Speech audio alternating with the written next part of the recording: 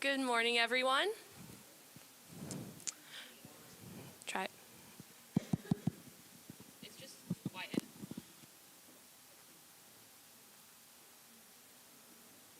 Okay. Let's try this again. Good morning. I want to welcome all of you guys to Winning the Battle with Mental Health with an Emphasis in Recovery. I'm really excited to see you all here. I would like to share some important housekeeping details just to make sure that you guys know what's up and that we can share all of that. So first things first, bathrooms. So if you go out our front doors, take an exit. So there's bathrooms on the end of the building, basically on both sides. So for the bathrooms over here, if you go past the doors, past the sign-in, and you just keep on going before you get outside, there's a drinking fountain and the bathrooms. And it's the same thing on the other side, past the pit, past Qdoba and stuff, straight out there before you get outside. So that's where our bathrooms are. For lunch, we have meal tickets. We had those at the sign-in desk. Just a reminder for students, for CSC students, if you have a meal plan, we ask that you leave meal tickets for our guests who are not CSC students who have meal plans. If you do not have a meal plan or a ticket and need lunch, please come see Emily or me. And if you do not wish to have lunch in the cafeteria, we also have Qdoba here, but our meal tickets will not work for Qdoba, just letting you guys know. This morning we have refreshments over in that side of the room. We have danishes, scones, and coffee over there. Please feel free to have as much as you'd like, and if you ever need to get up and go get one, totally cool. For our tables, we have 2 tables in the back, BHECN and Wellness. They want to meet with you guys. They want to connect with you guys. They're really pretty cool people in the back. And then also, we would like to give a huge shout out to our sponsors. They're the only reason why we could have this event. So I would like to read those off to you guys right now. So we have BHECN Panhandle, CSC Wellness Committee, the PSAS Dean's Office, Options in Psychology, LLC, CSC Student Senate, Chadron Community Hospital, B&I Committee, Social Work Club, In-Spirit Counseling, Chadron Federal Credit Union, Tara's Infant Daycare, Scottsbluff Maverick, and Jeff and Jolene Goldie. If you're going to need any assistance throughout the day, we have flyers in the folders that we gave you, attention flyers. If you're needing to talk to a counselor, if you feel triggered by anything, come find Emily and I and we'll direct you to someone. We have a separate room for that. In the green folders, there's evaluation forms. Emily and I are doing this for a grade, but we're also really excited to do this. So your guys' input is very important to us, and we would love to be able to know how it went, how we can improve for the next generations after us. We also have opportunities for door prizes. You have to be here to win, but those are going to be after speakers, and we'll kind of set that up. Lastly, as we wrap up housekeeping, I want to thank you guys all for being here today. We truly appreciate you guys being here, your participation, and I'm really excited to invite up my classmate, Emily Bai.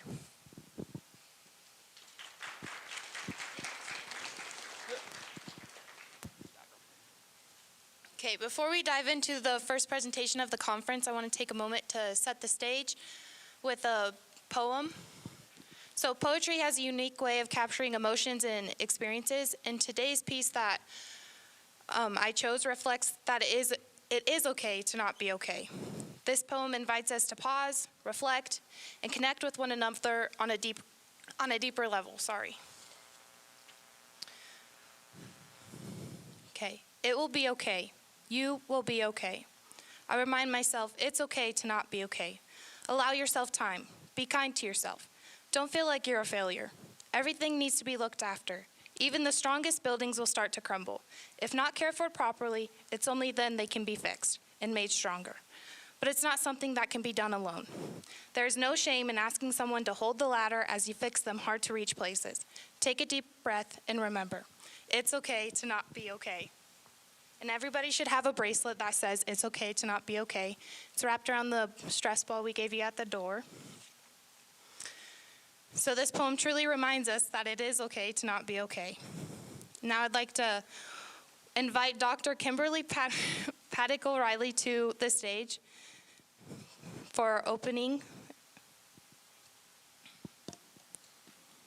Please join us in welcoming her.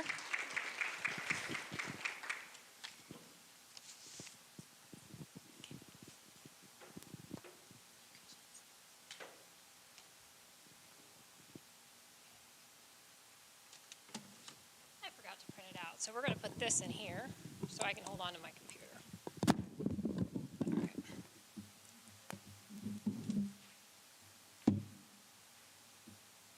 So good morning. On behalf of our president, Dr. Ron Patterson, who unfortunately could not be here today, I extend his warm regards, and it's my pleasure to welcome each of you to this important event.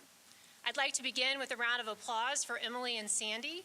They're our dedicated senior social work students who have tirelessly put the effort in to make this conference a reality. For those of you who are unfamiliar, this event is entirely organized by our senior social work students as part of their capstone project, showcasing their commitment to the 9 essential competencies required for graduation. A heartfelt thanks also goes out to our exceptional social work faculty for their unwavering support and dedication of our students. Please join me.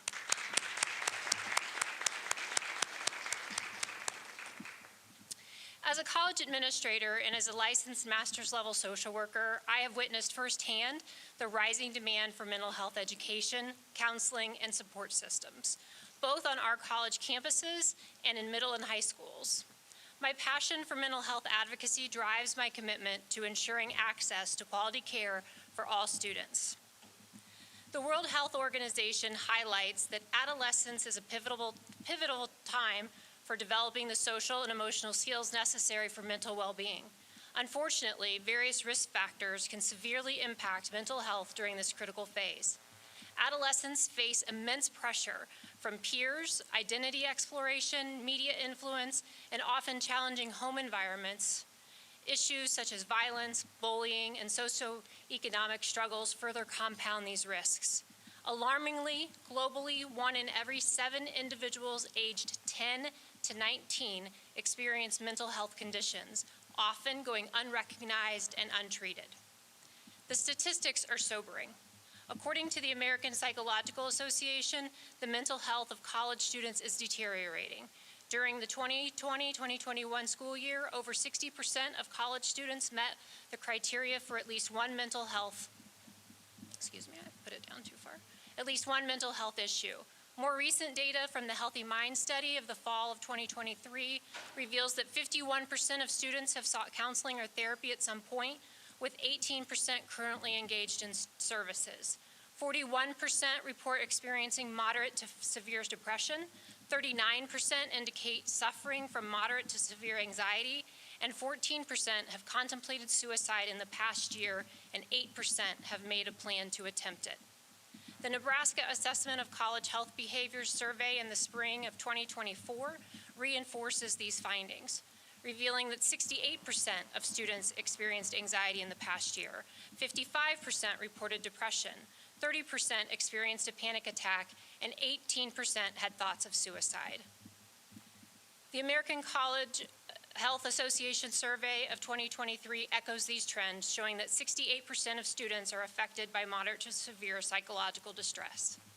At Chadron State College, we are committed to meeting this extraordinary demand for mental health support.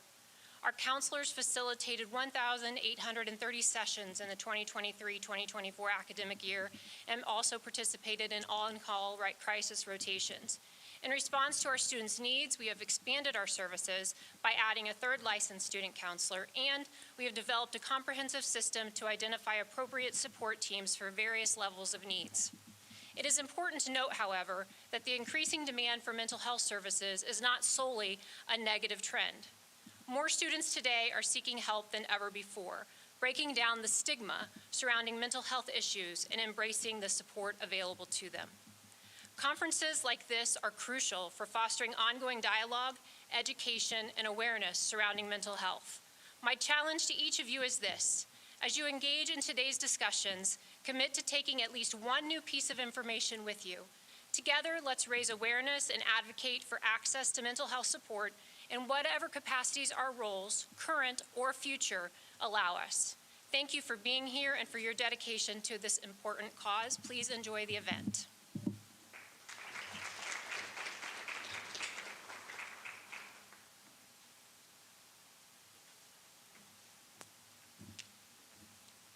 Thank you, Dr. Kimberly O'Reilly.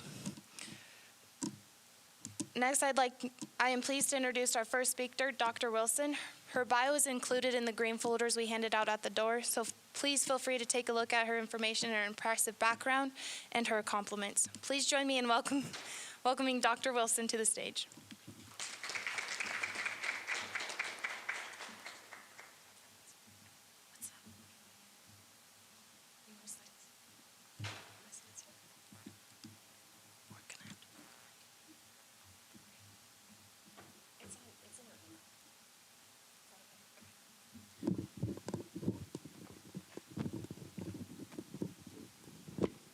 All right, hi.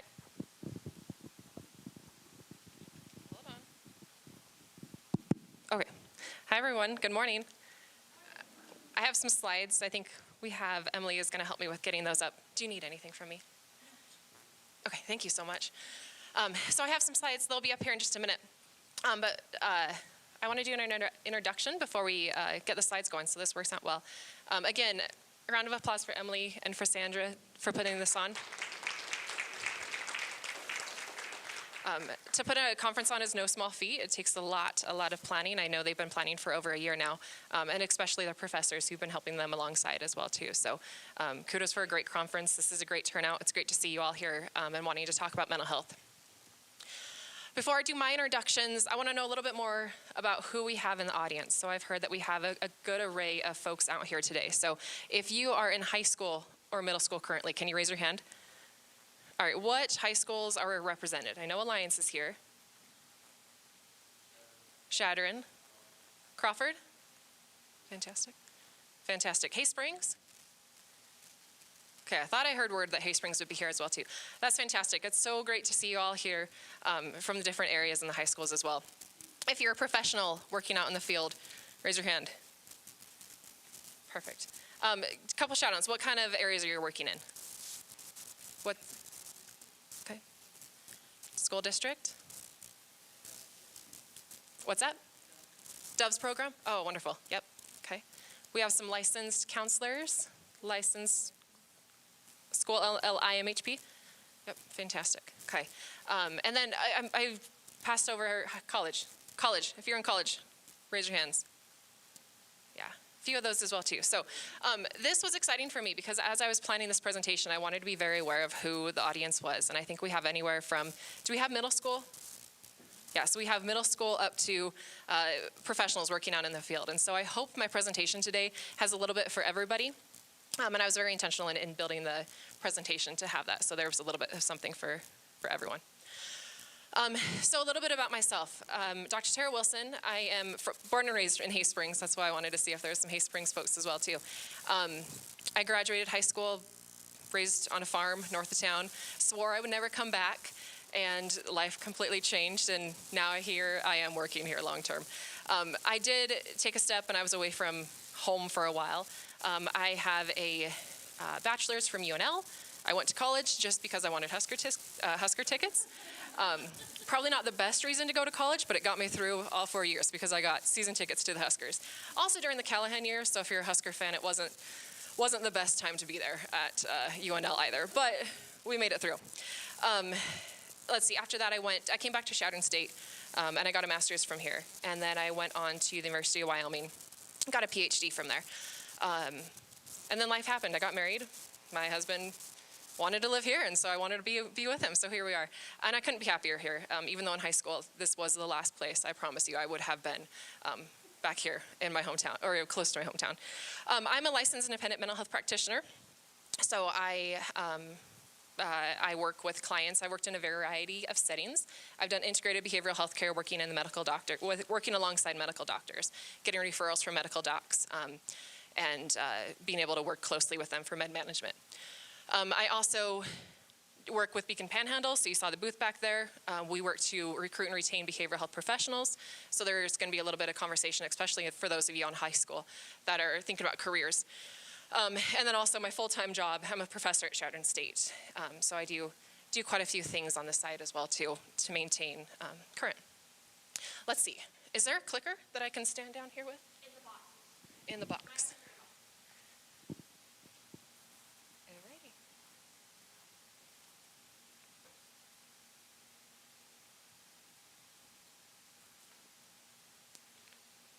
Yeah, I think I just turned it on inside there.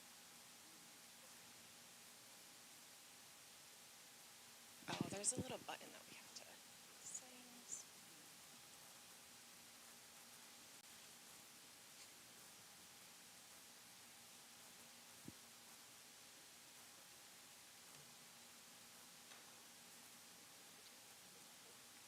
Yeah, it might be a settings that we have to leave here. It's all right, we can try. That setting, this one won't open up, will it?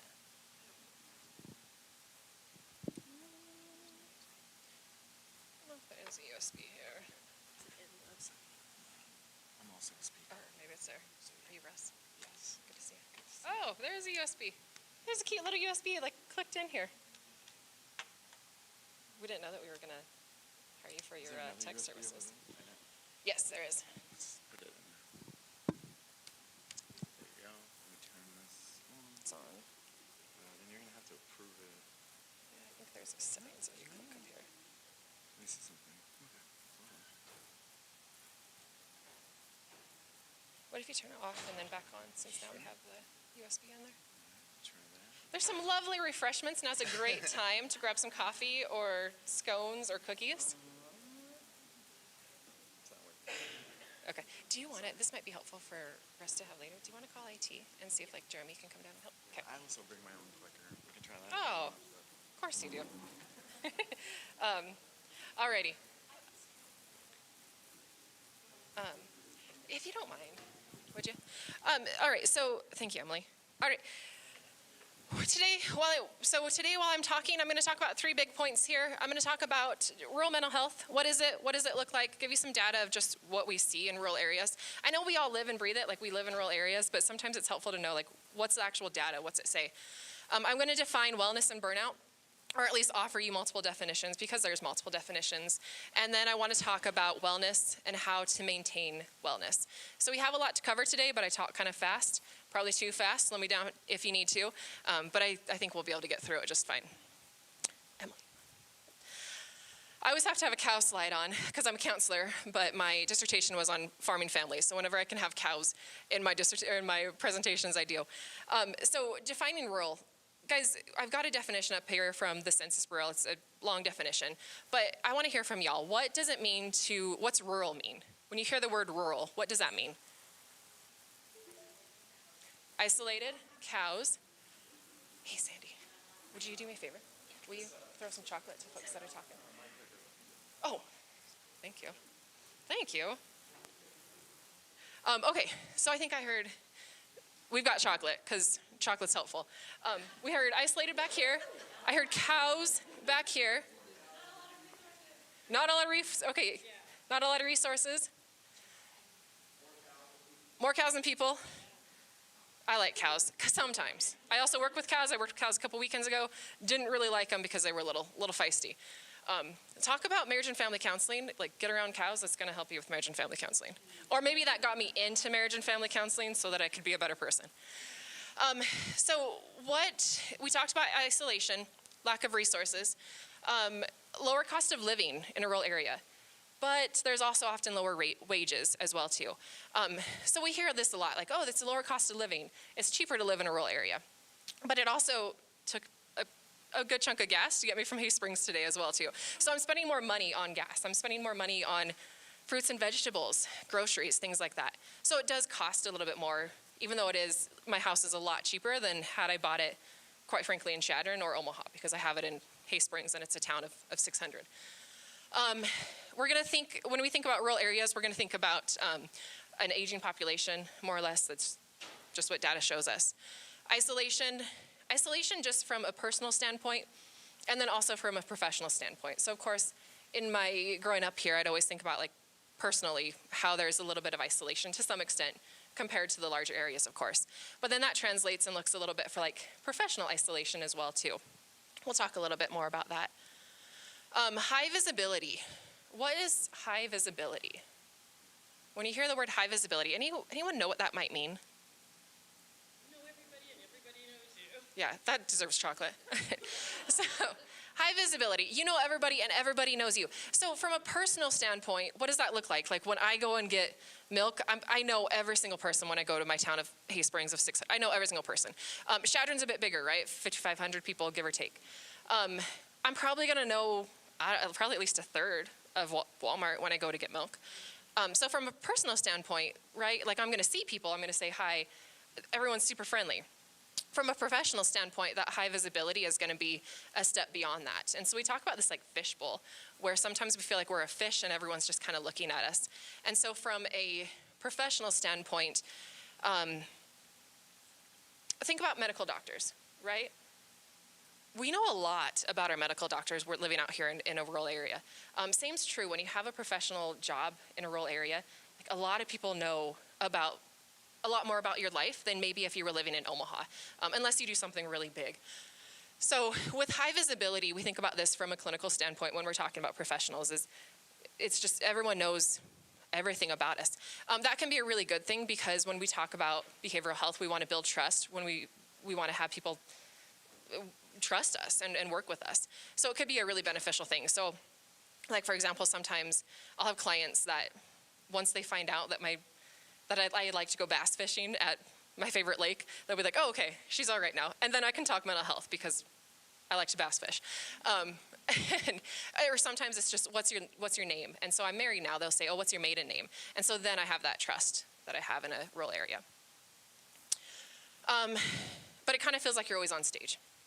So benefits, we all live out here in a rural area. What are the benefits of living in a rural area? Do we have chocolate still? Thank you. Didn't know I was putting you to work. What are some benefits of living out here in the rural areas? Community. Community. Less stress. Yeah, absolutely. No traffic. Unless you're moving cows. Different kind of tractor, or it's harvest season, and you have combines in. Okay, what are some other benefits?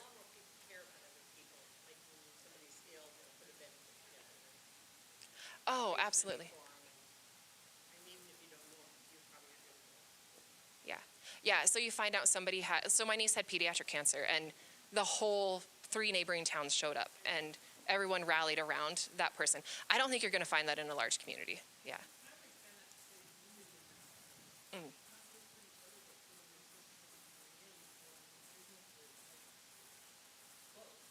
Yeah. Yeah, what would be an example of that?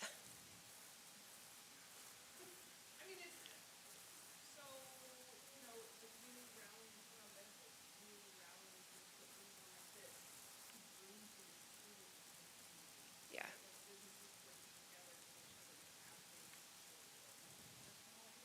Yeah. So a couple things that I think about in the communities of both Rushville and Hay Springs, they lost a grocery store, and the whole community rallied around. I mean, groceries are pretty important, especially when you think about, we have a higher socioeconomic status, right? Or a lower socioeconomic status. We have poverty. We see that more in rural areas. You're going to see that in urban areas as well too, but it's a lot harder to get milk in Chadron if you don't have the gas money to get to Chadron. So it's kind of like communities, like we recognize, like you have to, like we're the only ones out here, so we have to support one another and stand out for each other. Finding meaning in work, this is said a lot. When we think about that next level, if you work in a rural area and you take, if you go from high school and actually become a professional in a rural area, we see this a lot. Folks talk about like there's such a need to have professionals working in a rural area that you feel just, you're completing a mission, you're completing a calling, and we see that. Okay, what are some drawbacks? Lack of resources. Ongoing. Oh yeah, accessing training. Okay. Other drawbacks of living in a rural area. Traveling everywhere, transportation. Okay. Making friends. Yeah. Oh, yeah. Yeah, absolutely. Also, so I want to think about from a high school standpoint too. So high schoolers, like you have friends, right? Like everybody knows everybody, but it's also like you kind of have automatic friends, but they're also not, like you're close with, it's just a little bit different. Do you know what I'm saying?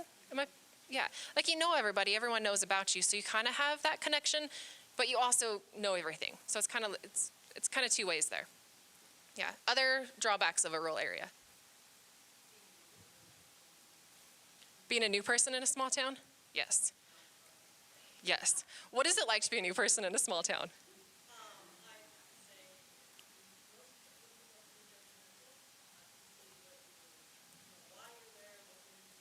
Yeah. Yeah. Nosy, incredibly nosy. Yeah. Yeah. So I never had a full understanding of this, and it's such a dynamic of a rural area, right? So I'm from a town that I was born and raised in. I live in a town I'm born and raised in. I know everybody. I moved to Randolph. Anyone know where Randolph is? Yeah, so B capital of Nebraska. Anyway, I was working at Wayne State. My husband was in Hardington. So if you watch Veterinarian Docs, that's Hardington. Okay, so anyway, I moved to Randolph, tiny little town on the eastern side of the state. Different area, different idea of rural as well too, right? Like it's even the resources and what it's like is interesting. So anyway, I'm in at a gas station or something, and someone asks, hey, where do you live? And I'm like, I live in this town. And they're like, no, where do you live? And I'm like, oh, I live on the east side of town. They're like, no, what street do you live on? Who are you? I'm like, I'm renting a house. What house are you renting?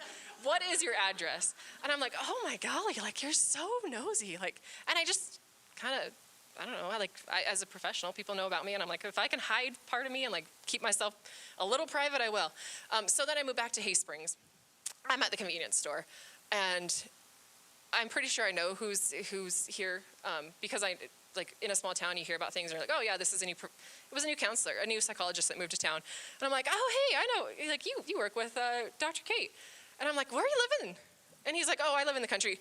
No, who are you renting from? Like, what house do you live in? And I didn't think anything of it. And so I just thought, oh, I was that creepy person. Yeah.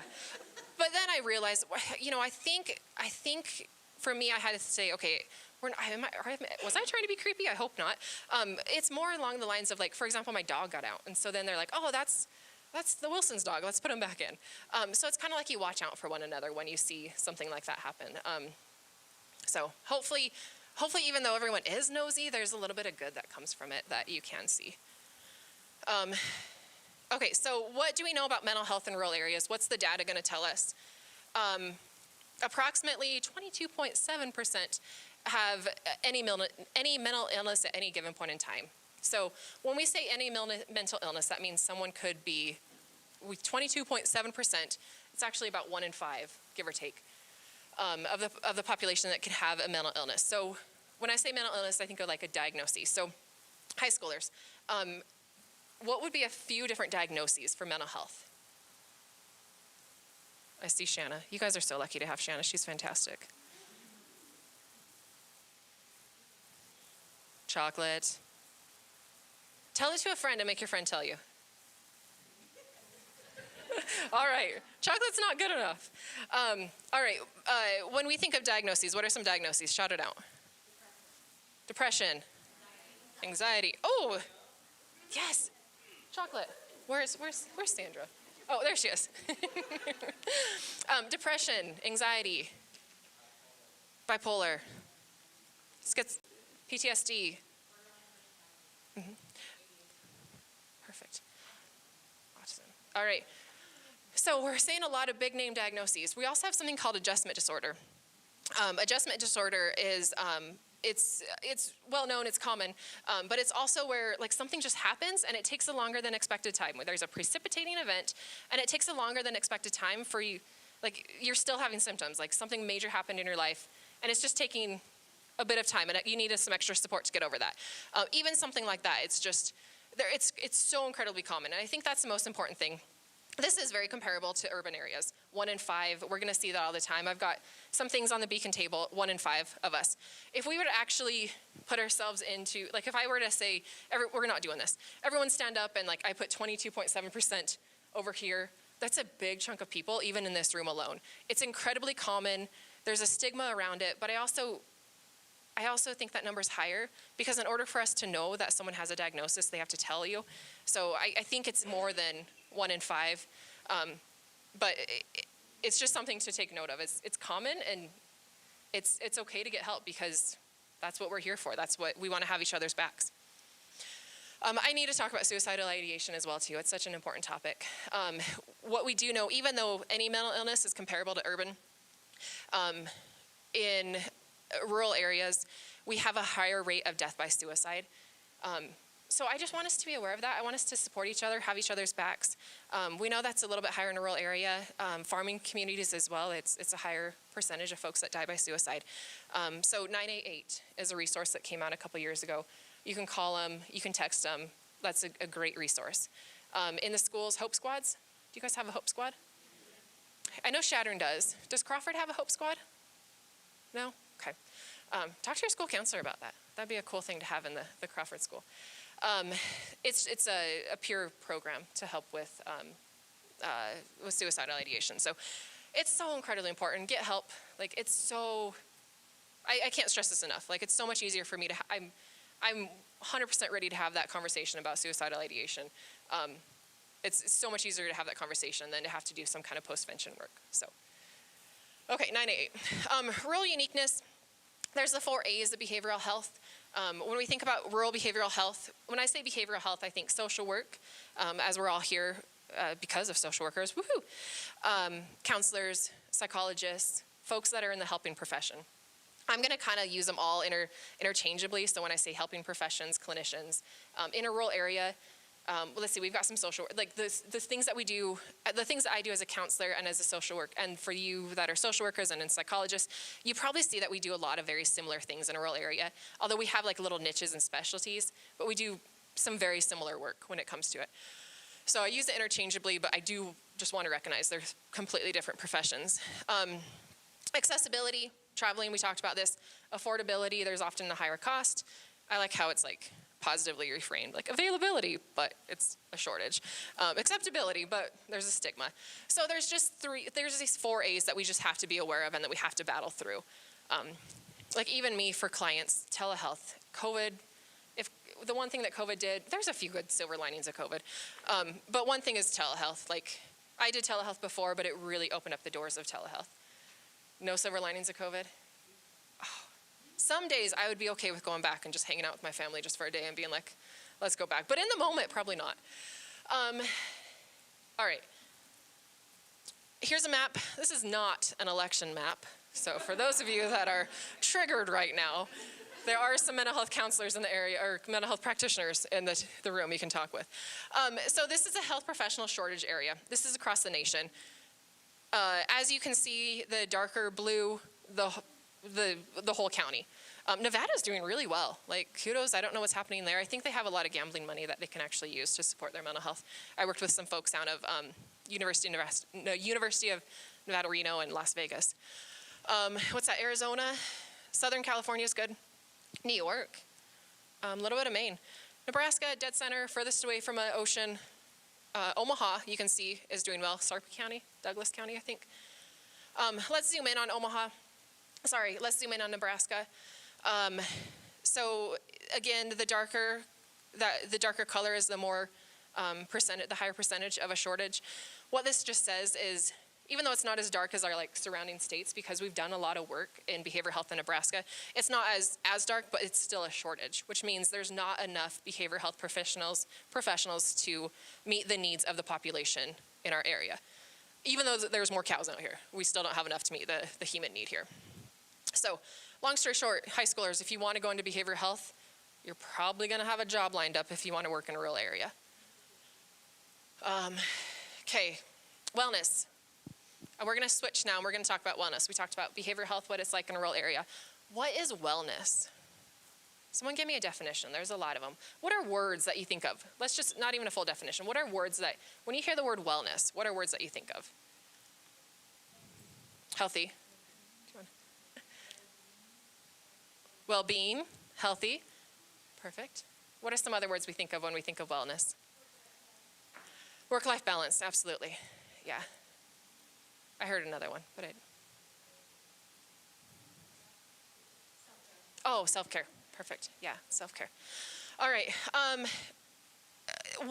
There's some early definitions of wellness, and they say it's the absence of illness. We built a lot upon that definition. It's more than just not being ill. But that's something, we can kind of grasp that. It's like, okay, I'm not ill, so I'm well. But it's so much more than that. We have a lot of different definitions that research is going to show our way.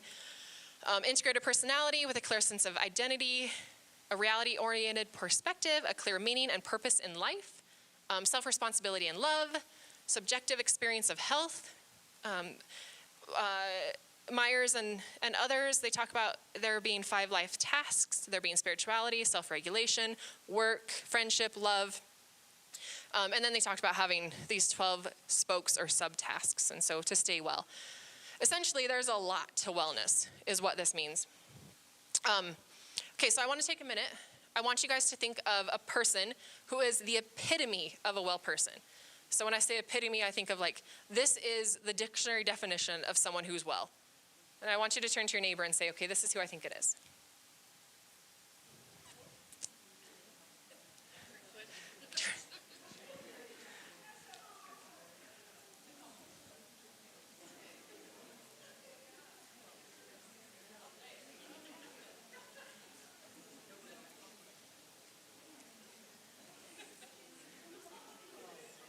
All right, everyone have their person?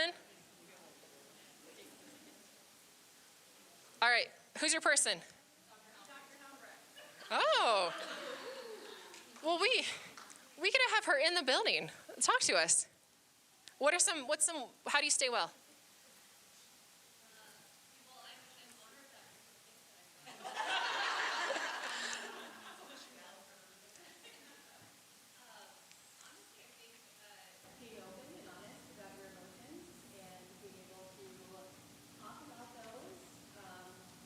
And just knowing, like, your limits. I don't exercise every single day, but I know that it's important. I don't eat well every single day, but I know that salads are tasty sometimes. So just finding that balance in life. That's right. So fun fact, Dr. Helmbrecht and I actually ran a half marathon together. I can no longer run 13.1 miles. She definitely got me across the finish line. I think she stepped over a second before I did because I said, you have to finish before me. I was sick. I had the plague. I don't know what I had, but it was not good. But I got across, and she helped me get across, so kudos to her. Did anyone else think of a person? It's kind of hard to do. I was prepping for this last night, and I talked to my niece who is a student here at Chadron. I said, who's well? Like, name someone who's well. And she's like, well, here's a track star. And so she named a famous track star, and she talked about she's like, in my hyper classes, there's different dimensions of wellness, and she has these different dimensions. And I said, absolutely. And I'm like, I wonder if she would say that she was well. And just like we heard, right? It's like an ongoing thing. When I was thinking about wellness, I think of it as being a bucket, but the wellness bucket always has a hole in it. And it's not like it has a hole in it, but there's things that do drain our bucket when it comes to wellness, right? So like I have kids. My kids fill my bucket, like more than I ever would have thought imaginable, but they also drain it.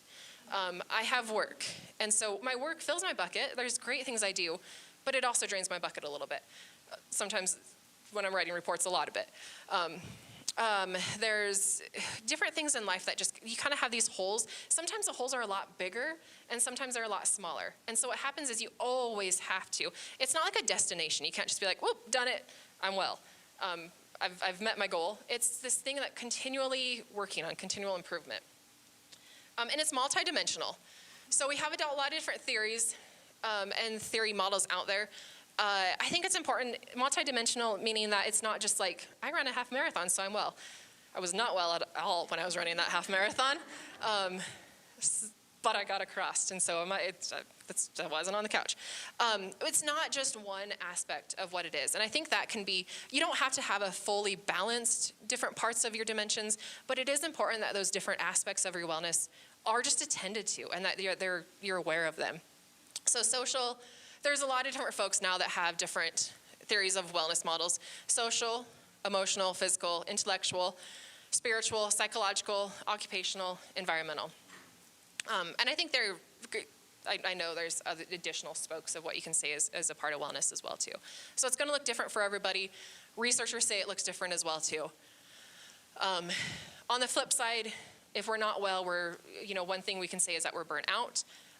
How do we know we're burnt out? We can be experiencing emotional exhaustion, depersonalization, reduce personal accomplishment. If you're working as a professional, actually if you're a human, right?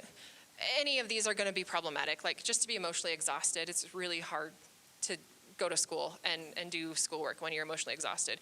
Depersonalization is especially problematic. This is when we have negative feelings and attitudes towards clients and job tasks. So if you're a counselor and you're burnout, and you can't be perfect and well all the time, but there's gonna be comes and goes, that's problematic. We've gotta do something different. And I think this can be more than just clients, right? Like if you start to have negative feelings and attitudes about others, I think our goal is, like our meaning on, like be a good human, right? Reduce personal accomplishment. Our personal accomplishment associated with work-related success as well too. We just don't feel like we're as accomplished. So these are things. Sometimes when we're burnt out, a lot of times when we're burnt out, when I am burnt out, I don't always know. I'm not always aware of it, but I am aware of like my psychological symptoms or my physical symptoms that are happening. And that's actually a matter more of just me not attending to mental health as well too. So we know when we have key indicators, sleep disturbances, memory impairments, back pain, headaches, flu-like symptoms. This is really funny because last night I had flu-like symptoms and I'm like, man, am I sick? I'm gonna take my afternoon off. I did take a half hour just so I could take a nap and I felt better. Was that a factor of stress? Maybe I caught something my kids had. Gastroenteritis. We're gonna see different symptoms of burnout that, like we can treat these symptoms, right? Like if I have sleep disturbances, I can maybe try to better my sleep and there's lots of different ways we can do that.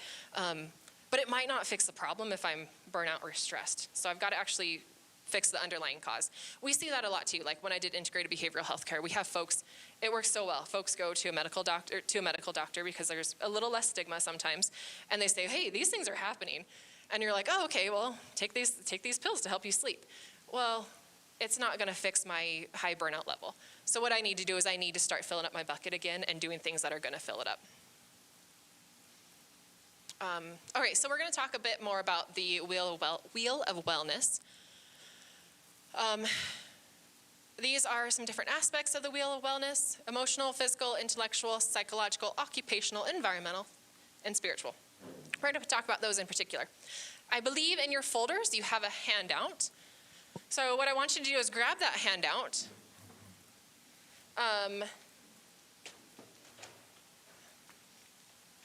There's a few more here. Does anyone not have this handout? It says the 8 dimensions of wellness on it. If you need one, go ahead and raise your hand. I know there's some extra ones up here. I want you all to do something, right? I know it's first thing in the morning. You guys are kind of still caffeinated and you've got coffee, but I still want you all to be active and ready for our next keynote speaker too. So get a pen out. If you don't have a pen, can you just raise your hand and we'll get you a pen? Would you mind? I'm sorry. Did you know you're going to have to work so hard? You guys get chocolate too.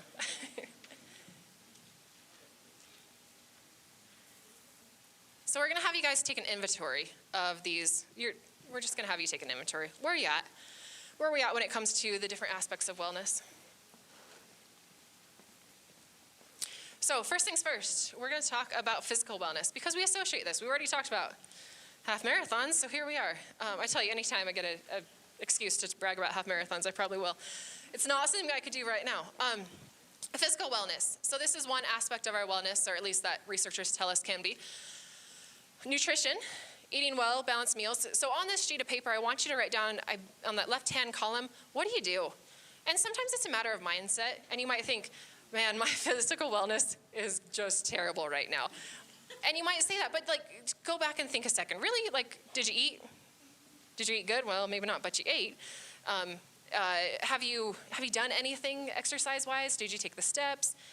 Did you park further away from Walmart, to get into Walmart? Did you, what are some other things? Take a vitamin. There was a point in my life I took a vitamin and I was okay. That was my physical wellness. It's true. That's a very important aspect of our wellness. And it's sometimes about the mindset. So instead of me thinking, man, I'm doing nothing right now. Actually, I did. I took a vitamin this morning, like took a vitamin, and there you have it. I don't know, I ate a piece of dark chocolate, and technically there's some benefits of eating dark chocolate. There's like, can't deny, like research is showing this, not just me. In moderation. Okay, so exercise, going for a walk, taking the stairs, whether or not you have to, if you're forced to do it, it's still taking the stairs. Hiking, running, yoga, standing at your desk. This is kind of a thing right now. Going out for a sport if you're in high school, right? Walking around and getting the candy during Halloween. I mean, that's physical exercise, right? Sleep. I cannot tell you how important sleep is. Every single client that I work with, I always ask about sleep, because if we're not getting the sleep we need, it's gonna cause, like I work a lot with kids, right? Like if kids don't get the sleep they need, it's gonna show. And so many times, like if you could just focus on getting the sleep, it's gonna help you regulate your emotions. It's gonna just help in so many ways. The experts in sleep recommend 7 to 9 for adults. Adolescents, teenagers, we're looking at 8 to 10. So congratulations, you guys get to sleep a little bit more, and I'm a little bit jealous there. Okay, so on your paper, I want you to try to think of at least 3 things if you can, hopefully more, of things that you're doing right now in this current stage of your life to maintain your wellness for physical. Anyone have examples I didn't share up there? Yeah, perfect. That might fit into some other dimensions. Is there a physical aspect to that?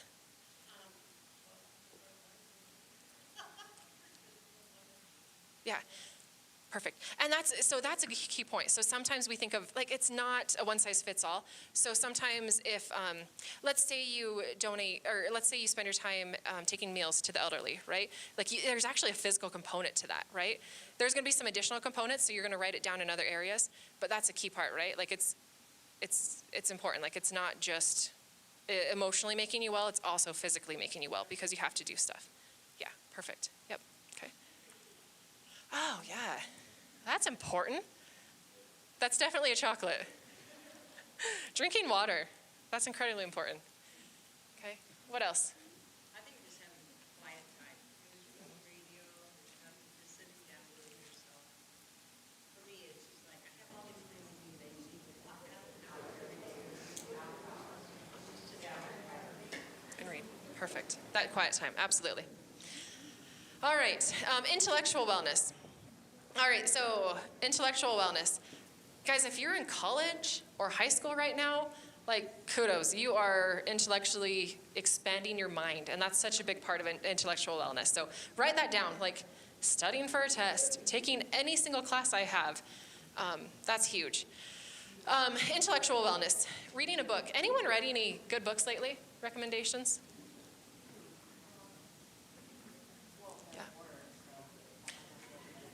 Horror books? What's a good horror book?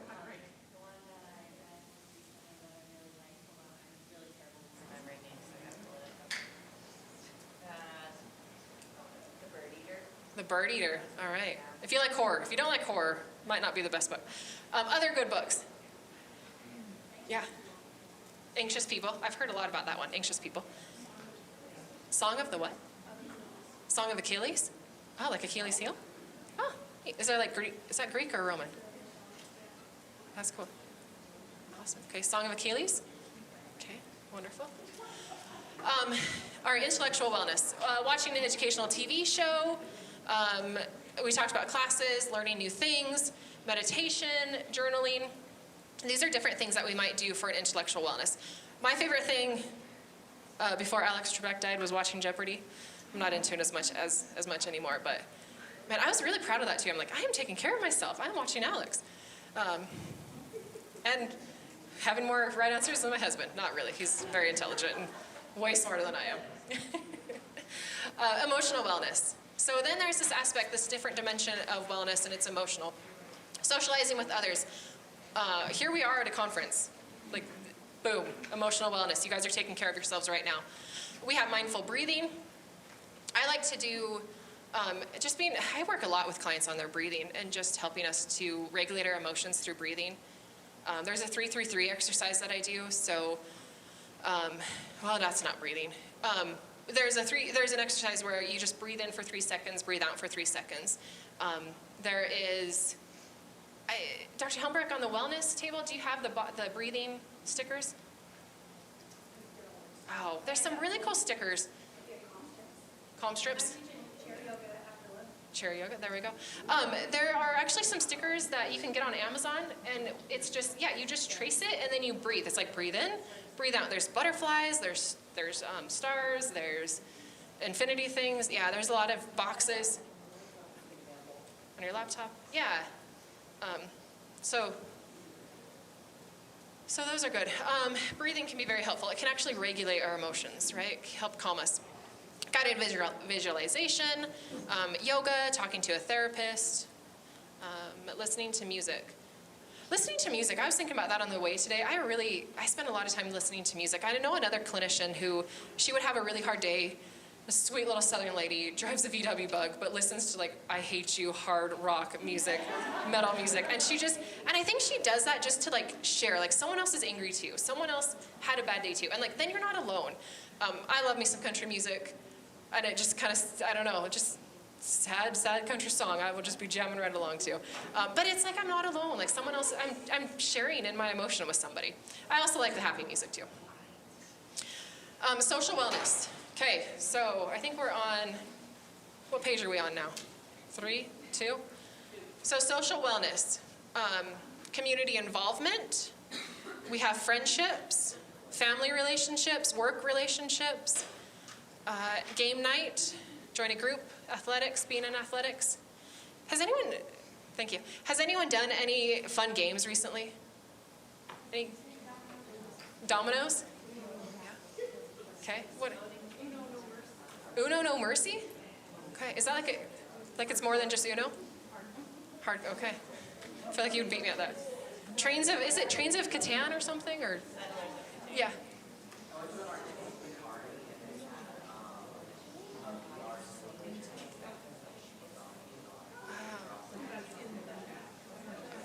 That sounds super. So if you're in Kearney, is it at the Big Apple?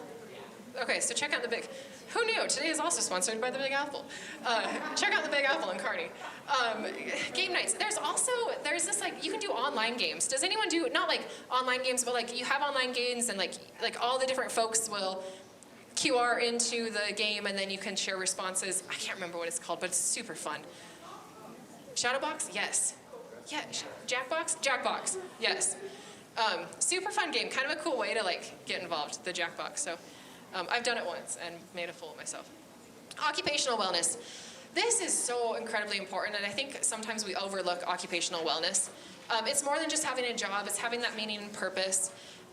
Building the relationships at work. Like if you have a coworker, or even in high school, if you have another friend that you're not happy with or that they're not happy, like that's gonna be a systemic kind of thing. Like we're all gonna feel some of that if we have one person that's not well, that's not having a good day, that's not, those around us. So when we're being well, it's not only a benefit to ourselves, but it's also a benefit to others because of that system approach that we have. Like when I'm happy and bubbly and well, like I hope that kind of continues along. But I know that when I'm not having a good day, that's going to have an impact as well. Balancing work and leisure, we heard that earlier. We know that we're well because we balance work and leisure. So incredibly, right? Boundaries. Boundaries again, like can you ever have really great boundaries? I think that's still a journey. We always have to have work to have really good, solid boundaries. Occupational wellness. If you're a student, this could be occupational. Like right now you're a student, so that's how you can view your occupational wellness as well too. I want to throw out some research too. We know like if you have a big test coming up, for those of you that are in the learning stage of life, as we probably all are, if you have a big test coming up, we know that if we take care of ourselves, we're more likely to do well. So for example, like when I was writing a dissertation, crazy, stressed, I knew I'd be more successful in writing the dissertation if I would get out and like go for a walk. So in the times that we're stressed, those are the times we need wellness the most. We don't need wellness when things are going okay. We need to fill our bucket and put wellness into our bucket that's continually moving. We have to do that especially when we're not feeling well, especially when we're feeling stressed, especially when we have a big test coming up. We have a big report due. Financial wellness. this is going to have a key impact. Finances and overall well-being is going to have a big impact. So preparing for the long and short-term financial goals, never too early to start. I would not have listened in high school, and I hope you all are better than I am. It's financial wellness is going to have such a big, it's just a big impact on our life. So investing, budgeting, retirement, Roths, IRAs, Roth IRAs, yeah. Seeking financial advisor advice, just being aware of your finances, where you're at. This is going to have a big impact on your life. Environmental wellness. Environmental wellness, spending time in nature, being present in nature. Do you see how there's some things that we can do that we're helping our environmental wellness, or like we're going for a walk with a friend. We're being physically well, we're doing our emotional, social wellness, and we're also spending time in nature. Being present in the moment. I love the 5, 4, 3, 2, 1 grounding, just because anyone not familiar with 5, 4, 3, 2, 1 grounding? So what that is you use your 5 senses just to be very aware of what's around you and what's happening in the moment. So this can be done like right now here in the moment. What are 5 things you can see, 4 things you can hear, 3 things you can feel, 2 things you can smell, 1 thing you can taste. So sometimes that helps us to emotionally regulate, to be present, to really know what our environmental area is. I also like such a good bedtime routine. Like when you go to a peaceful place, what's your peaceful place? For my kiddo, bless his heart, he's young enough not to know and not to be frustrated by mom talking about him. Ferdinand was his peaceful place. He couldn't get to sleep. And so him and I sat on the hill with Ferdinand and under the tree, and Ferdinand's the bull cartoon.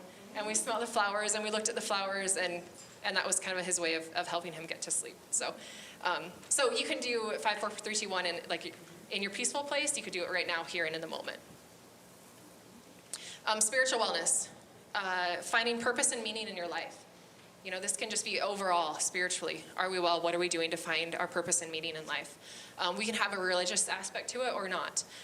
Pray, meditate, listen to affirmations, understanding beliefs, values, morals. I am into podcasts right now when I go out for walks, and they're connecting to my spiritual wellness.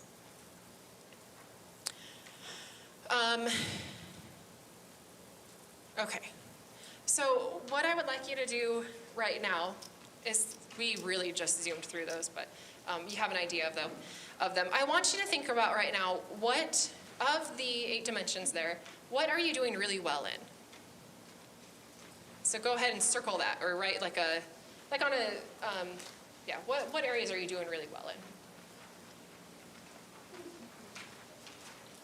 I always like to give kudos first. What's our strengths?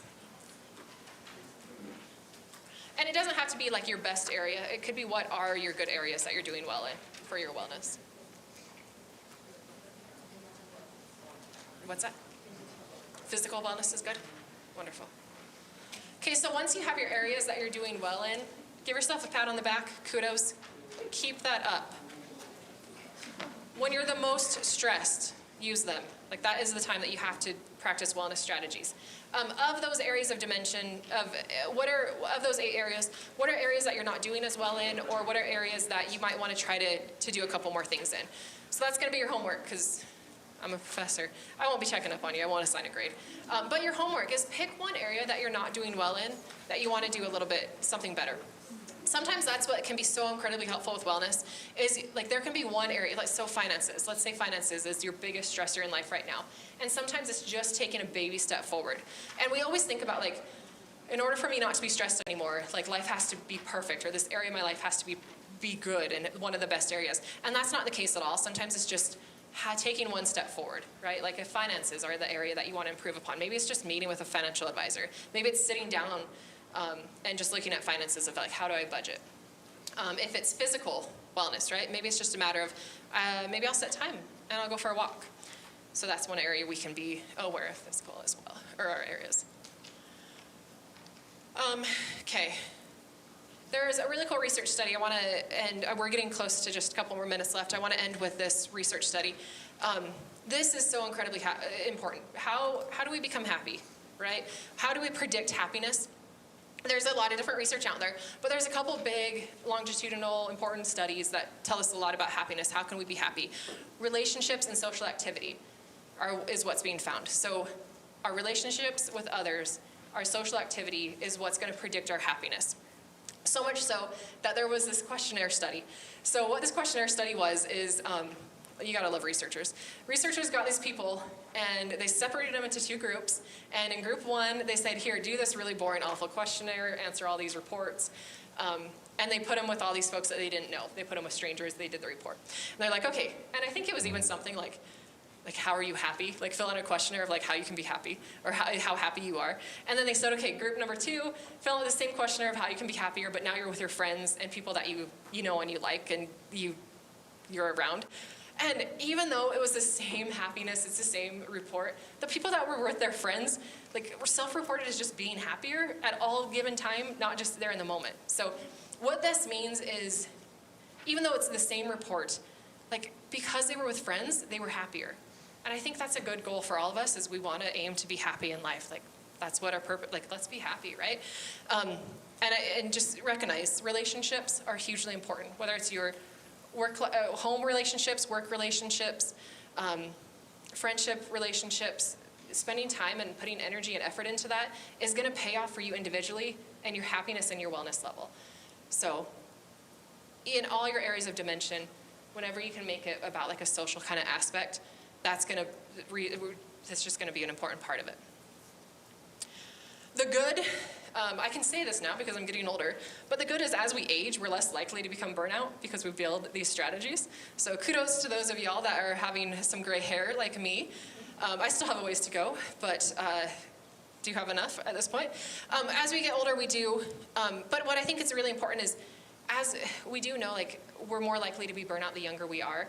So that's the time to build those strategies that are going to have an impact on you long term. It's never too late to start, but it's so important for those of y'all in middle school, high school, now's the time. Like fill up your bucket, spend some time doing some wellness activities. And of course, when you're needing support, some folks do like a wellness plan. You can make a formal or informal kind of wellness plan. Like here's my plan to stay well. 988 we talked about. I can't say that number enough. That's an important one to know. Call or text. Make an appointment with a behavioral health provider, social work, counselor, psychologist. And I, of course, because I have an ag background, we have the Rural Response Hotline in Nebraska. So this is such a cool resource. I always share it. Right now you can get 3 free counseling sessions. So if you're connected to ag. And if you live in a rural area, you're connected to ag. So you don't have to have the number memorized. You can Google Nebraska Rural Response Hotline. Okay, I think that's my time. Is that it? Okay, thanks you all for having me, and stay well.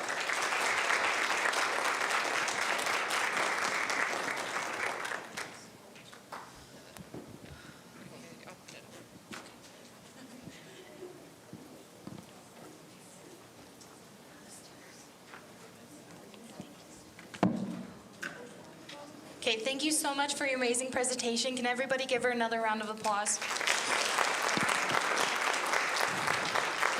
Thank you. Okay, we're gonna go into a 10-minute break. During our 10-minute break, help yourself to refreshments. We have door prizes, so please stick around.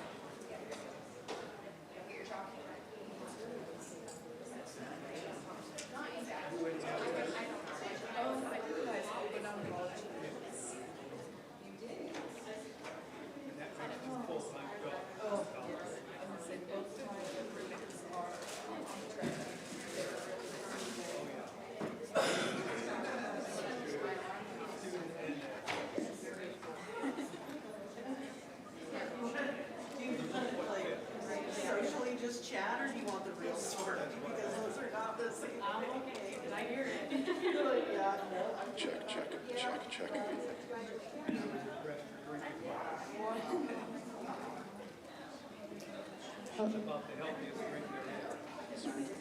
Check, check, check.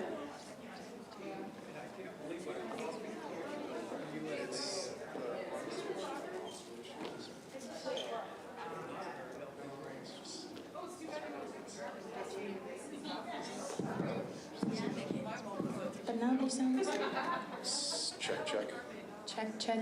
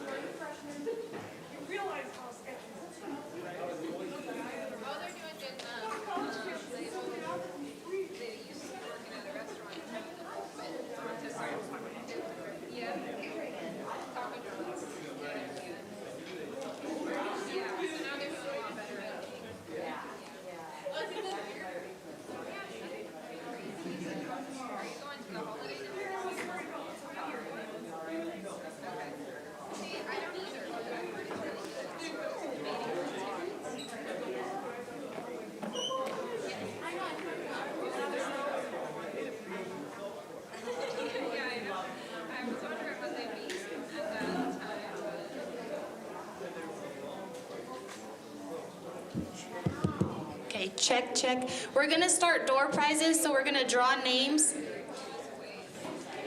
If you can just raise your hand if I say your name, that'd be awesome.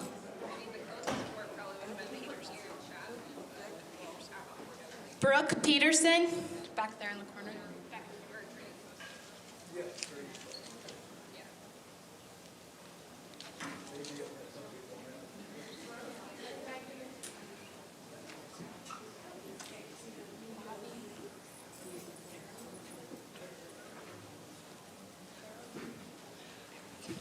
Bobby, sorry, I don't know how to pronounce your name. Right there. Right there in the headband, white shirt. Oh. Okay. Okay, last one. In between every break, we'll have door prizes.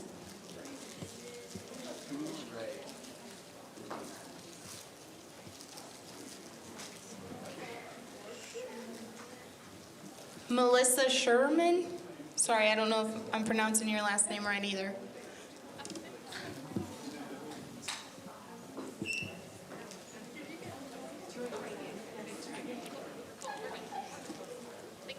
Okay, thank you so much.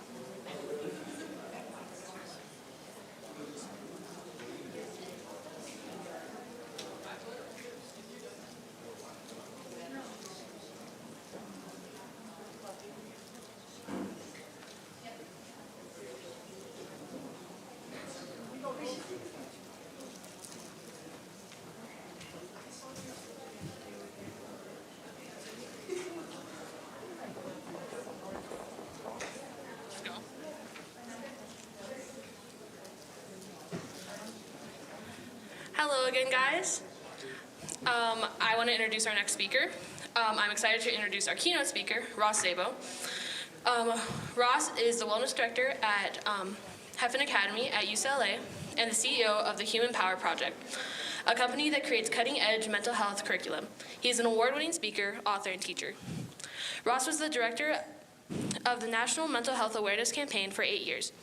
In that time, he spoke to over 1 million people and wrote a book titled Behind Happy Faces. After 8 years on the road, he burned out. So he did what anyone would do when they're exhausted. He joined the Peace Corps. Ross served in Botswana for 2 years. When he came home, he decided to start his own company to create a mental health curriculum for people of all ages. He's also the author of a kid's book about anxiety and a host of a kid's class about mental health. A kid's book about anxiety was named one of Oprah's favorite things in 2020.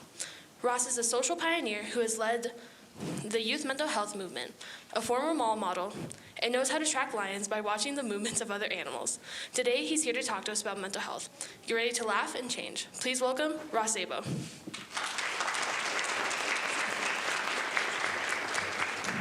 How you doing? Is anyone going to miss campaign ads? Or texts, or emails, or calls, or all of the above. Yeah, no, we did it. We got through it. We are through the election. We are on the other side. I am going to talk to you about a lot of things today.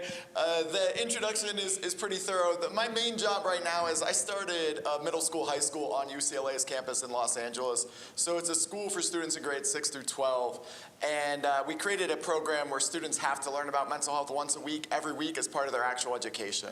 So they learn about mental health the same way they learn about physical health. And then in the summer at UCLA, we host a Mental Health Education Institute to teach other schools of any age how to implement mental health education.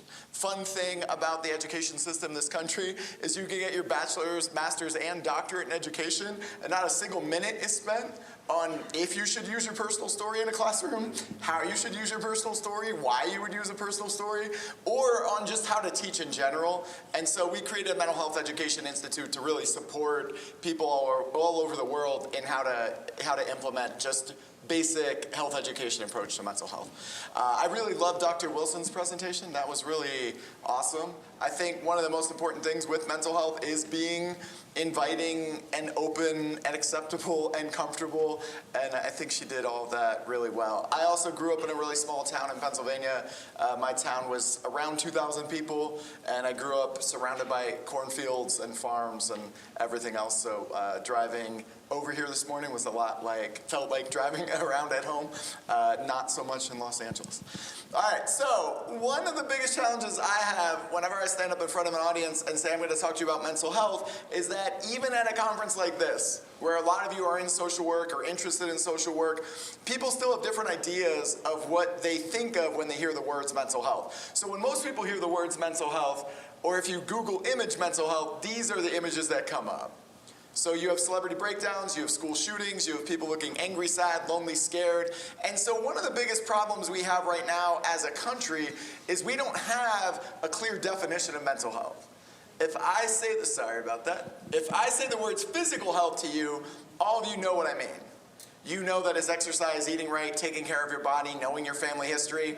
But when I say mental health, people think everything from, oh, that's people with severe mental health disorders, to that's going to the spa and getting massages and facials, to that's having a bad day, to, oh, that's that one person who has all these issues. And until we have a clear definition of mental health, we are not talking about the same things. So one of the things we always encourage people to do is to provide that clear definition of mental health. The 8 pieces of wellness is really useful because it's clear, it's direct, you can understand it, you can interact with it. The definition that most people think of mental health is, how you, it's for people who have problems, really. But that's not actually the definition. The definition of mental health that we use is that mental health isn't about having a problem, it's how you address challenges in your life. So mental health isn't having bipolar disorder, depression, all these other things. It's actually the coping mechanisms, the communication, knowing your family history, all those other things you do to address it. One of the things we see in a lot of young people today is that they also feel this pressure for their mental health to be perfect. So they have to get the right amount of sleep. They have to have no stress. They have to have a purpose. They have to know what's going on in the future. That's not accurate either. Mental health isn't about being perfect. Much like physical health isn't about being perfect, it's about knowing what skills to use and when to actually use them. So people always look at me and they wonder, like, oh, how did this guy become a spokesperson for mental health? And one of the things I'm going to share with you first today is my own personal story. I have a really intense personal story with mental health. I was born into a family with severe mental health disorders. I went through a lot of trauma between the ages 11 and 12. When I was 16, I was diagnosed with bipolar disorder. When I was 17 and a senior in high school, I attempted to take my own life. Went through a lot of different treatment programs after high school, really for the next 4 years, battling alcoholism. Before around age 22, I started to figure out how to manage my mental health, how to take care of myself. This morning, I'm not going to share my personal story with you to scare you. I would never want any of you to leave my presentation and be like, oh man, Ross's life really sucked. That is not why we're here. I share my story to get you to think about your own lives, the choices you're making, the decisions you're making, and how to interact with other people who may need support for mental health. After I talk to you about my personal story, we are going to go over a very heavy dose of what is called mental health literacy. And that's just understanding language for mental health and talking about mental health in a way that is similar to physical health. What I've seen a lot of around the country right now is we love to say that mental health is like physical health, and obviously I agree with that, but we actually need specific tools to make that happen. It can't become a buzzword. You know, like a lot of times now people don't even use the word nervous anymore. They just use anxiety, and everyone has anxiety, except not everyone actually has anxiety. So we need some clarity on what mental health is and what it isn't so that we can compare it to physical health. But I always like to begin this presentation by talking about some of the aspects of that mental health crisis. So you heard a ton of statistics in the beginning of this presentation. And you heard about the rates of anxiety and depression and mental health issues in college students and high school students. We know that the mental health crisis is pretty daunting. But in all of my work with young people around the country, what I have found is that they're tired of hearing how messed up they are. They actually want to know what to do about it. They're sick of hearing that they have depression and anxiety and no coping mechanisms and they're going to kill themselves and they could be bullied and all this other stuff. They want to know what they can do about it because they're on the front lines of mental health. They're the ones getting the text message at 2 in the morning that their friend may not want to live anymore. They're the ones who have to live with the trauma of broken relationships and broken families and everything else. And so I think it is time to really move past just telling people how messed up they are and start teaching them what they can do about it and how they can cope and how they can manage it. And that all begins with this question. We all know that more people are seeking help than ever before, but you still have less than 50% of people seeking help. So even in the face of everyone in this room knowing someone who has a mental health challenge, I always like to begin with this question. Why don't we talk about it? Why don't we seek help for it? So what are some reasons that people don't seek help for their mental health or don't talk about their mental health? Just raise your hands. What are some reasons? Stigma. Yeah, and stigma is often a judgment or a stereotype or discrimination, yeah? They're scared? Yeah, and you could be scared of the consequences. You could be scared of what it's going to mean for your family, your friends, or yourself. What are some other reasons people don't talk about it? Yeah. Yeah, so you don't want to get judged or labeled. I thought it was really interesting, as someone who grew up in a small town where everyone knew each other, that can also come with a lot of labels, right? And nobody wants to be what my family was, which was the family who had kids in psychiatric wards and kind of the crazy family. Yeah. You had your hand.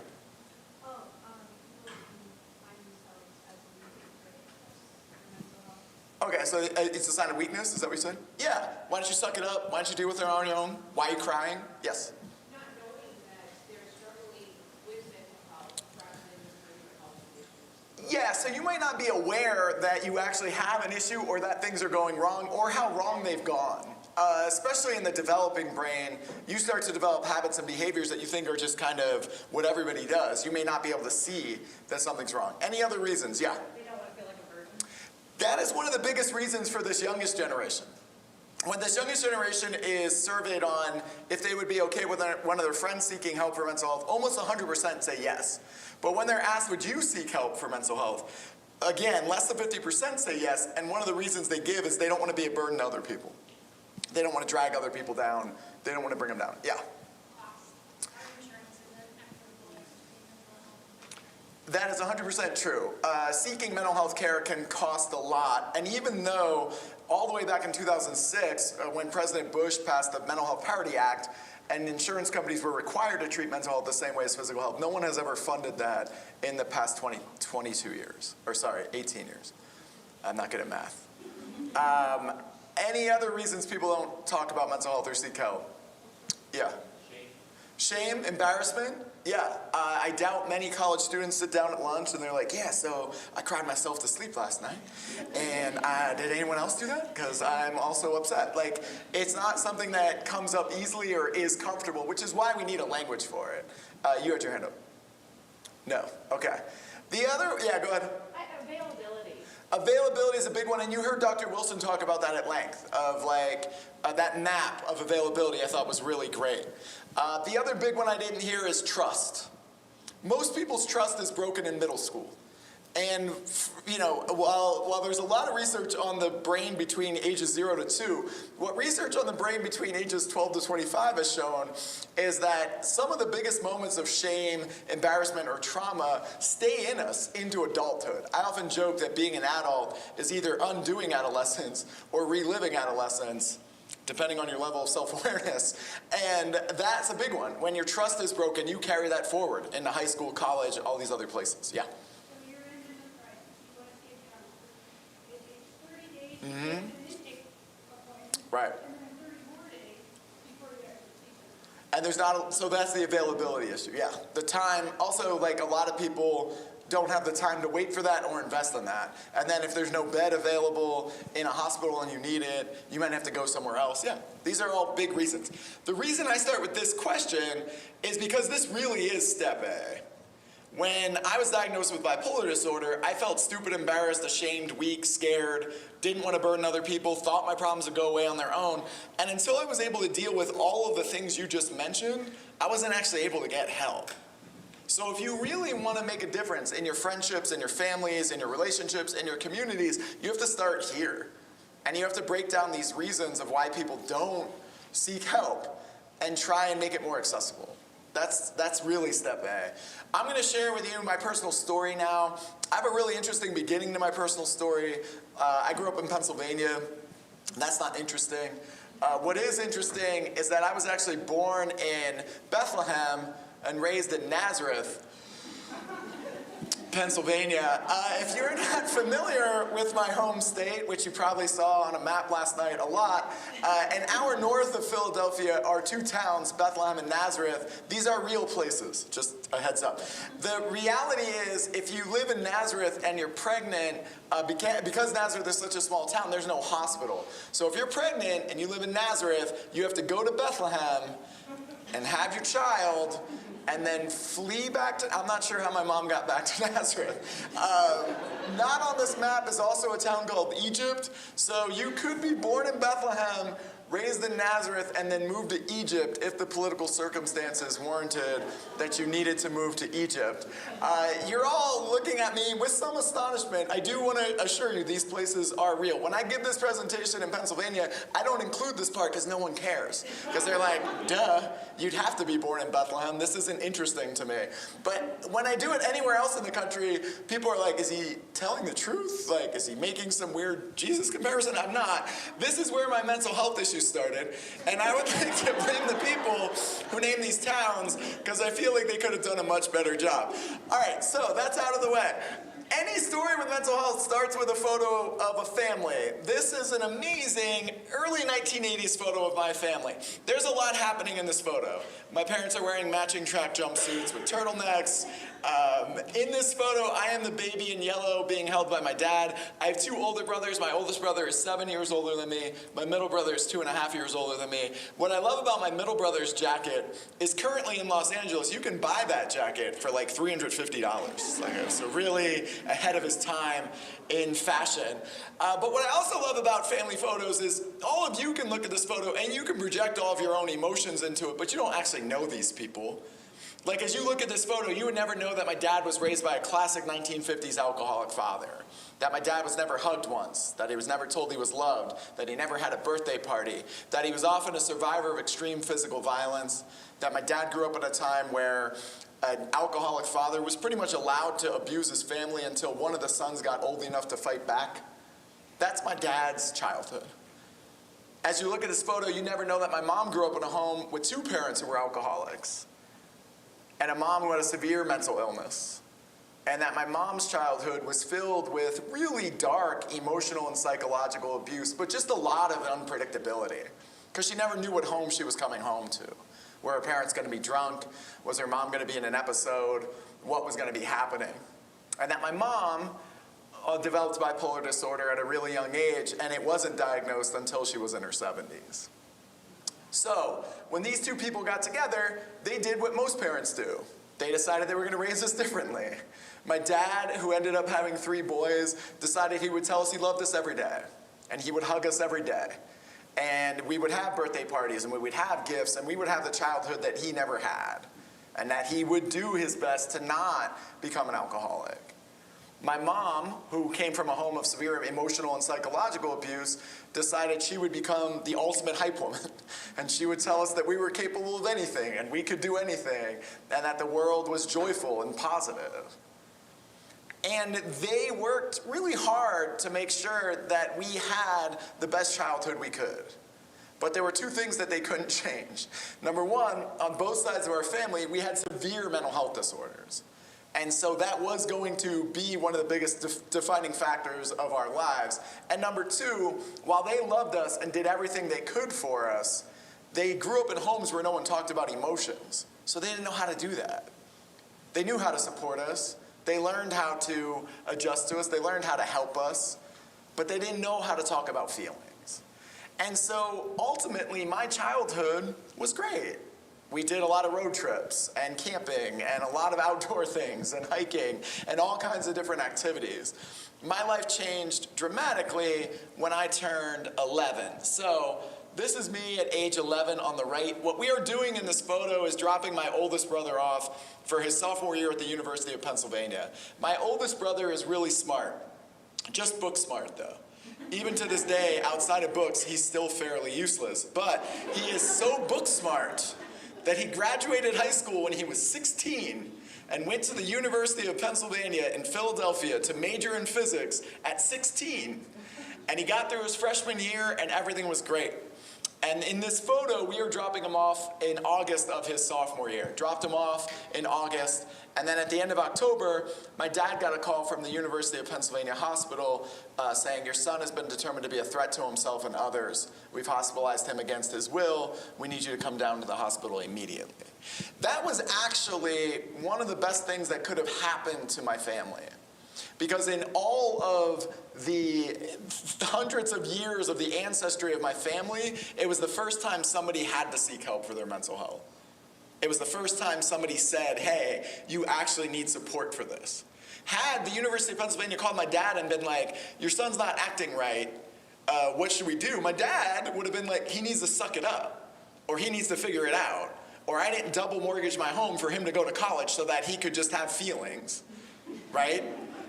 And so this was actually a really critical moment for my family. My oldest brother had his first episode of bipolar disorder and was just in a really delusional manic high. He hadn't slept for about 8 days in a row. He was wandering around campus trying to teach classes, singing loudly in stairwells at night, just being disruptive. And we are fortunate that the college put him in a psychiatric ward. But I want to pause here with my family story to just take a moment for you to reflect on your own family stories. Thinking about the stories you know about your grandparents, about your parents, thinking about the cycles of mental health that have affected you. If you're sitting here right now and you don't know those stories, it is important to ask. It is helpful. I think I was 27 when I asked my parents, hey, did anyone else in our family have a mental health disorder? And literally after like 17 minutes, they stopped naming people, not stories, just like people. But knowing your family history is one of the biggest predictors of your own mental health experiences. I visited my brother in the psychiatric ward a couple weeks after he was hospitalized, and he was still just really in a state of delusion. My brother was able to get help in his very first episode. He accepted the help he was given. He never drank, he never did drugs, he never messed with his treatment. He took a year and a half off from Penn, but he eventually went back. He graduated with a degree in physics. He got his doctorate in astrophysics. He's now a professor of astronomy at a college in California and had a very kind of linear path with his mental health treatment. That is not my story. My story is very different. I visited my oldest brother in the psychiatric ward in November of that year. 2 months later, my grandmother died. 10 months after that, my best friend was killed in a tragic car accident. And 2 months after that, my grandfather died. As the youngest in the family, I started coping in ways that weren't really helpful. So the first thing I did as the youngest in the family was realize I wasn't good about philosophizing about life and death in these hospitals, at these funerals, everything else, but I was good at making people laugh. So I did whatever I could, starting at age 11, to just try and lighten the mood, to try and make sure everyone else was okay. But I never talked about my own feelings. And then around age 12, I started drinking alcohol. Obviously, I didn't drink every day. I probably got drunk 2 to 4 times a month, and I found that when I was drunk, I felt numb, and feeling numb felt better than everything else that was happening in my family. And I share that with you because the coping mechanisms we start in our earliest stages of development tend to stick. There's always this hope that when you get from middle school to high school, you're gonna change your behaviors, but you typically just exaggerate your behaviors. There's always this hope that when you change from high school to college, you're gonna change behaviors, but they typically exaggerate. For example, if you start procrastinating in middle school, you tend to procrastinate more in high school, procrastinate more in college, and now you're the adult who, like, even at work, makes it to the very last second of the deadline. If you start drinking in middle school, you drink more in high school, you drink more in college, you drink more after college until your body either says, like, hey, we can't do this anymore, or we need to make some changes. So this moment of trauma for me was really the start of coping mechanisms that I would use for a really long time. When I turned 16, it's okay to laugh at this photo. Who thought this kid would have trouble adjusting in high school? Probably a lot of people. I was diagnosed with bipolar disorder. And I had the clear symptoms of bipolar disorder. I had mania where I wouldn't sleep for 3 or 4 days in a row. I had crippling depression. I had a lot of anger. I had so much anger. I would punch things, kick things, fight people, do all kinds of stuff. But what I always share about bipolar disorder is the 2 very dangerous things that happened before that diagnosis. Number 1, I have now been hiding trauma for 5 years without any outlet for it. And number 2, I learned to drink alcohol before I learned to talk about my feelings. So as I went through the treatment for bipolar disorder, I continued to hide and I continued to drink. Those 2 things in combination negate any treatment, but it was the only coping mechanism that I really knew. So when I went into my senior year of high school, I went into a really deep state of depression. And that didn't just happen in one day. In September of my senior year, I started feeling really lonely. I felt like there was no one to talk to, but even if there was someone to talk to, I thought I should just suck it up. I thought I should just deal with it on my own, because I think in that lonely state, in the depths of loneliness, I really hoped that one day I would wake up and it would just all go away. I wouldn't be lonely anymore. I would find some sense of connection or purpose. And unfortunately, that didn't happen. In November of my senior year, I started having thoughts of death, thoughts of suicide. That built to the point where I was thinking about suicide and death 24 hours a day, 7 days a week. But again, I didn't talk about it. For 2 months of my senior year, anytime I was alone, I was crying. But anytime I was in front of people, I put on my happy face. I made everyone laugh. I made everyone smile. I did what I had done since I was 11 years old. And then I would go home and I would either cry myself to sleep or I wouldn't sleep at all. Because again, I honestly believed that one day I would wake up and I would just want to live again. That all of it would go away. And unfortunately for me, that day never came. And on January 5th of my senior year, I was hospitalized for attempting to take my own life. And when I was hospitalized, I think one of the scariest things about that day is nothing happened. I went to school just like I always did. I had a basketball game that night. We won the game. I went to a restaurant with my friends to celebrate like we always did. And on the way home from that restaurant, I decided I no longer wanted to live. It's not that I wanted to die. It's that I couldn't handle living with the thoughts of death and suicide swirling around my head constantly, and I just wanted a way out. When I was rushed to the hospital that night and was admitted, I was given a tranquilizer.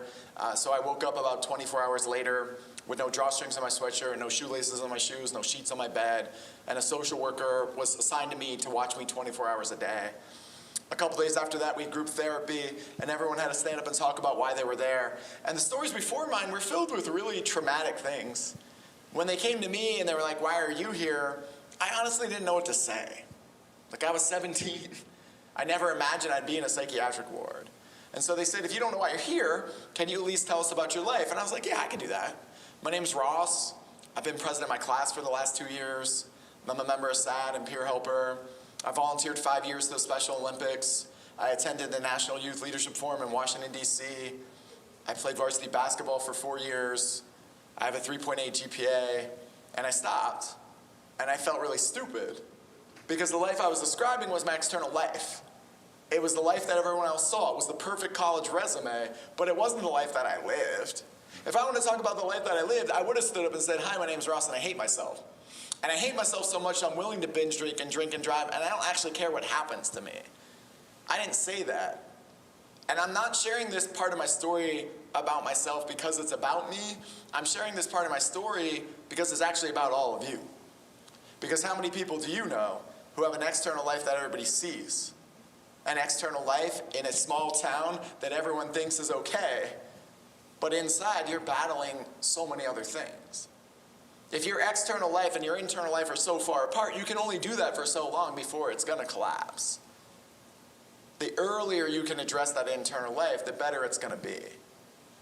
I stayed in that hospital for 2 weeks. Eventually I got out, I went back to high school. No, I went back to high school, all of a sudden everything was different. Before I went to that hospital, I was a cool guy. I was a guy everyone partied with, everyone liked, everyone knew. When I got out of the hospital, all of a sudden people just started calling me psycho and a crazy kid. I had a lot of really derogatory terms about me, about my family. I had families in my small town spreading rumors about me. I got bullied. I lost most of my friends. And 2 months after I got out of the hospital, I had a teacher who cared. And so he thought it would be a good idea to bring a psychologist into a classroom to talk about the patients the psychologist treated. Seems good, right? And so the psychologist came in, and as the psychologist was presenting, he chose to use the most extreme examples of severe mental illness you could ever imagine. And when he did that, all the students laughed. I do want to give them the benefit of the doubt. I think they were laughing nervously. But from a kid's perspective who's just been laughed at for 2 months after attempting to take their own life, it really felt like they were laughing at me. And so I grabbed my teacher and I took him to the hallway and I was like, "Hey, this isn't funny. Like, I'm really tired of being laughed at. I get that what you were trying to do was helping, but it's not helping." And he looked down at me in a very rural Pennsylvania way and he was like, "Okay, well, what do you want to do about it?" And I was like, "Let me speak. If they're not going to listen to anyone else, maybe they'll listen to me." And so I stood up in that exact same classroom 2 weeks later, and I spoke for the very first time. And when I finished, nobody laughed. And I learned at a really young age that when you share your story, it opens other people to sharing their stories. Because when I finished, other people came forward with everything their families had gone through. Now it's April of my senior year, my college acceptance letters came in, and all I wanted to do was get as far away from Nazareth, Pennsylvania as I could. So I went to college at American University in Washington, D.C. for 2 months before I had a massive relapse with bipolar disorder and had to come home. And when I came home, I honestly didn't think I had a future. You know, I was hospitalized again, got out of the hospital, used to sit out on my backyard and stare at nothing. I'd sleep for 16 hours a day. Eventually I got a job locally, took some classes at a community college, tried another college for a couple semesters, took another year off, and then returned to American University 4 years after my original freshman year. When I returned to American University at age 22, on the outside, everything looked amazing. I'm giving school tours, I have an awesome internship, I have a high GPA, and not only was I a mess on the inside, I was more of a mess at age 22 than I was at 18, because I never stopped drinking and my tolerance got higher. So one night in that first semester back, towards the end of the semester in November, I binge drank so much that I passed out for over 20 hours. And this wasn't uncommon for me. I used to binge drink to the point where I'd pass out for 10 hours, 12 hours. Obviously over 20 was the most. And so the next morning or day when I woke up, that was my rock bottom moment. And that might sound surprising to you. You might think, oh, when someone attempts to take their own life, that's the rock bottom moment. It wasn't for me. And part of the reason it wasn't for me was because I hated myself so much that I didn't care what happened to me. I think the most dangerous people in our society are people who hate themselves. Because when people hate themselves, there are no consequences. I would drive drunk a lot because I didn't care if I died. I would do a lot of drugs and make a lot of destructive decisions because I didn't care what happened to me. So that night of that rock bottom moment for me was me finally accepting that I had all these issues and that if I didn't change them, I was gonna die. The two biggest things I learned in my recovery were, number one, you do have to like some part of yourself, even a small part, to be able to get the treatment you need. You have to care enough about yourself, even a little bit, to believe that there's a future and hope. And then the second biggest thing I learned in my recovery is that I never chose to have bipolar disorder. I never chose to be born into a family with severe mental health disorders. I never chose to go through trauma, but I could choose to change the way I coped. I could stop hiding my emotions. I could learn to be more vulnerable and open and honest, and I could stop drinking. I could find other ways to express my emotions. I could exercise, I could work out, I could do other things to take care of myself. A lot of times when mental health advocates do presentations like this, they come across or present almost this like Disney movie where like, once I figured this out, I was great. That is not my story. I am still learning about my mental health. Am I doing better now in my 40s? Yes, than I was in my teens. But I still have to maintain my mental health all the time. The thing that a lot of people don't talk about with mental health disorders and families like mine is obviously the symptoms of the disorders are overwhelming, but the more dangerous thing for me really was the tentacles of disassociation and codependency. I started disassociating from my feelings at a really young age because I had a mom who had a severe mental health disorder and it wasn't diagnosed. When you are a kid and none of your emotional needs are met, well then you're going to go inside yourself and take care of them on your own. And then convince yourself that you're independent, but you're actually not okay. And so it takes a long time. It took a long time for me to be able to just feel feelings and come out of that. And then the other thing is, when you are in a family with mental health disorders and you disassociate, you're only going to foster codependent relationships. Really unhealthy relationships that are over-reliant and not self-advocating and difficult. And so, yes, I'm doing much better, but I do want to emphasize that, like, it isn't a Disney movie. You do have to take care of your mental health. And so we're going to talk now about ways you can take care of your mental health. And this is really just going to come down to the language that we use. So if you think about physical health, all of you know the difference between a sprained ankle and a broken leg. You know the difference between having a cold versus having the flu, unless, of course, you're male. Because when I have a cold, it's devastating. And I need a lot of support and a lot of care until I can figure out how severe the cold is. Do I need to go to the hospital? I don't know. You know the difference between cancer and diabetes because you have been taught that from a young age. If we're going to say that mental health is like physical health, we need different categories for mental health challenges. Not all mental health challenges are the same. There are everyday influences that can be positive or negative based on your experience, and these can happen to everybody. Your environment affects your mental health differently than your everyday experiences. There are significant events that are experiences with loss, change, or rejection that can be positive or negative depending on your experience. There are mental health disorders, and there are developmental disabilities. And the main reason we need separation for these things is because if we don't, then a lot of people think all of these things are equal, and they all need the same amount of attention, when a lot of times they don't. If somebody is stressed out, it's not having an anxiety disorder. If somebody goes through a breakup, it doesn't mean you have clinical depression. And so we use different ways to frame physical health that we can use for mental health. The other thing we need to do is completely change the way that we frame mental health. When a lot of people think of a mental health spectrum, they tend to think of this one. On one side, you have people who are sane. In the middle, you have people with mild mental health disorders, and on the far end, you have people with severe mental health disorders. I have seen some recently really creative ways to frame this. Some people use a triangle, but it's the same thing. It's just this version is a triangle. This version doesn't work for a lot of reasons. Number one, I have a severe mental health disorder. I am also sane at the same time.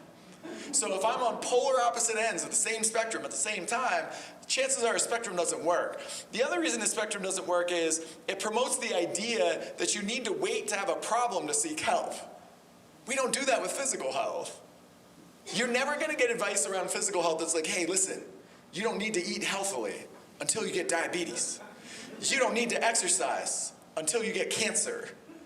If you think about physical health, we're preventative, we're proactive, we promote the idea that we should all have it. And if you think about physical health, we tend to think about, all right, what's the issue I'm experiencing and what do I need to do about it? So when you do have a cold, you take some cold medicine, you grab some tissues, you go to work or you go to school. But if you have the flu, you know, like, I'm done. I'm not leaving the house for a while.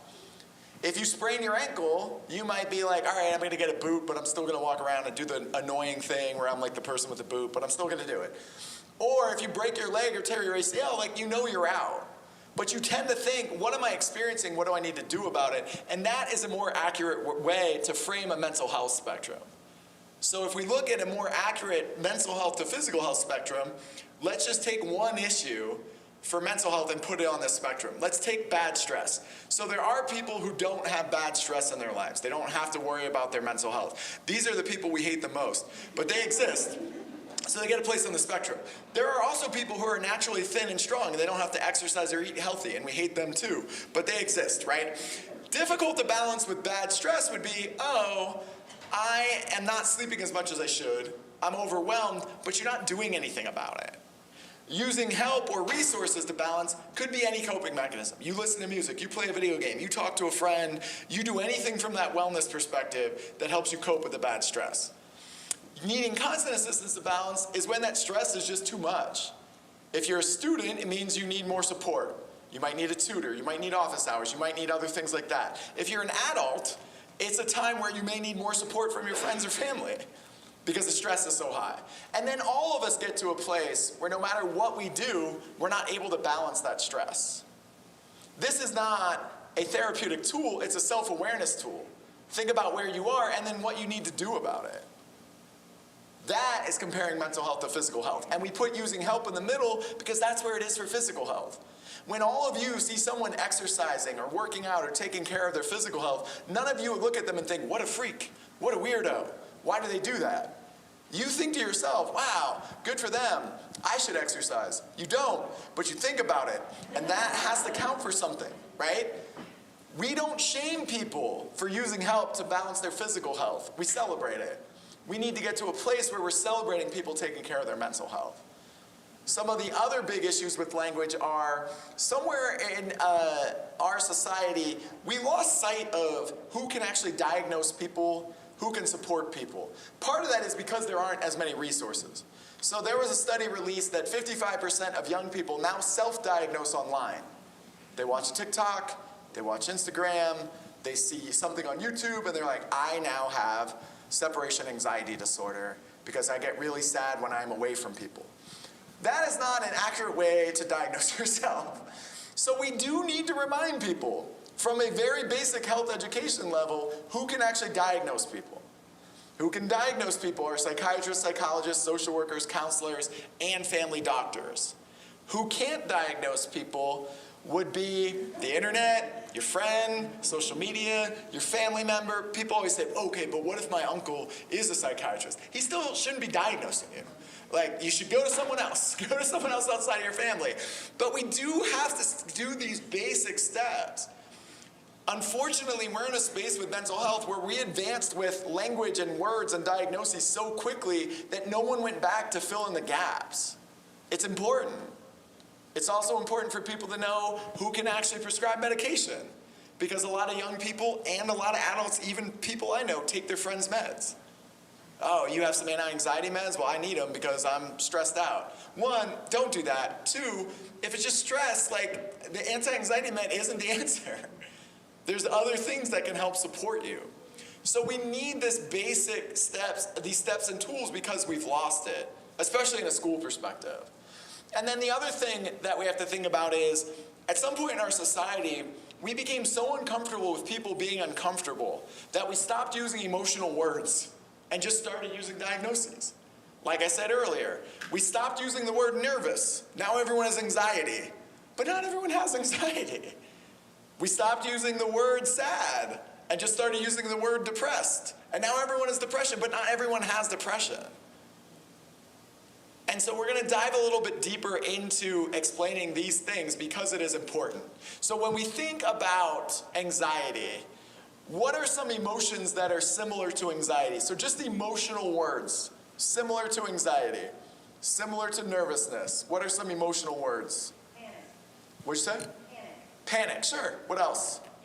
Anxious. Anxiousness, sure. What else? Fear, definitely. Overwhelmed is a huge one. What else? Worried. Worried, definitely. Anything else? Grief. Yes, definitely. All right, so you get it. When you look at all of these emotions, the opposite of feeling any of these emotions is being calm. So when you have those butterflies in your stomach, when you have something else happening, the opposite of feeling nervous or feeling anxious is being calm. But when you have an anxiety disorder, the opposite of having an anxiety disorder is not being calm. It's being able to see reality. Whether you have low-level anxiety for a certain amount of time that prevents you from doing things, or you're having full panic attacks, the opposite of that is being able to see reality. It's not being calm. When we tell people who feel all of these things that they're having an anxiety disorder, we are dismissing the severity of people with anxiety disorders. And we are normalizing emotions that could be dealt with in a different way, that aren't conflating it to an anxiety disorder. Similar thing with depression. What are some emotions that are similar to depression or feeling depressed? Sad is a big one. Hopeless. Hopeless? I couldn't hear that one. Lonely, sure, yeah. What else? Tired. Tired? Unmotivated? Okay, yeah. So when you see all of these emotions, the opposite of these emotions is being happy. When you feel sad, depressed, upset, any of these things, the opposite of that is being happy. When you have clinical depression, the opposite is not being happy. It's vitality. It's having the energy to get out of bed, to do the things you enjoy, to take care of yourself. And again, when we tell people who have all of these emotions that they have depression, we're dismissing the experiences of people with actual clinical depression. And this education needs to happen. What happened in our country was we went kind of gung-ho with social emotional learning, which taught people all about these emotions, but we never did the follow-through to match it to, hey, this isn't an actual mental health disorder. These are just emotions. The other big thing that comes up is a lot of times people say they feel anxiety when they're on social media, but typically what people feel on social media is envy and jealousy, and that has nothing to do with anxiety or depression, and actually needs a much different way to deal with it and cope with it, because it's triggering all these experiences with FOMO and missing out and everything else. The other spectrum I want to talk about too is that there is a spectrum of suicidality. Where it starts is a lot of people have thoughts about their own existence, or thoughts about why they're here, or they have a thought about someone close to them dying. That is normal. That can happen as young as age 4 or 5. If people share these experiences, then they can find connection. They can find purpose, they can find that they're not alone, and they can mitigate those thoughts to where they are. When people hide these thoughts is where they go further up the spectrum. So when I started hiding thoughts about death and suicide and existence, it created a cycle in me where I would get more anxious or have anxiety about suicide, and then my brain would make me think about suicide more, which would drive me deeper into depression until I got to the point where I had a plan to take my own life. If we talk about these spectrums, we have a better way to engage people and help them understand this piece of it. And people always say to me things like, oh, well, but if you teach kids about these things, aren't they gonna say that they have the disorders? I've been doing it for 8 years with 6th and 7th graders, and I've never seen a classroom leave like, oh yeah, now I have this. They typically leave saying, thank God, I don't have that. I have emotions, I have these other things. So we can take that health education approach and put it in schools without it being therapeutic. I don't think schools can be therapy centers, but I do think they can be places where you learn about mental health the same way you learn about physical health. Another thing to think about is our society is currently having a competition to see who's more stressed out, and this happens at every level. If you're a student, the way this sounds is, oh man, I didn't sleep last night because I have a test I have to take and I have a paper I have to write and my life is stressful. And then the other student's like, no, I have 2 tests. I have 2 papers. I have a job. I have to feed my family. I don't know how we're going to pay the bills. My life is harder than yours. But if you're an adult in this room, you are also guilty of this. You came to a conference today. Maybe you saw someone you haven't seen in a while, and you went up to them and you're like, how are you doing? And they're like, oh, I'm busy. I have my family and a job and everything else. And the only response when somebody says they're busy is to out-busy them. I am also busy. I have other things that make me busy. So when we look at young people and we say, I can't believe they're having a competition to see who's more stressed out, they're learning it from us. They're seeing us do it. And there's a huge difference between good stress and bad stress. Good stress motivates you. It activates your fight or flight mechanism for a short amount of time. It helps you get things done. If you didn't have good stress in your life, you wouldn't achieve anything. You wouldn't have the motivation to do anything. Bad stress debilitates you. Bad stress overwhelms you. It's all the things that people associate with the word stress. The challenge in this is, when I say just the word stress to you, how many of you naturally think of good stress? How many of you automatically think of bad stress? The longitudinal studies show that when people only frame all of their stress as being bad, on average they have higher rates of physical and mental health issues, but they also die 5 to 7 years before life expectancy. The United States of America is the only industrialized nation in the world that has a life expectancy that's going down. Every other nation just slowly climbing up, and our nation has a life expectancy that's going down, and one of the biggest reasons is because of stress. So how you frame stress makes a huge difference in your life. How you approach it, how you affect it is a really big and important thing. And you can teach that. You can model it in your families, in your friendships. You don't have to be annoying and like sit down with your kids and be like, okay, honey, is that good stress or is that bad stress? Like, you can just talk about it in a really direct, honest way. Some other things around language that are really important are just talking about the basics of brain development.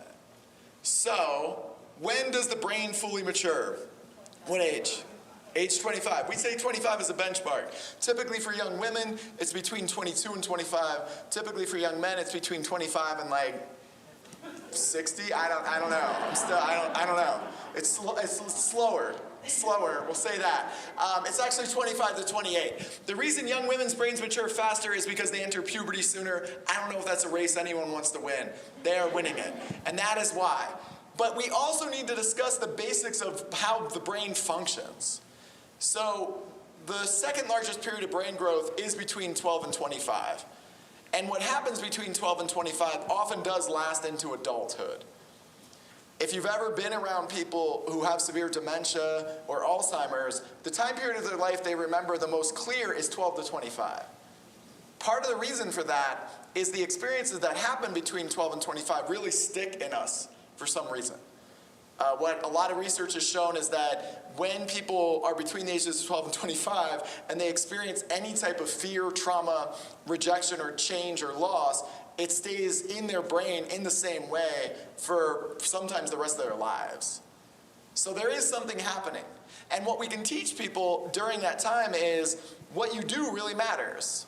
The preventative things you do, the coping mechanisms you build, the language you build, the other steps you take can support you moving forward.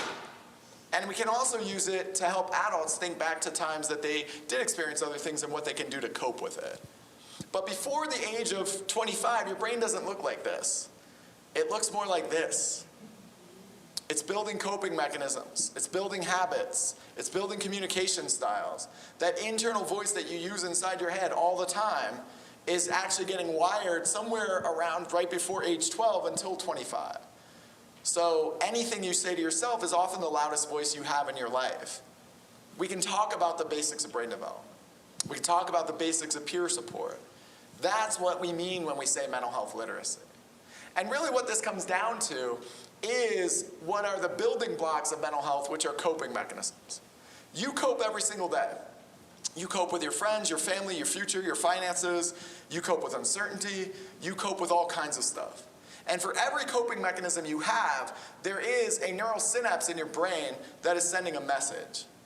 So the more often that a neural synapse sends a message, the more automatic your actions become. If you look at the world's top athletes, these are people who played a sport for so long, they no longer have to think about it. It's just automatic. When Steph Curry is on the court shooting a basketball, he's not thinking about it. It's automatic. When Serena Williams used to play tennis, she wasn't thinking, here comes a little yellow ball, I need to hit it. It was automatic. But you do this in a lot of your own behaviors. Have any of you ever played a sport? Anybody? Sports. Okay. So you're wiring your brain for that. Anybody play an instrument? Okay. Anybody dance? I'm not talking about TikTok dances, just like actual dancing, because it's not dancing. It's not dancing. Okay. Anybody ever play a video game? You wire your brain for video games. Anybody do something? I'm trying to think of other things you need to get trained on. Driving? Yeah, driving's a fun one because when you first start driving, you're like, oh dear Lord, what's happening? But now, a lot of you are so good at driving that you can text and drive. You can do all other kinds of things. You don't even have to think about it, which is great. So anything you're doing in your brain, you are wiring it. And you're trying to make it more automatic. And your brain, believe it or not, while it is complex, is also really simple. It doesn't want to do effort. It wants to be simple. And so this is a really beautiful thing. The longer you do something, the better you get at it. The better you get at it, the more validation you get for it. But it also has a downside. I started drinking alcohol when I was 12. And I binge drank for every emotional trigger I had between 16 and 22. And the longer you use a coping mechanism, the deeper your neural pathways get. The deeper your neural pathways get, the harder it is to actually change the coping mechanism. And all of us start coping before we're even aware we're coping. So I'm going to take you through a quick montage of coping. Coping starts this early. When you're crying because you want to be fed, held, or changed, you're actually coping. I would argue that babies' only job is to manipulate their caregivers into doing what they want them to do. And then as they become toddlers, and it never ends. They're just trying to manipulate you into doing things, and you either have great boundaries or you don't, and then you just respond to the manipulation. Other coping mechanisms. Some people suck their thumbs. Some people have blankets. Does anyone know anyone who still has a blanket from their infancy that gives them comfort? If you took an MRI of someone's brain, you would see neural pathways all the way back to that blanket and why it gives them comfort. Some people have stuffed animals. At a certain age, emotions start coming out. I hope this girl got what she wanted. She looks really mad. And when emotions start coming out, one of the first things people do is try to calm people. So they put them in front of screens. What all of the neuroscience studies have shown on screens is the first thing that gives you comfort tends to stick. So there are many adults walking around right now who their first form of comfort was a screen and still feel most comfortable by a screen. What we have to think about is which of these coping mechanisms are effective and which are ineffective. Some of you watch TV for an hour or two and zone out. Some of you Netflix binge for 4 days and you resurface. It's always going to be a dividing line. Other coping mechanisms that start at a young age could be eating, could be shopping, could be video games. In middle school, people start seeking out their own kinds of music that they love, and then that musical genre tends to stick with you through the rest of your life because of the brain development. This younger generation, because there's not really the separation between genres, because music is kind of fluid, much like a lot of other things, they don't have as hard lines about whether they like or don't like music. Unless, of course, they're only seeking out one kind of music. In middle school, you might start doing a sport, writing, doing art, reading. In high school, your coping mechanisms change. You could start drinking alcohol. You could start abusing prescription drugs. You could start smoking weed. Sometimes coping isn't an act at all. It's a lack of action. It's isolation. The thing that I want to just reinforce here is whatever you chose or choose between 12 and 25 does stick with you for a long time unless you actively change. And so if you're sitting here right now and you're thinking about a coping mechanism and you're like, I would like to change that, here are some steps you can take. Number one, you have to want to change it. No one can jump into your body and make you change a coping mechanism. You have to want to do it. Number two, you have to be able to identify the coping mechanism as you're using it. So it was one thing for me to be like, oh man, I would like to stop binge drinking. It was a completely different step to say, here is an emotional trigger. Here is when you are about to binge drink. You need that self-awareness. Then you need to replace the ineffective coping mechanism with something effective, and then you need to practice it until you become the Serena Williams of that coping mechanism. Until you've done it so long that it becomes the automatic response versus the other one.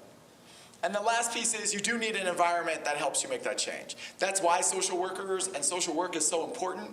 It's also why having one trusted friend, one trusted family member, one trusted adult in your life can make a big difference.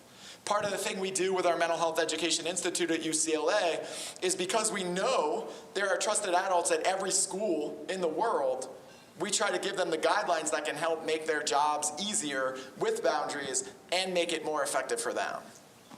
But no one is alone. There are people out there. It's just trying to find them.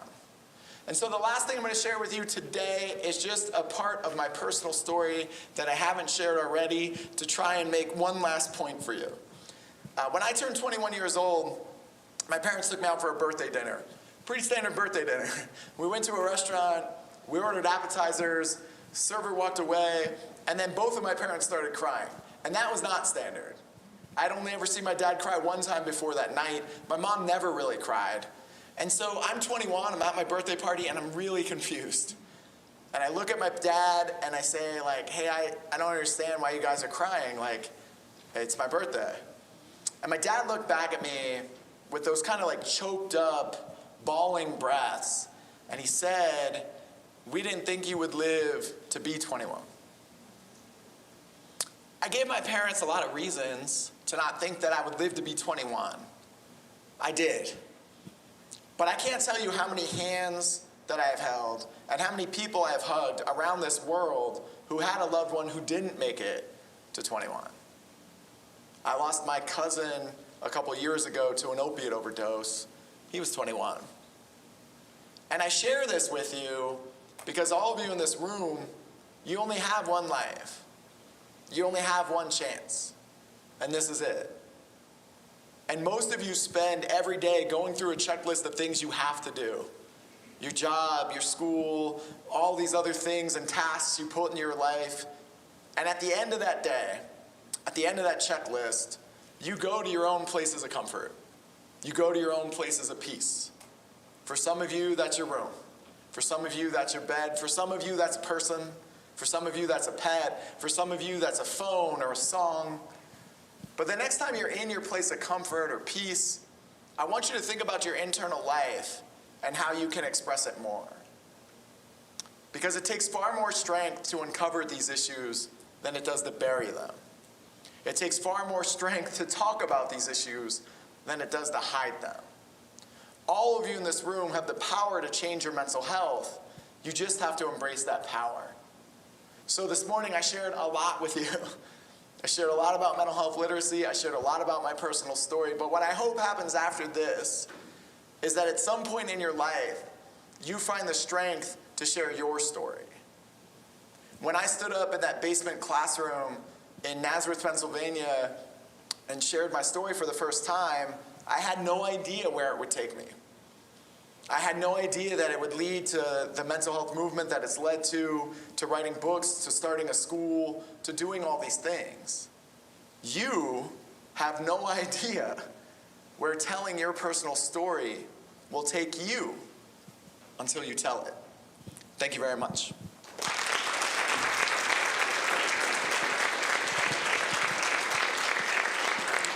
Thank you very much. If you do want more information, this is my social media, but I'll put it up here too. If you want more information, you can just text my name to that number, and you get kind of free resources on mental health. You get a chapter of my book. You get all kinds of other resources if you are interested. I know you have a really great lineup the rest of the day, which is awesome. I'll hang out for a little bit, but I do have to take a break. And then I will be back tonight at 6 for another presentation. Same presentation though. So if you're like, oh man, I should see what he has to say at 6, you saw it. It's you got it. But if you saw it and you were like, oh, I'd really love for someone else to hear this message or things like that, that's probably a better use of your time. I'm not going to judge you, but that's the deal. But thank you so much.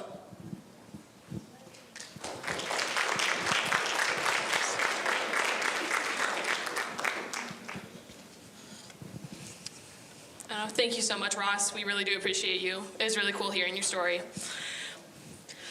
Now we're going to take a 10-minute break. Feel free to stretch your legs, grab some refreshments, connect with one another.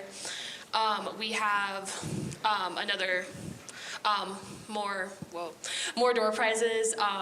These ones include some more of those needle balls, as well as some of Ross's books. So to be here to collect a door prize, you have to be here if your name gets called. And then also, we're gonna have a panel up next, so be thinking of questions you would like to ask them. We have 3 licensed mental health providers, so like, if you have any questions, think of them, and come back in 10 minutes.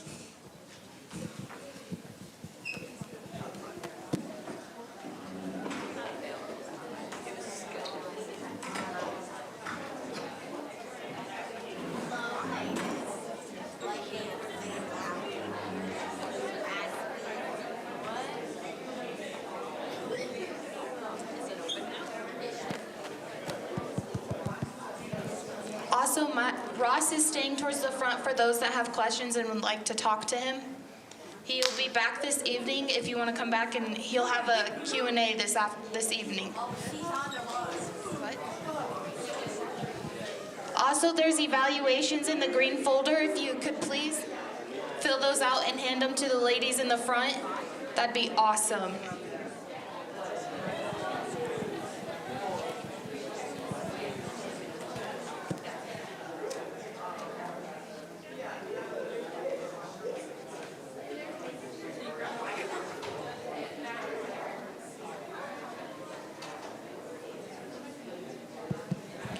And for those that are sitting on the ground in the back, we do have a few empty tables in the front if you want to find a seat up here as well.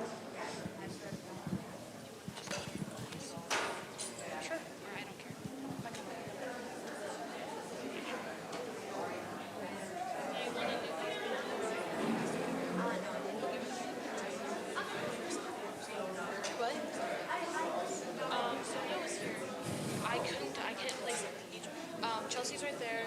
I don't know where. I think Josh just went to go. I've seen.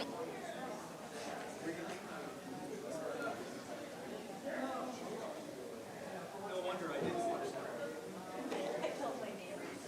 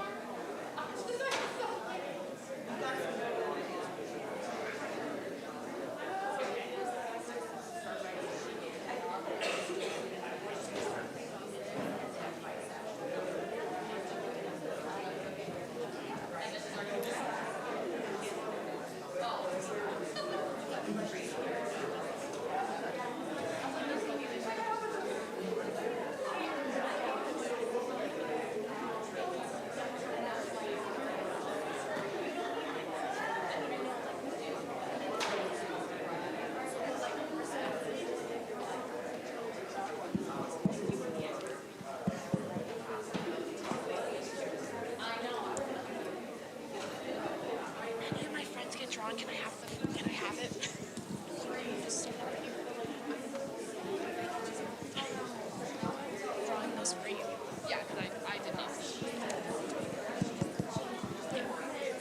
Okay, we're gonna start drawing for door prizes, and you have to be present to win.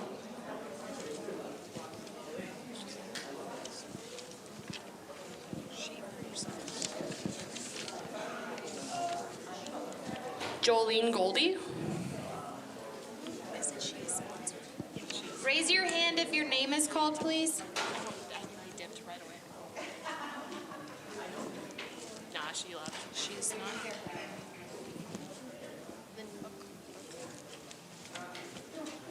Okay, she from 3. Marcus Mater.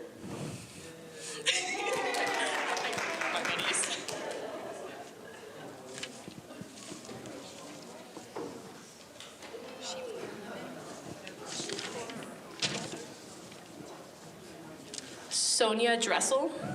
Awesome, she's one of our panelists.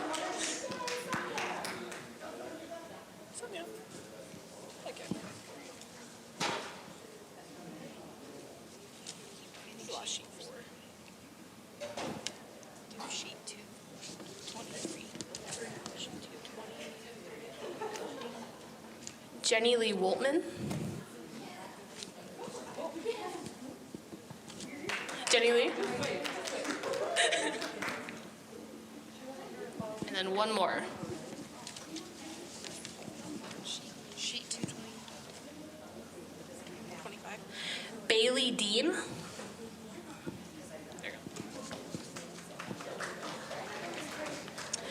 Thank you guys so much.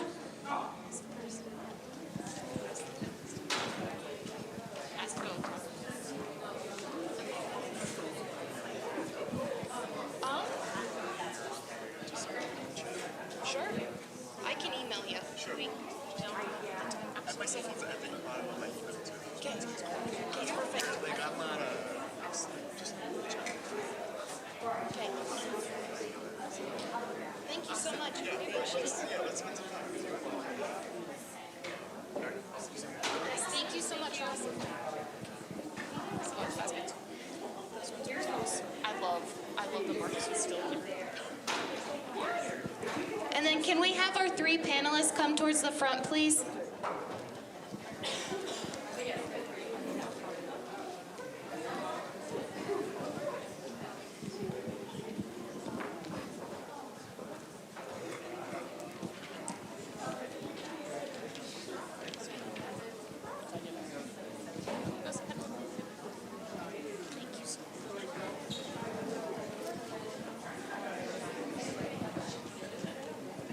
Sonia.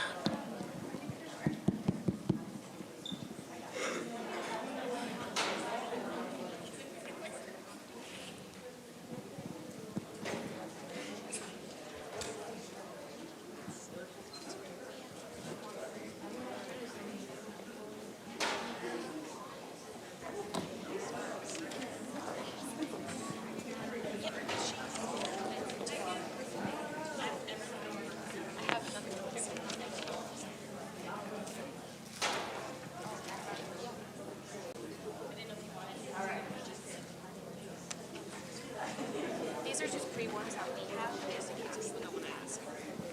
That's a good idea.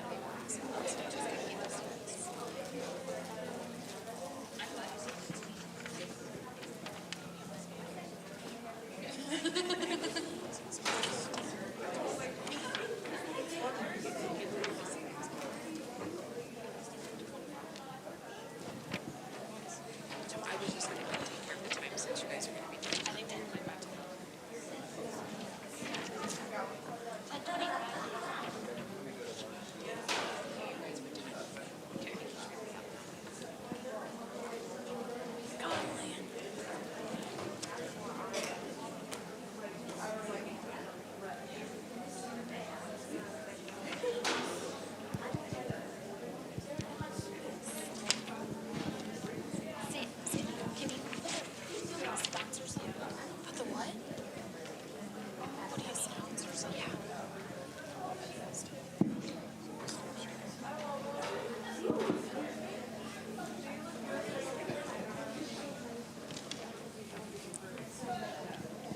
Okay, we're going to move forward into the panelist portion. If you have any questions to ask the panelists, please raise your hand and we'll bring around a microphone. For those that, nope, just kidding. Okay, and then I'm going to invite the panelists to introduce themselves and share a little bit about their backgrounds before we start asking questions.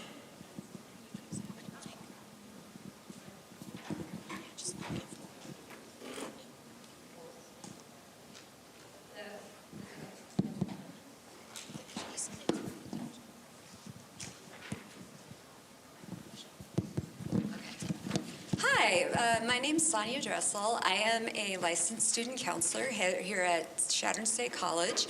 I work with Project Strive students who are either first generation, low income, or students with a diagnosed disability. I think this is my 17th school year doing this, so I have a really awesome job and get to spend time around amazing people and feel very lucky to do that, and I'm excited to be here today. Hi, my name's Chelsea Turner. I'm also a licensed student counselor here on campus. I'm a licensed therapist in the state of Nebraska. I have been in the mental health field since I was like 18, dabbling in all sorts of different areas. So I've seen things from like early intervention, early childhood development, all the way up to Alzheimer's and dementia. Currently, right now, I work with a lot of students. There are 3 of us for the majority of campus, and then we have Sonia, like she said, for our Project Strive students. I specialize in PTSD, so I have a certification in cognitive processing therapy, and I'm also a certified clinical specialist for ADHD. I am Joshua Harris. I am a mental health clinician with Rising Hope Counseling in Rapid City, South Dakota. I'm also an adjunct teacher for the social work program here at Chadron State. And I currently am certified in trauma treatment, in grief, and in anger management techniques I use for my clients, which range from age 12 all the way up to 77. Right now. So I see a whole gamut. I'm trained in EMDR and polyvagal theory and a whole bunch of other trauma-specific ones. But yeah, really enjoy working with a whole wide variety of mental health concerns and people of all different walks of life. So.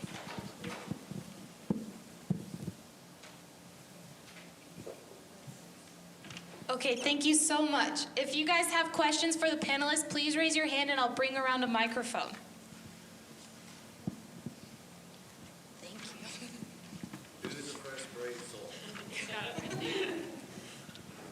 So my question because you were talking about anger management issues, I was curious on like your approach to how to find, because I know a lot of people use like bullying and stuff like that because they're angry with themselves or like their situation.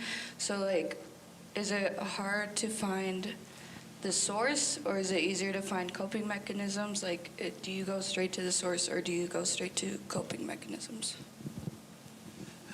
So with my clinical work specifically, I'm very client-driven, so it's always where the client wants to go, because I could force them someplace, but if they don't want to go there, it's going to be moot. So it needs to be where they want to go. Clinically speaking, it's always best to go to the source, just because you can put coping mechanisms on top of all that trauma, all that processing, but it's a Band-Aid on a wound that needs antibiotics and stitches. And so you can put all the Band-Aids on it that you want, but until you do that core thing, it's going to keep hurting. As far as anger management, the thing to keep in mind about anger is it's rooted in fear. So if someone's angry, they are fearful of something, whether their own self-image, of the world, of others. And so with a lot of that, it's about finding that root of what is your root fear? How can we start to reprocess, rewrite that, so that you can move forward without that fear affecting you in such a way? Great question.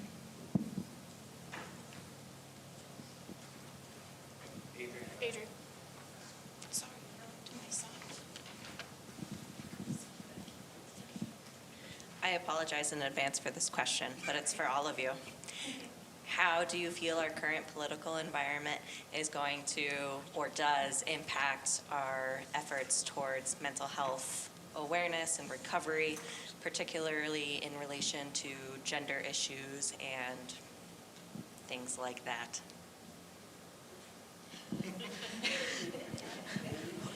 I feel like that was a really unfair question, but I'm gonna do my best. I think first and foremost, the most important thing that we need to talk about is having a culture where we can have respectful disagreement. And I think that that's something that a lot of us sometimes struggle with. In terms of mental health, I think there is a potential to have the impact And I think campus specifically, because that's who I work with a lot, I have a lot of students I know who are very devastated by the current news, and I have a lot of students who are very excited.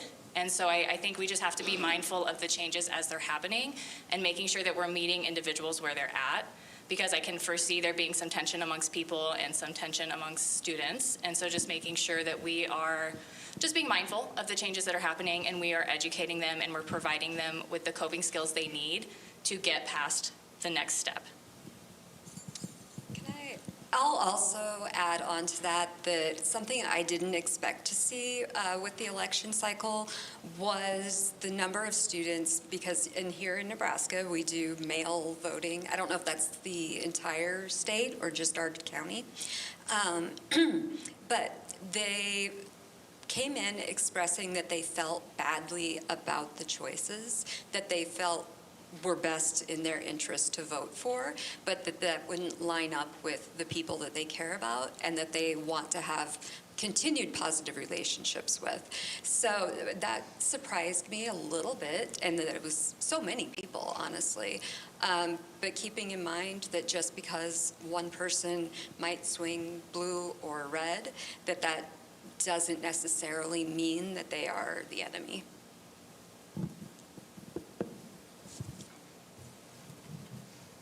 Thank you, Adri. Any other questions?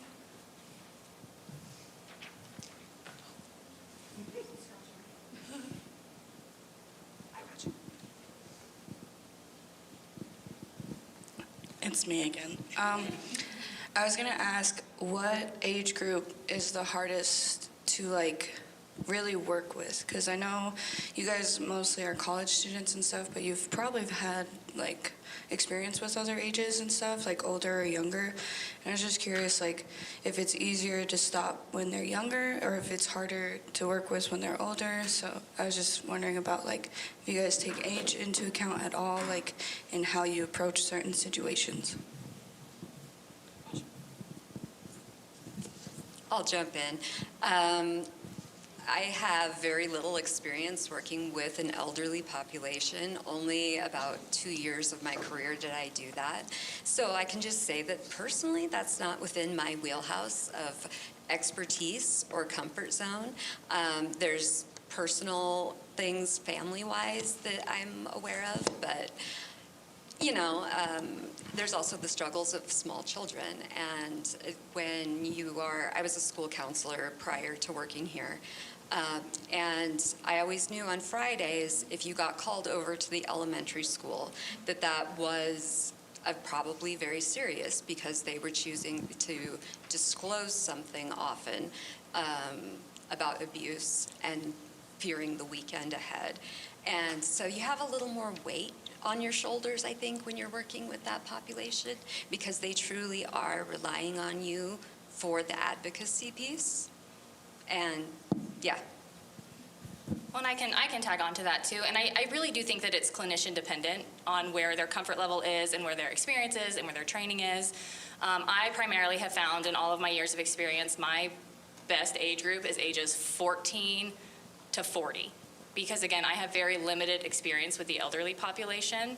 And I just find that I have a hard time working with children, because then I'm burnt out when I go home and I have 2 young children. So it makes it hard for me to be a mom and an effective clinician, because somewhere there's going to be a deficit, and it's hard for me to choose between my kiddos and my clinical duties.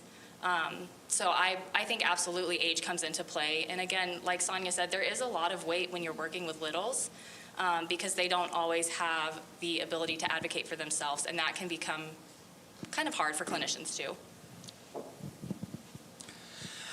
So yeah, it is very dependent upon the person, because whether it's young or whether it's older and elderly, going to present different challenges. When looking specifically at the older population, tying into what Ross was saying as well, to where he said the longer someone's been using a coping mechanism, more deeply entrenched it is. And so when you get someone that's older, they've been doing the same thing for 40-odd years. Trying to rewrite that coping mechanism and instill something else is hard, because it's neurologically built into their brain and it's automatic.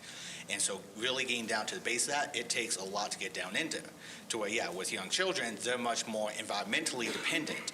To where, yeah, I can give a teenager all the skills in the world, but if they're still going home to a abusive household, that environment is going to affect them so much that they're not going to be able to access their higher thinking where those coping skills are found.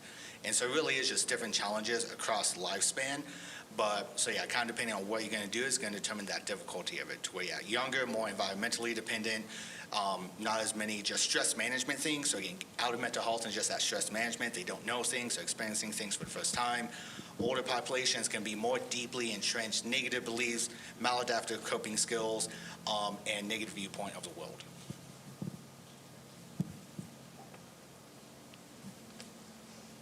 Thank you so much.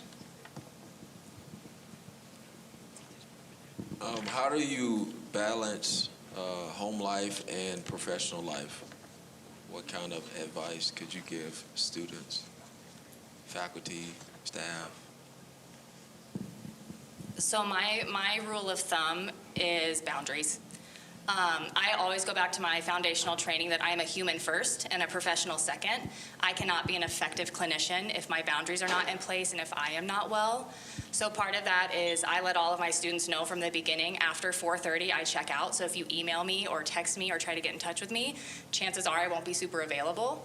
And so I like that foundational piece of having really healthy and effective boundaries and upholding those boundaries, whether it's with another professional or with a student that I'm seeing or a client in my private practice, I maintain pretty similar boundaries. And the other piece is really effective self-care. I know Dr. Helmbrecht kind of touched on that, just making sure that I am taking care of myself so that I can be effective in maintaining those boundaries and an effective clinician and an effective partner and mother and friend and, you know, individual outside of my professional life too.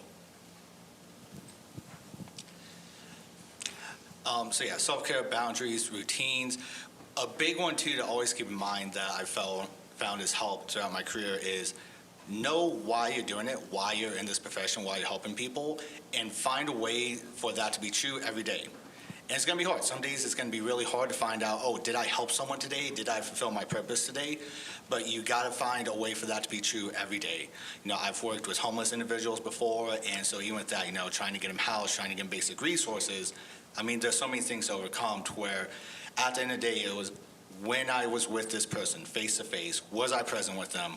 Was I able to meet the need in that moment? Maybe not the bigger ones, but in that moment, did I show them that human dignity? Did I show them respect? Was I living my purpose in that moment, even if I couldn't accomplish those bigger things for them too? So kind of keeping that purpose of what you're doing and finding a way for it to be true every day.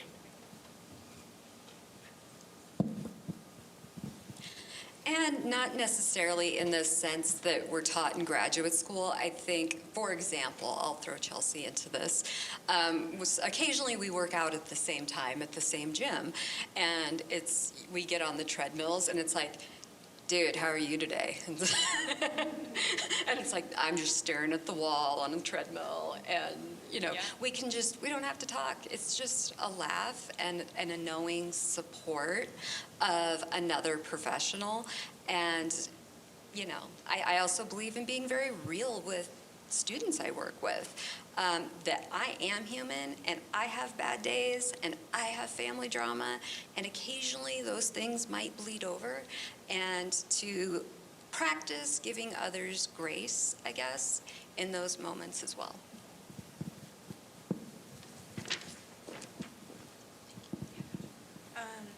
What is the most noticeable symptom of ADHD that you see?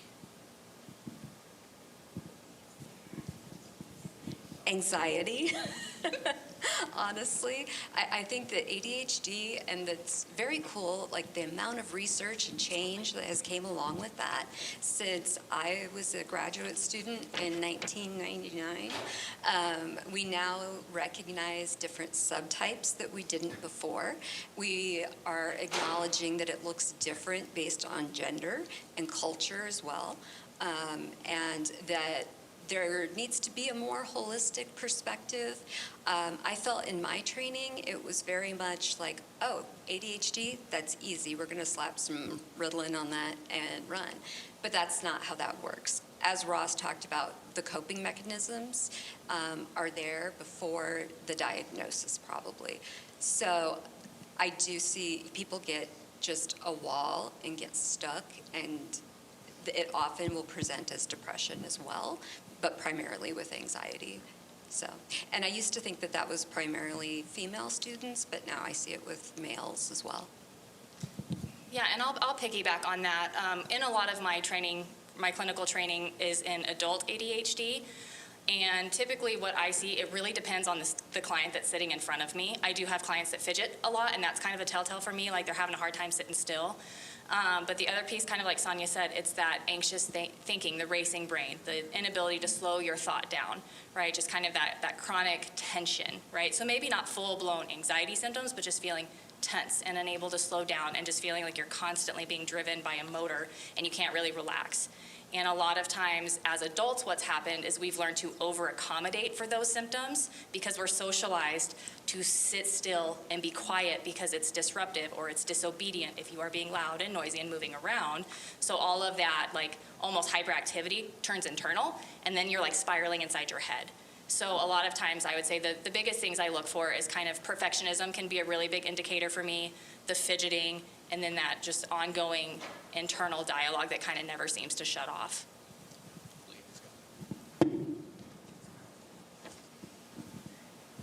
I just had a quick question about some tips that you have for supporting someone who might be in active psychosis.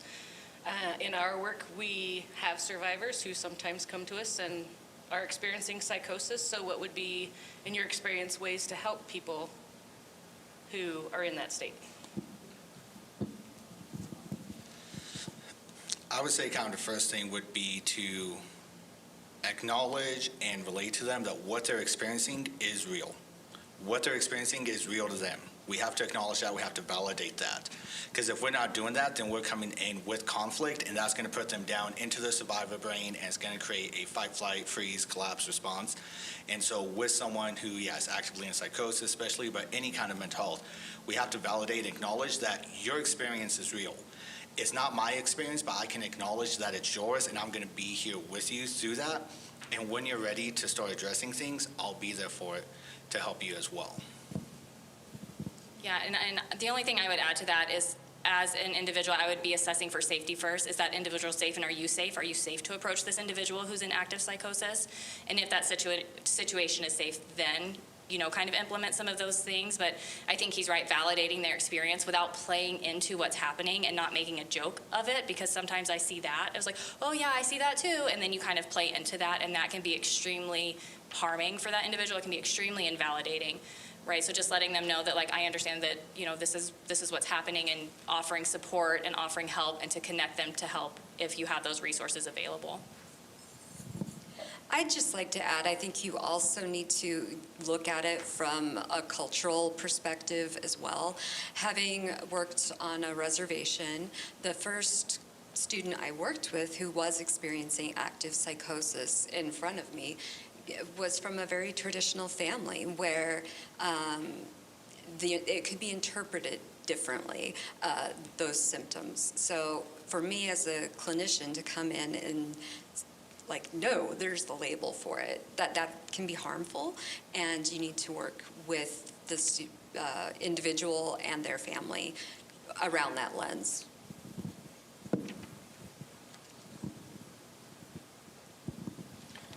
You talked about cognitive processing therapy, and I know that can be a really invasive type of therapy. I just want to know how you know the limits, like during a session, and then after the session, how you can help that person cope with their feelings when you're not there. Yeah, so cognitive processing therapy absolutely can feel very invasive. And before I even introduce cognitive processing therapy, they have to meet the threshold for PTSD. And I go in depth as to what the therapy is and kind of what the structure is, so they know ahead of time, like, this is kind of confrontational. It is very direct, it is very blunt, and it is very different than some other therapies because we only have a 12-session format. So that's kind of how I warm them up to it and make sure that the right therapy for them is the therapy that they choose. So if they choose to engage in CPT, then we have that conversation of, like, it will feel a little confrontational, it will feel a little invasive, and we work within what's called the window of tolerance. And so each individual, when you're working with trauma, they have a certain amount of distress they can maintain, right? And so as a clinician, I'm just kind of observing with them if they're going outside of that window of tolerance to where they're dissociating or they're getting so distressed that we can't cope with it. And then we kind of pause and we do a grounding exercise or a mindfulness exercise and just kind of bring them back within that window of tolerance, because the purpose of cognitive processing therapy is to allow them to feel the emotions that should have naturally occurred with the trauma that didn't get to. So as a clinician, I work with my client individually to identify like how much distress do you think you can handle? And then if I observe things are getting way escalated, we just pause and we sit until things kind of calm back down. And then they have assignments, we call them practice assignments, after each session that they work through. And so that's a way that they kind of process those thoughts between sessions, as they have these skills and tools that they learn in session in order to manage those different thought patterns and different distressing situations that come up. And we also make sure that they have, well, this is what I do personally as a clinician. I can't speak for other clinicians. I make sure that they have a good coping skills basis, so that if these worksheets aren't enough, they have some other options that they can tap into to manage and regulate. Just to piggyback on that, I've never gone through this therapy with Chelsea, but I think she's probably the rock star at that. I was certified in it about 10 years ago, and I personally, my comfort zone as a practitioner was not working from that. So I knew that about myself within a year or so, and that's where we make referrals and have those boundaries as well. So, you know, if a therapist does that, it's not about you. It just might be they're not comfortable with it. And the other thing too is offering the client autonomy. They can stop this treatment at any point if they so choose, right? And so if at any point they're like, you know what, this isn't working for me. I thought it sounded great and I actually hate it. They have the autonomy to say I don't want to do this treatment anymore. And it doesn't mean we stop therapy. It means we just move into a different trauma lens that might be more helpful for them, because it's not the right therapy for everyone. And yeah, when you're working with trauma, if you have a good trauma therapist, then yeah, before they ever get to the heavier modalities, the CPT, EMDR, brain spotting, those kinds of interventions, they're working with you on those basic coping skills, on how can we do distress tolerance. We're going to do DBT, CBT, those very skill-based things, and get you to a place where you can handle the after effect of it. Because yeah, with the trauma processing, you're bringing up the trauma to work through it. And so we need to make sure as clinicians, we give them the tools to handle that after effect too, so you don't continue spiraling. And then a good trauma therapist is going to work on keeping the place safe, to where when you come into the office, do you feel safe in the room? Do you feel safe with me? What are things we can help with that safety, just to help with that window of tolerance too? Because if you come into the office and that window of tolerance is already up, then you only got a little bit to work with. To where if you come into the room, it's safe, the environment, who you're with, that window of tolerance is going to open up more, and so it gives you more room to actually work with as well. And so yeah, good trauma therapists can have different things to help the person before going through all that heavy stuff and feeling out in the wind afterwards. It's too raw that they can't cope. What are some good coping skills for students that are maybe going into a blue collar field for construction, welding, all those things? What are good coping skills that we can teach students that are moving in that path?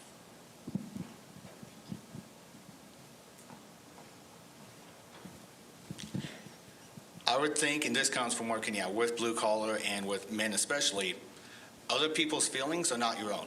Other people's reactions are not your own. Everyone's emotions and how they react belong to them.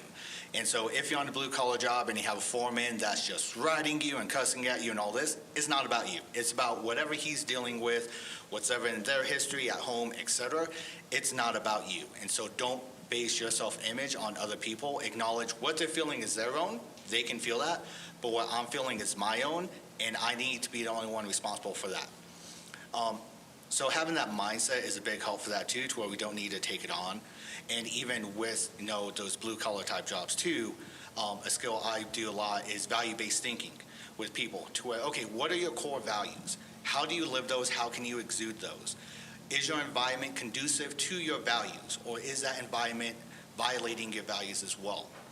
Because using an individual that was blue collar doing some heavy construction work, going through the value-based thinking of, okay, he went and he was holding himself to his values. He noticed change. He knows, okay, I don't have to be upset when the foreman yells. That's his problem. I can still be respectful. I can still communicate. I can still be trustworthy and do a good job, all that. But then he found when the foreman was going and yelling at a coworker, who's like, coworker didn't do anything out of the norm. Okay, this environment now, what's going on is violating my values, and it's not a place where I feel safe. I feel that activation, I feel that anger, and so either I need to confront him and change it. He does that. Okay, that guy's not changing. All right, I'm out. And he went and quit his job that day. Some better ways we could have handled that too, but him still recognizing of this place is going against my values, going against those skills that I built up, and so I need to find something different. And so now he's on to a place that so far is more aligned with those values, and he's already feeling more comfortable, more engaged, and isn't so angry all the time, isn't so activated all the time with what's going on. So accepting other people's feelings on their own, and then what are my values and how can I still live with those every day, even if it is, quote, just blue collar. It's still meaningful, there's still value in it. How can I have my values in what I'm doing? And I think, too, it depends on what they need coping skills for.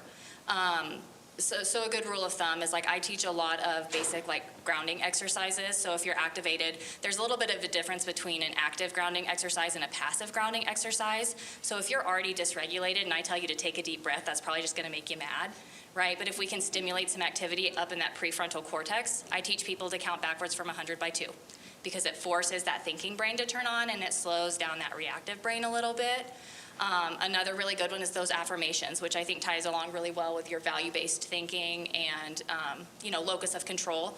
Just kind of like, I can get through this. This is not my responsibility. That is a them issue, not a me issue.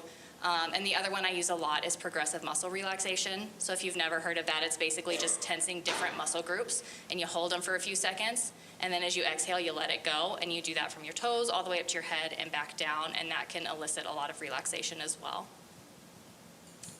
I think they covered it very well, so.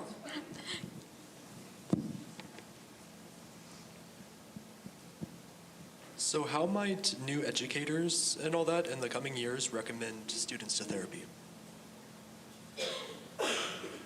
I'm sorry, did you say recommend students to therapy? Yeah. I think just normalizing the conversation. And that's a big part of like breaking that stigma. If we have educators that are willing to talk to students like, hey, it's normal to not be okay, or like, hey, your emotions are super valid, let's maybe connect you with somebody. So being willing to like have those conversations and normalize that in the classroom can be really helpful. I have some instructors who have built it into their syllabus, how to access the counselors on campus and what to do there. I have instructors who have brought me into their classes to offer presentations of like who we are and what we do. So I think the biggest piece is just normalizing that conversation with them and knowing your resources and being willing to offer them as needed.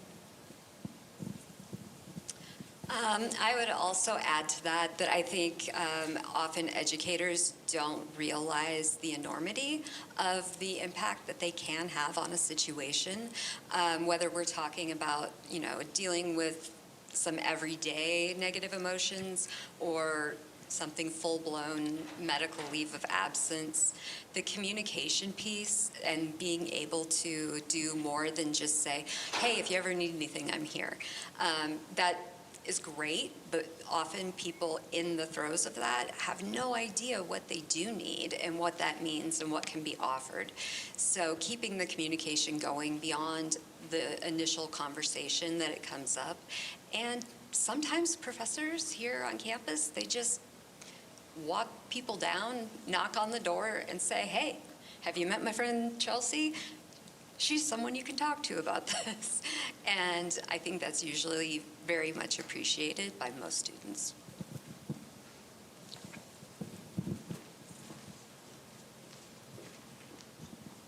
How do you deal with parents who are unsupportive of the idea of mental health?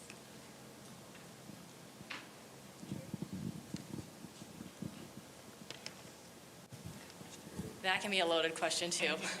I think in terms of like at the college, I don't really have to worry about that a whole lot because as an adult, you can sign for your own treatment. In my private practice, sometimes I've run into some resistance from parents. And the best thing that I've learned how to do in all of my experience is meet with those parents and kind of ask them what their concerns are and see if there's a way to work through those concerns together and just normalize like having them be part of the therapeutic process. it can be very difficult depending on, kind of how they were raised and what their values and belief systems are. So really what it comes down to is when I'm working with a parent who maybe is a little bit hesitant to put their kiddo in therapy, is I have a really open line of communication with them, and we check in once a month, and I ask them if they're having any concerns that they're seeing or anything that they want me to address. I've also in the past done sessions where the parents could sit in for the first couple sessions until parent is comfortable with me. So there's a lot of ways you can handle it, but at the end of the day, if you are a minor, your parent does have the ultimate say, and as clinicians, we do have to respect that.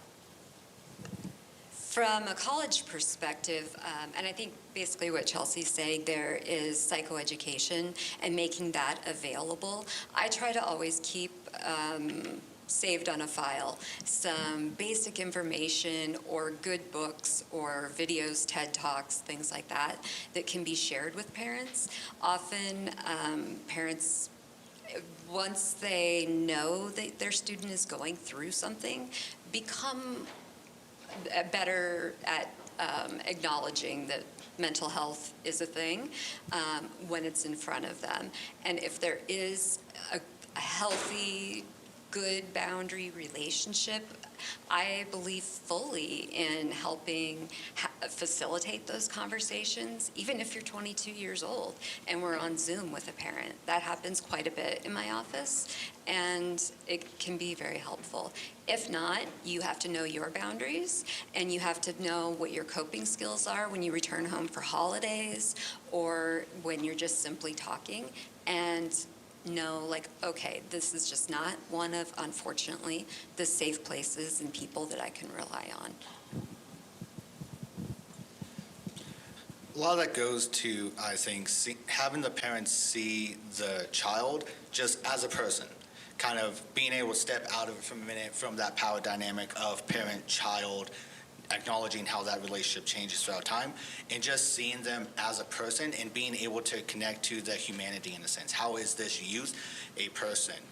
Because in therapy, when I see teens, parents have to be there at the first session just so we can go over the legal bit and payment and all that stuff. And so I work with them in that moment of, hey, this is a person. Your child here is a person. We're going to respect that. We're going to respect that they're having this going on. And then if the parent gives pushback, it goes into, okay, what did you need when you were younger? You talk about this now. Was that actually what you need, or what do you wish would have gotten there? So helping them relate to it on a different aspect outside of that parent-child relationship, just so they can see, okay, yeah, they need something I can't give them right now. Because in that parent-child relationship, you get a lot of the parents' own self-image coming in, their own fears, their own insecurities. And so letting them step out of that to relate just to a person allows them to see the benefit that could come from the child being in therapy. Thank you. We have time for just one more question.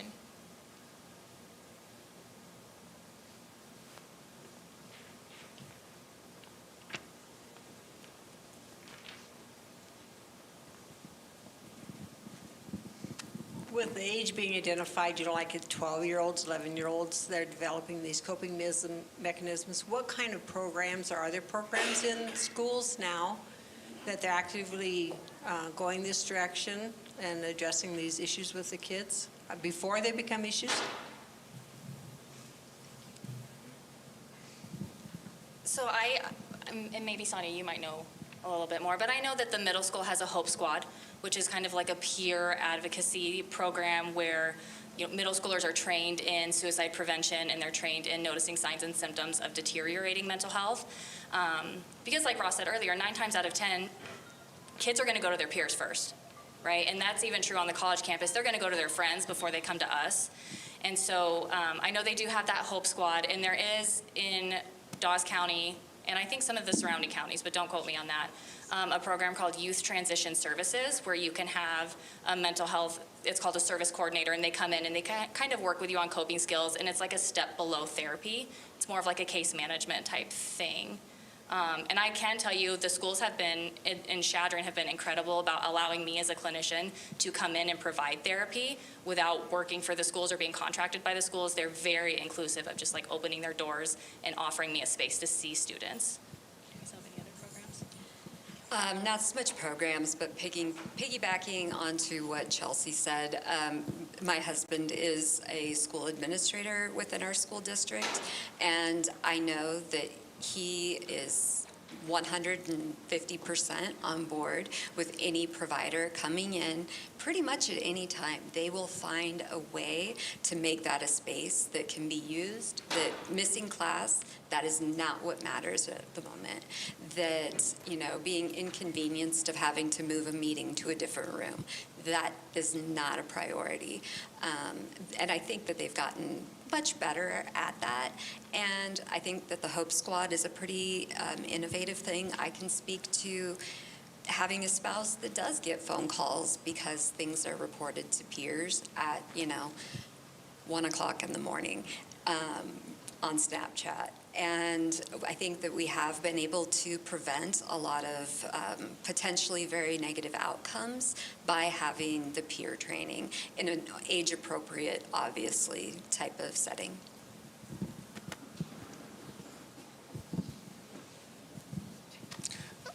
Not really sure of any other ones, I guess. I have a mixed view on it just because, schools in general, because I'm up in Rapid City, so I'm out of the area, obviously. But up there, still very accommodating. Even across the state, I'm doing telehealth in school with some of the kids. And so a lot of progress has been made. A lot of improvement has been made.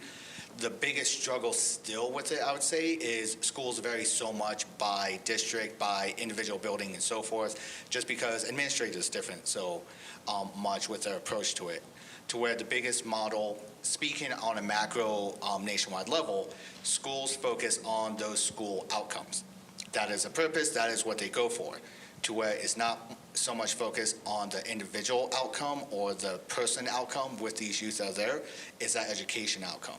And so to get broader programs, kind of what you're speaking to, I think, there needs to be that change of we need to be individually motivated, using models like what Ross does, to where we're going to focus on this whole person and everything that they need instead of just the school outcomes. And so kind of needing more there, but a lot has changed, a lot has improved, and it's much more accommodating to mental health, but school is still that education outcome and those educational goals, not the people goals.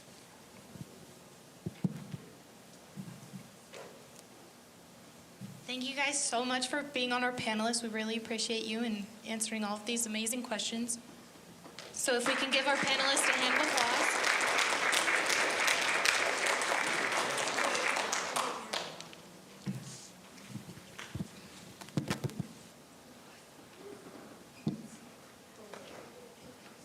Okay, before we break for lunch, we're going to go over some housekeeping items to ensure everybody is informed on what's going on.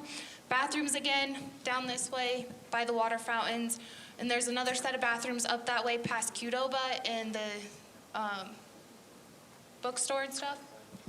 And then lunch, if you received a ticket at the door when you guys signed in, you will come over here and receive a tray, and then you can go through the cafeteria line. Do you want to let them know what's for lunch? Hello, there we go. So yes, your tickets, although we do have Qdoba and Starbucks, your tickets are good for the cafeteria, which is just as fabulous. But you are welcome to go hit Qdoba if you want. But you do get one of the white trays there. Go ahead and go through the cafeteria. And if you wouldn't mind, when you're done, you can come back in here. Unless you're a student and you have a meal pass, you can go ahead and do things as normal. And then if you wouldn't mind, when you're done, your tray can go back on the cart and on the table. They said today, they have pizza regularly. They have, I was told just a little bit ago, one of the best salad, or the best salad bar in town. So, they also today have hamburgers, hot dogs. I've heard that the Sloppy Joes are on target today, fries and chips, and of course a plethora of drink. Also have lots of lo mein and a variety of stuff. My students know better than to give me a microphone, but Chelsea didn't know, so I snagged it from her. If you have any questions, please reach out. If you don't have a ticket, please reach out. We'd be more than happy to make sure that you've got one. And go ahead. We also have snacks and refreshments. Please Feel free to get whatever you'd like over there. They are bringing in cookies after lunch. Tables in the back. There's BHECN Wellness tables back there. Please feel free to go visit them. Take what would you like. Eva. I'm getting there. I'd like to thank our sponsors for sponsoring this event and for making this event possible. We'd recognize BHECN Panhandle, CSC Wellness Committee, PSAS Dean's Office, Options in Psychology LLC, CSC Student Senate, Chadron Community Hospital, the B&I Committee, the Social Work Club, In Spirit Counseling, Chadron Federal Credit Union, Tara's Infant Daycare, Scottsbluff Maverick, and Jeff and Jolene Goldley? Okay, and in the green folders, there's attention flyers. And if you need assistance, sorry, I'm talking so fast. If you need assistance throughout the day, please refer to Sandra or I or Rebecca, and we'll get you pointed in the right direction. There's evaluation forms also in the green folders. Please fill those out and hand them to the ladies at the sign-in desk when you guys walked in. We greatly appreciate the evaluation forms. They're for feedback and for our grades and for future generations of students putting on conferences. Door prizes, please stick around after speakers to receive a door prize. We are drawing names for those. Okay, and that is the last of my housekeeping items. Reminder, we are doing chair yoga with wellness at 11:55 to 12:15. Thank you to Dr. Helmbrick for leading that. And then, yeah, go ahead and grab your lunch trays. Come back in here and eat.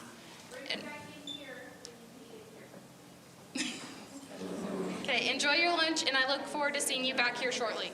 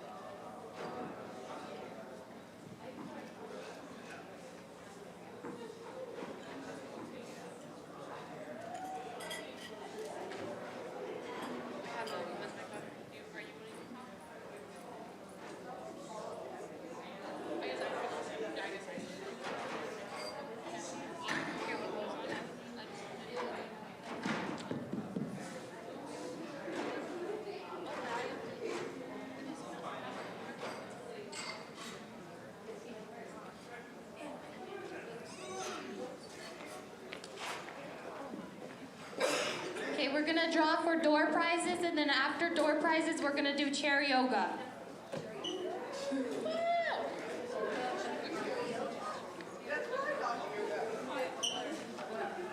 Yeah, she's right there.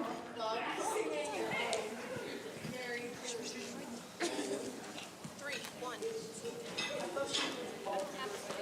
There's not a three. Oh, it's stuck. Is Jersey here? I saw her leave earlier, so I don't think she's Okay, that's fine. 229. Wyatt? He left. Well, we're gonna try.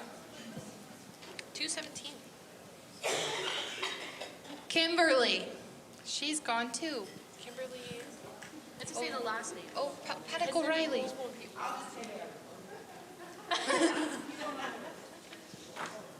1 second. Nielsen? Daniela Nielsen. Daniela Nielsen? Yeah!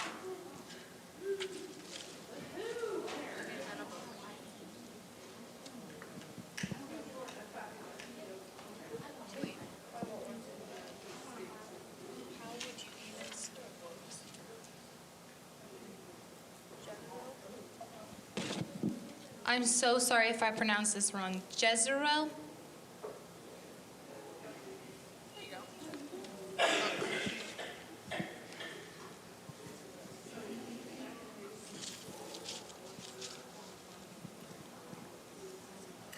Two, four. Melissa Brown?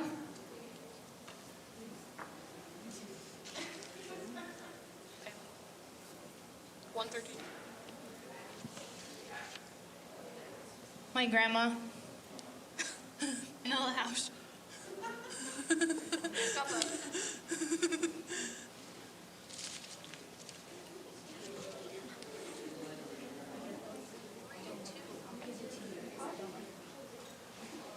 She's sitting desk. Kana. She's at the desk. She's sitting desk. She's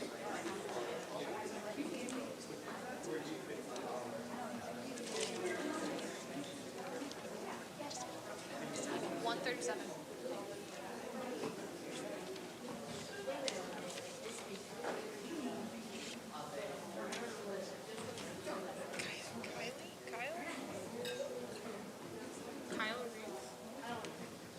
Kyle? Ruse? Not here? Where's he at?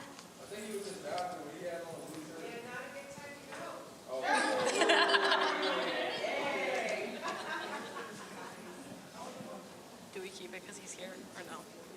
Yeah. We'll hold it for him. He gets that book. 4-9. Jeff? Here. Just kidding. 226. 26. Charity? Charity? Charity? Charity here?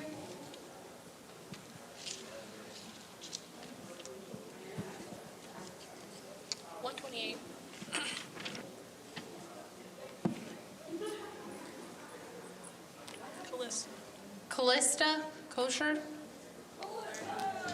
There you go. Okay. Stressful. That was 128, right?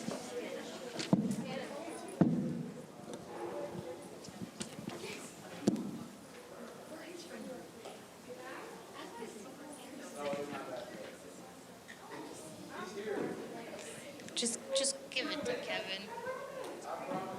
That's their advisor. She's gonna bring you the book. Can you hold it for him? Thank you, Kevin. How do I show this?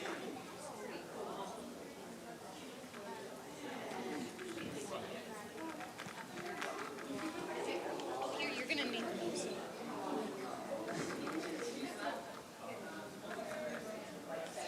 Dr. Helmbrick, I'm going to invite you up to do your chair yoga. Okay. And there's new refreshments on the side. There's iced tea and lemonade, and Shelly brought in cookies as well, so feel free to help yourself to those.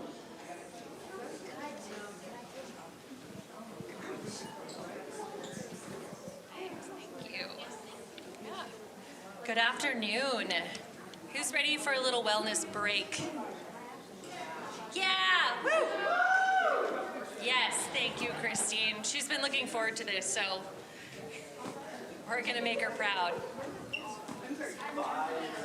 All right, so should I wait a minute?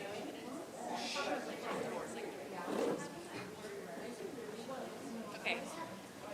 Just kidding, we'll wait a couple minutes in case there's anyone else coming in for this.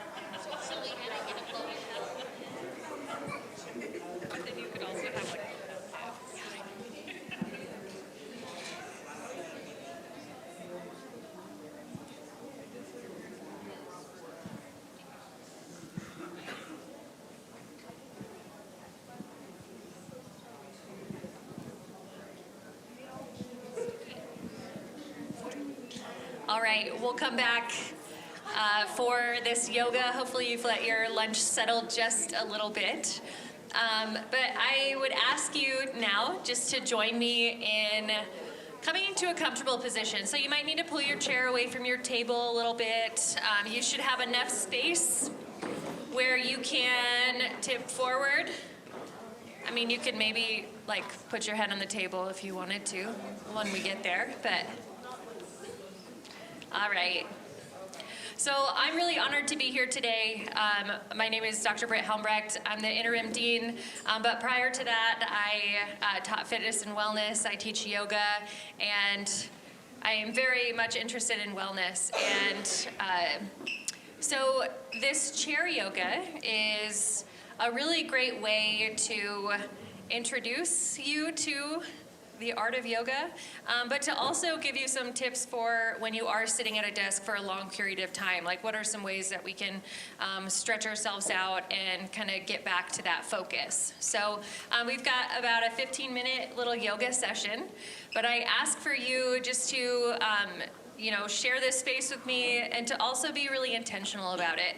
It's not often that we get a chance to try to put aside everything else that we have going on. So I ask that you just join me, that you listen to your body, and that you do this for yourself.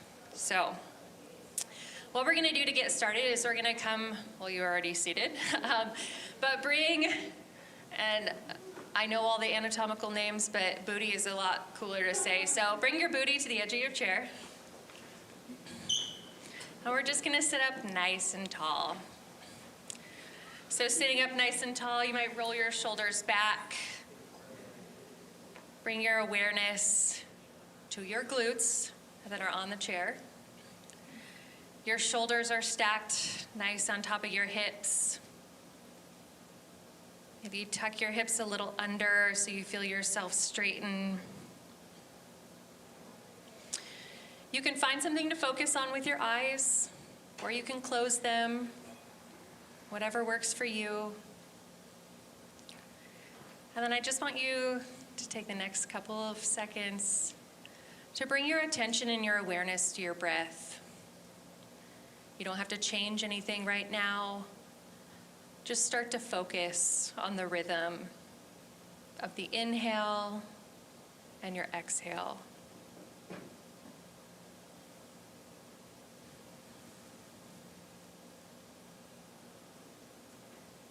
With your next inhale, I want you to try to make it the same length as your exhale. So really focus now on breathing in and breathing out. Take a big inhale through your nose and exhale through your mouth. And if you're having trouble getting focused today, a great strategy for grounding ourselves is just one hand on our chest, one hand on our belly. As you inhale, feel your chest rise. As you exhale, feel your belly flatten. And the deeper you breathe, the more you feel this throughout your belly as it expands with your diaphragm. And feel your body soften with your exhale. And we're gonna stay here just for a couple extra moments today. Our intention here is on wellness. There's a lot of stress in the world. So just take a couple moments to breathe. Challenging yourself to stay focused on this, trying to not let your mind wander, as it really easily could do so.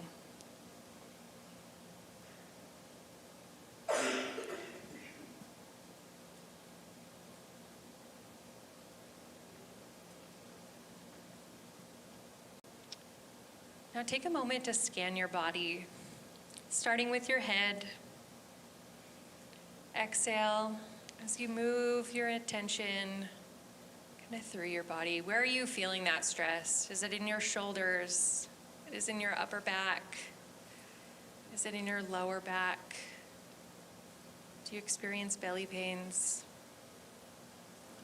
And then moving that attention through your legs and all the way to your toes. Take a big inhale as you lift your toes off the ground, leaving your heels on the floor. Exhale, drop those toes to the floor. Inhale, raise those toes.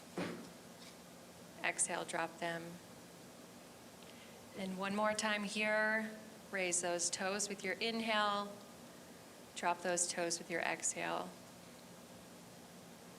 Take a big inhale, raise your heels off the floor, trying to engage these muscles. Exhale, drop your heels.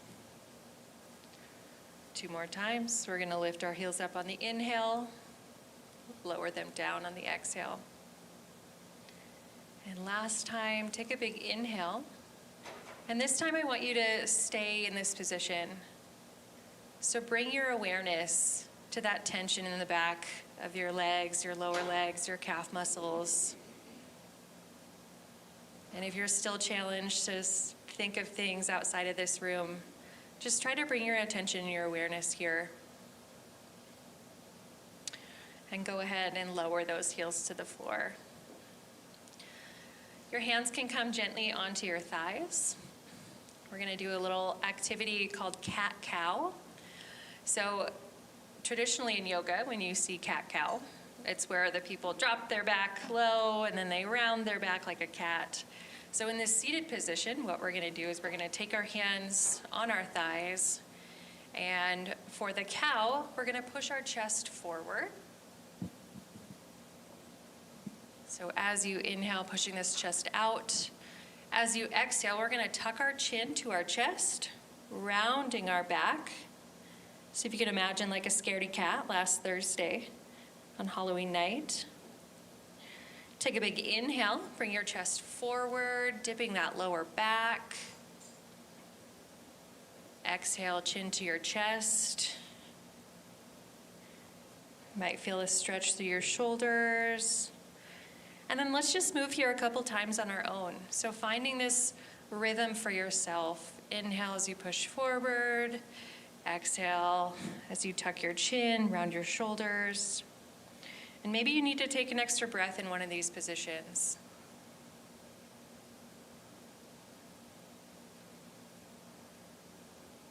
Let's go one more time. Big inhale, chest forward, shoulders back.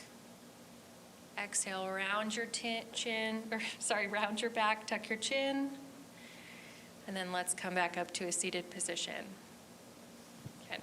Take your right hand. We're going to put it on the chair behind us. So you can either grab the top of the chair, you can grab kind of the bottom. So right hand goes back. Take your left hand onto your right knee. We're going to sit up nice and tall with our inhale, chest out. And as we exhale, we're going to twist, looking over that back shoulder. And we're going to stay here for a couple breaths. So inhale as you sit up nice and tall. Exhale, try to go a little bit deeper into that twist. And this might not be a movement that anyone can see, but as you exhale, you can feel your body relaxing and twisting with a little more intention.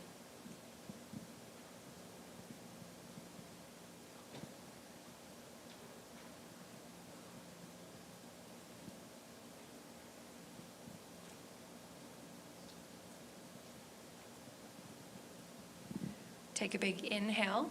On the exhale, we're going to switch to the other side. Left hand comes behind us, right hand on that left leg. Sit up nice and tall with an inhale. Exhale, twist. And you might notice maybe one side is a little bit heavier than the other side, and that's okay.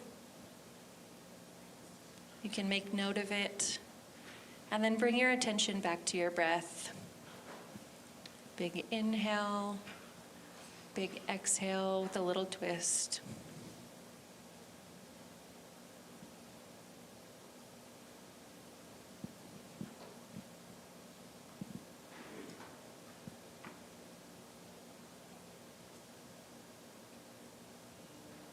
Take a big inhale, bring yourself back to the center.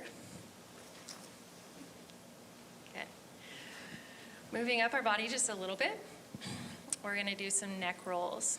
So take an inhale, I want you to drop your chin to your chest. We're gonna go ear to shoulder. Exhale, drop your head back, ear to shoulder, and then begin that sequence again. So just being really intentional with your inhale and your exhale.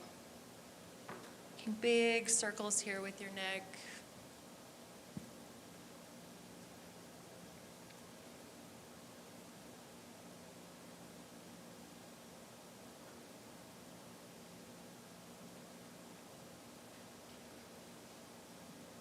Let's go one more time in this direction. And then back up to center. All right, we have to go in the opposite direction. So drop your chin to your chest. And then let's start making circles in the opposite direction. If you feel some tension, you might need to, maybe stay in that ear to shoulder for an extra breath. Please feel free to do that.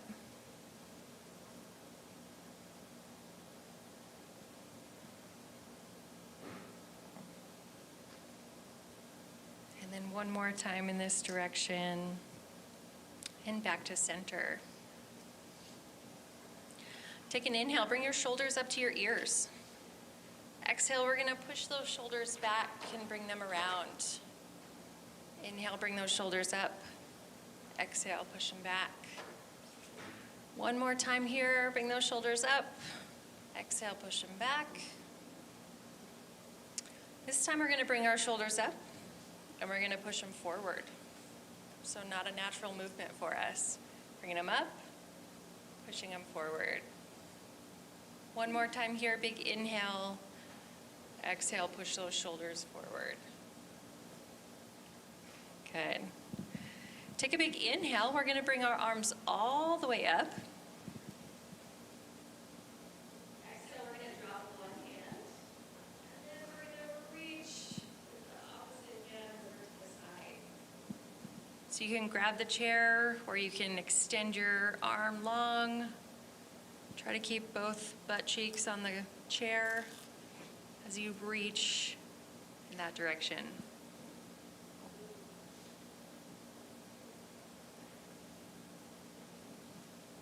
Take a big inhale, both arms come up. Exhale, switch to the other side.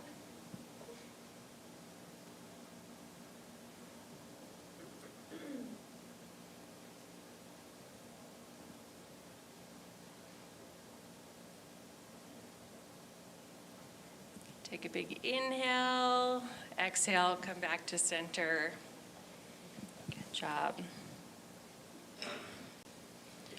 Let's go ahead and take some time here just to spend a little bit more with our head and neck area. A lot of us carry our attention in those spaces in the upper back between our shoulder blades. So take a big inhale, and we're gonna drop our chin to our chest. And take a couple breaths here.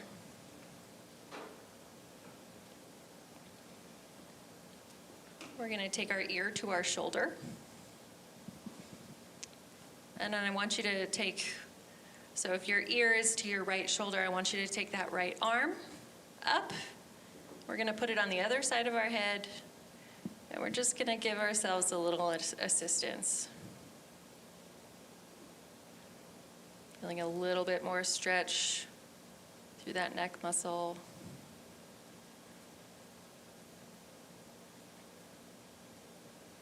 And let's go ahead and switch to the other side. So ear to shoulder, hand comes up, on the other side of our head. If you're stressed but you don't know you're stressed, and while you're sleeping you grind your teeth or clench your teeth, this is a great stretch for that.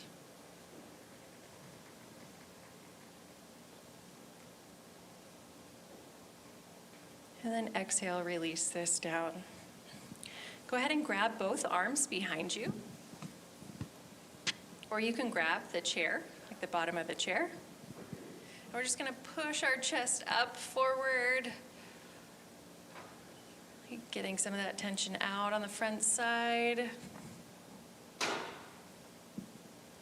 and relax.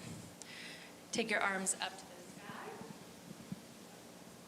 This time we're going to fold forward, bringing our chest down to our thighs, and let your arms hang here.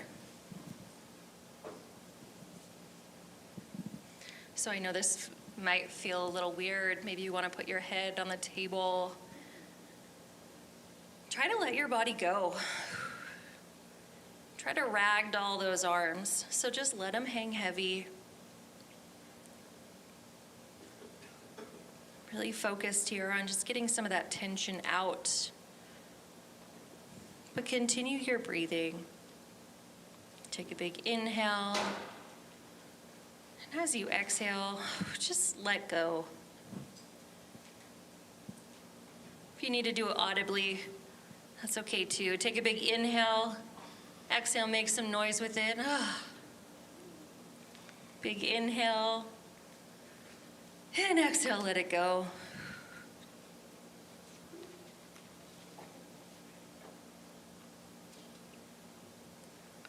Slowly take your hands, walk them up to your thighs.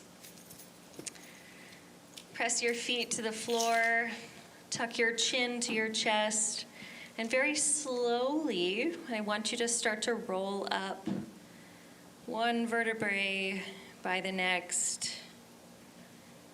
And the last thing to come up is your head.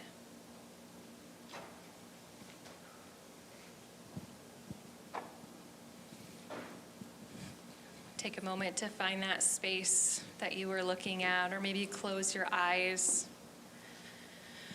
And just do another scan. Checking in with your body to see how you feel. Maybe where some of that tension still lies.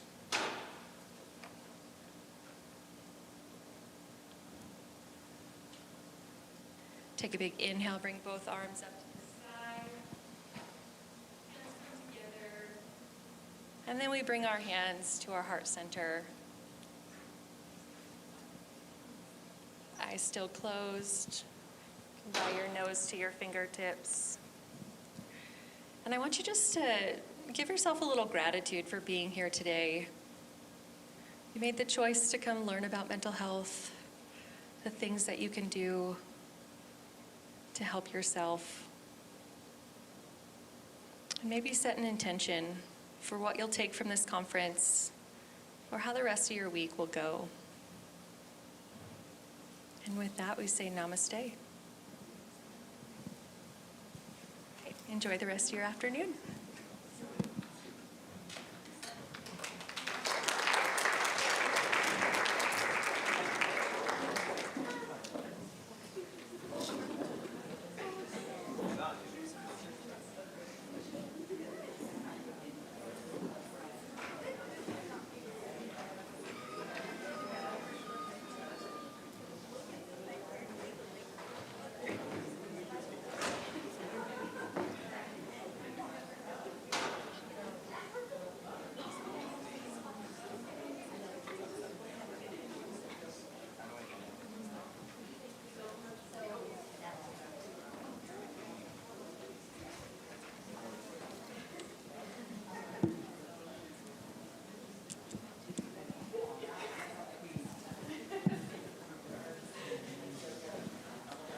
Thank you so much, Dr. Helmberg. We really appreciate that. I think it's a good thing to do some self-care. I know it's really important in in fields dealing with mental health, but also just going through your daily life, going through your school schedule, work schedule. It's just nice to take that moment and breathe.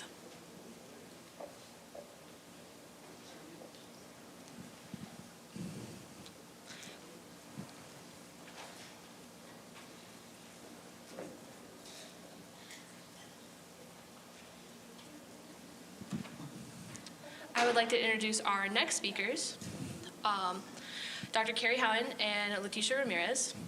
Their bios are in the green folders that you received. So feel free to take a look at those and also be open to listening to their talk. Thank you so much. You guys are welcome.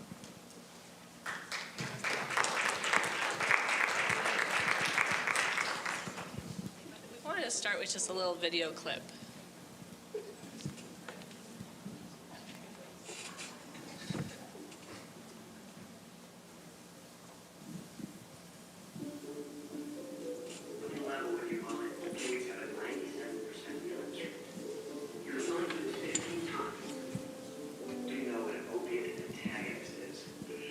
It's a shot we give you once a month. The shot essentially makes you immune to getting high.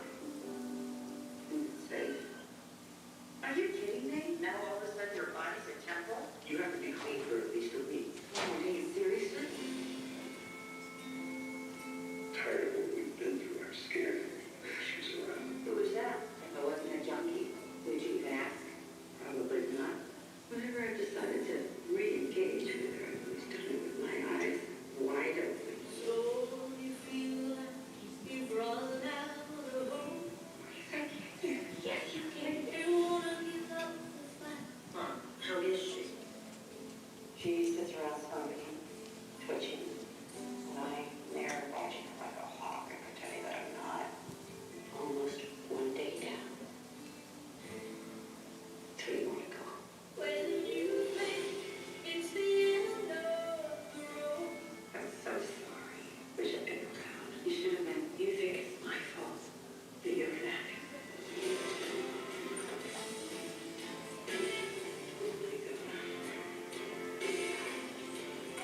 It just goes on, and I am so sorry that my drug addiction is so incredibly difficult on you. Sometimes I get the feeling I don't really love her anymore. You know how many times that I have told myself that I'm not going to steal to get high? Someday I want things to be easier for her. That I'm not going to lose custody of my children to get high.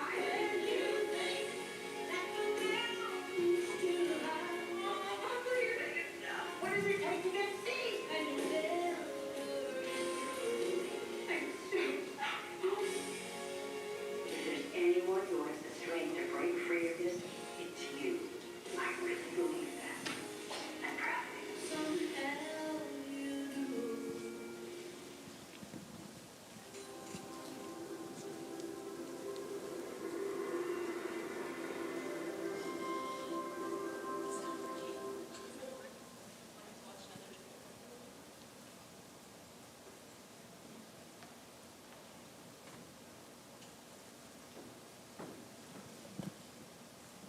So we wanted to lead with that clip because we knew we were going to have wellness, so we wanted just to kind of get you in a different frame of mind.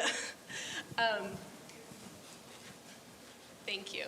But our presentation is Strength in Numbers, the Role of Peer Support in Addiction Recovery. I'm Carrie Howton. I am a Human Service Program Director and Psychology Instructor at Western Nebraska Community College. I'm a person who is not in recovery. I have no personal experience with addiction. So my role is just as an educator. Previously, I was licensed and worked in the community. I'll let my co-presenter introduce herself. My name is Latasha Ramirez. I am a community support worker at the Sears House in Scottsbluff, Nebraska. I am currently pursuing my hours for my PLADAC also. So when we think about 4 Good Days, has anyone seen that movie? Oh, see, I'm not the only one, Latasha. We thought maybe I was the only one. It's a really good movie. It looks like it's a really good movie anyways. But we wanted just to kind of reflect on just how difficult addiction is and how it's difficult for the person going through recovery. And obviously, BHECN is like a really great actress. But I mean, she does a really great job of portraying just the struggle, right? We also wanted to portray just how difficult it is for family members who are oftentimes just right there in the thick of it with their loved one, and just the emotions that they go through too, that it really seems hopeless at times. It's really difficult, but you're kind of stuck there, right? And you feel like you're the only person who's supporting that person in recovery, and so you really feel like you're obligated to be there with them. And then there's also the professional in that clip, the psychiatrist, the prescriber who's talking about this treatment that they have to go. And of course, their role is very different too. So we wanted to kind of present this as an opportunity to just expand services and kind of those points of contact for clients who might be in recovery. And we thought that peer support might be a unique way of doing that. So we want to talk about peer support primarily today and kind of the benefit of that. I have the clicker, I'll have to remember that. Some of our objectives is just to understand the role of peer support, and kind of along with that, what is peer support, what's the definition, we'll tell you that. Recognize the benefits, explore current utilization, how are we using this currently in Nebraska and also in other places too. It's something that's been around for a long time, which we'll kind of touch on a little bit, and you guys might have some experience or knowledge of that as well, but it's kind of being more formalized currently. And then just learn about the requirements of peer support. So we have a case study that we'd like you guys to kind of look over. I'll read it through too. And while Tasha's reading this, you guys have all been given cards. That's kind of your role. But we're going to ask you to think of your treatment plan for this client as well. So this lady is 24 years old. She has 2 children. Her current legal status is on probation for 3 years due to distribution charges of methamphetamines, tampering with evidence, and possession of 149 grams. She has felony charges. There's 7 felony charges all together related to drug distribution and possession. At age 11, she was diagnosed with endometriosis, prescribed Vicodin and Percocet for pain management.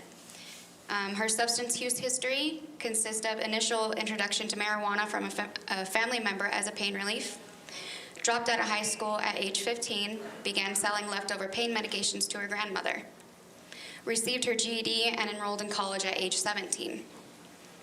Some of the family challenges were experienced the death of her great-grandfather, witnessed her mother using methamphetamines, returned to college, prescribed Lupron for endometriosis, leading to increased pain management needs. Her initial use of methamphetamine was offered by her mother during a visit home, leading to regular use. She dropped out of college and moved back home. Engaged in polysubstance use, meth, cocaine, and prescription pills for about 2 years. She became pregnant with her daughter and maintained sobriety for about 2 years. After her son was born, she relapsed due to stressors, including her grandfather's illness. Her return to substance use. She moved back home to take care of her sick grandfather, leading to renewed drug use from her mother. After her grandfather's death and loss of income, she began selling drugs encouraged by her mother. Criminal activity. Engaged in selling leftover prescription pills and eventually moved to selling larger quantities of methamphetamine. Arrested in December of 2017 for multiple gun charges and drug charges. Served 6 months in county jail, and the gun charges were dropped during trial.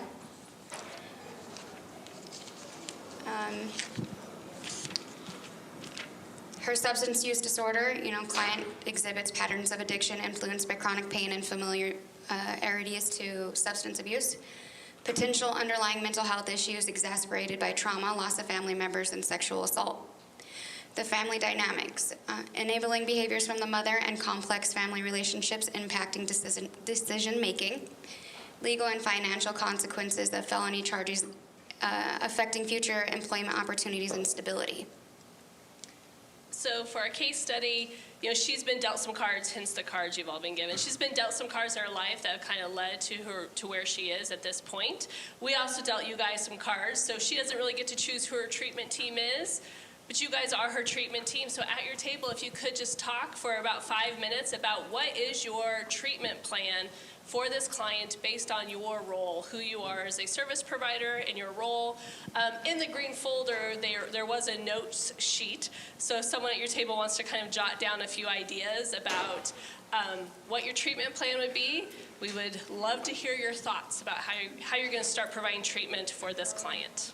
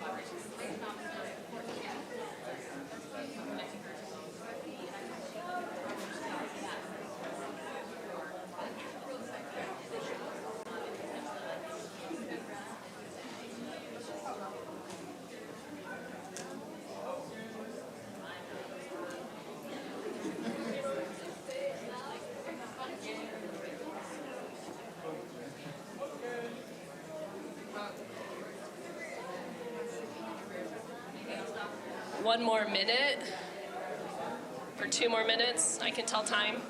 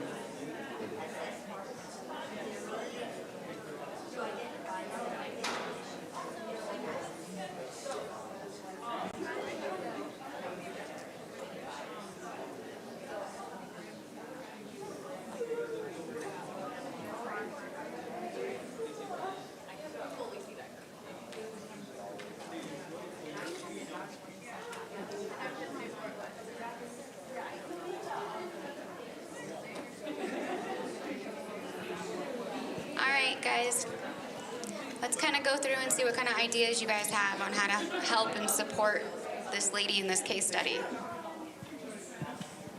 Does anybody have any ideas? Yes, what are we gonna do? Inpatient treatment, she needs the heavy stuff. She needs inpatient treatment, okay? Anything else? What was your role, by the way? Can you hospitalize her? Oh, yeah, well, you can do that then, okay. All right. Any other ideas? Yes, sorry.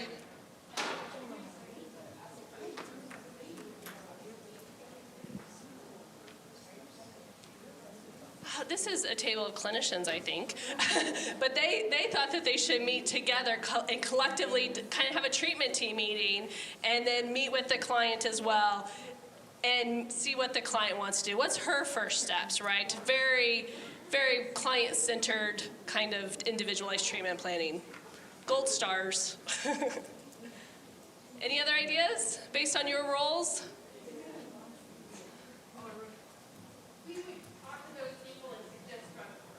Okay, so we have drug court right here. That's the easy fix. She needs to go through drug court. Okay. Anything else? Yes? We were religious or spiritual leaders. We were talking either an exorcism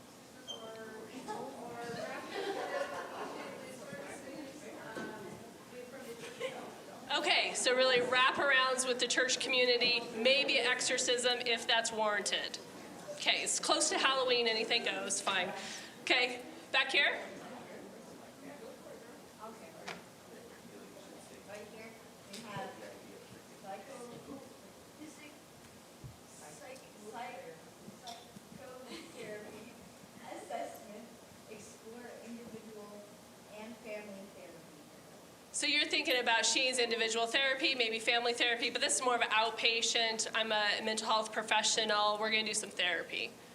All right, all right. Any other ideas? Yes, yes. Does she want to get better? Good question. Yeah, and until we talk to her, we probably don't know, right? Yeah. So, what's your role? I should have done that slide before. Darn it, forgot about the card slide. We want to kind of just get you to think about, so we did our case study. The order that I did these slides when I submitted them might be kind of off. If I had to redo, I probably would have redone some things. Always last minute. But we want to kind of get you guys to think about what else might be missing for this client? So we might do some treatment plans, we might do some individual therapy, we might do some church and wraparounds with church folks. All those things are great, and drug court's great, but we're also wondering, what about those times when she's not there? When she's not at church or she's not at her individual appointments, what else might be missing for the client? And we think that peer support might be something that could help fulfill the need for some clients like this. So in Nebraska, and this is from the DHHS manual, but they do have what we call peer support. And basically, kind of like this table was saying, but the provision of peer support services facilitates recovery as the person served defines it. So the service is designated to assist individuals and families in initiating and maintaining the process of recovery and resiliency to improve quality of life, increase resiliency, and promote health and wellness. The core element of the service is the development of a relationship based on shared lived experiences and mutuality between the provider and the individual or family. So we really think that this might be a service that could help a lot of people, because there's this kind of element of shared lived experience and kind of, I get it, I've been there before, I know what you're going through sort of thing. In Nebraska, there are some kind of criteria to be able to get this service. So the admission guidelines that they talk about is that our clients have to have either a mental illness diagnosis or they can have a substance use diagnosis as well. So for a lot of clients, they don't necessarily have just a chronic and persistent mental illness. They can be someone who presents to the emergency department, has maybe overdosed or something like that on a fentanyl or an opioid. They also have to be active in behavioral health services, and their symptoms, of course, have to interfere with their ability to maintain sustained recovery. So when we talk about that lived experience piece, we want to bring in a little bit of our keynote speaker today. I did my homework and I watched some of his videos from before, but I think he said this line, which is a really good line. But if you share your story, it opens people to sharing theirs. I think that's a really important thing, because we know that even though a lot of people might struggle with AA and how beneficial is that really for other people, what it offers is just the opportunity to meet people who've kind of been there before, who maybe have had some of those lived experiences that you might be struggling with. So we see kind of that peer support piece in AA a little bit. We also see it in some of our community support workers.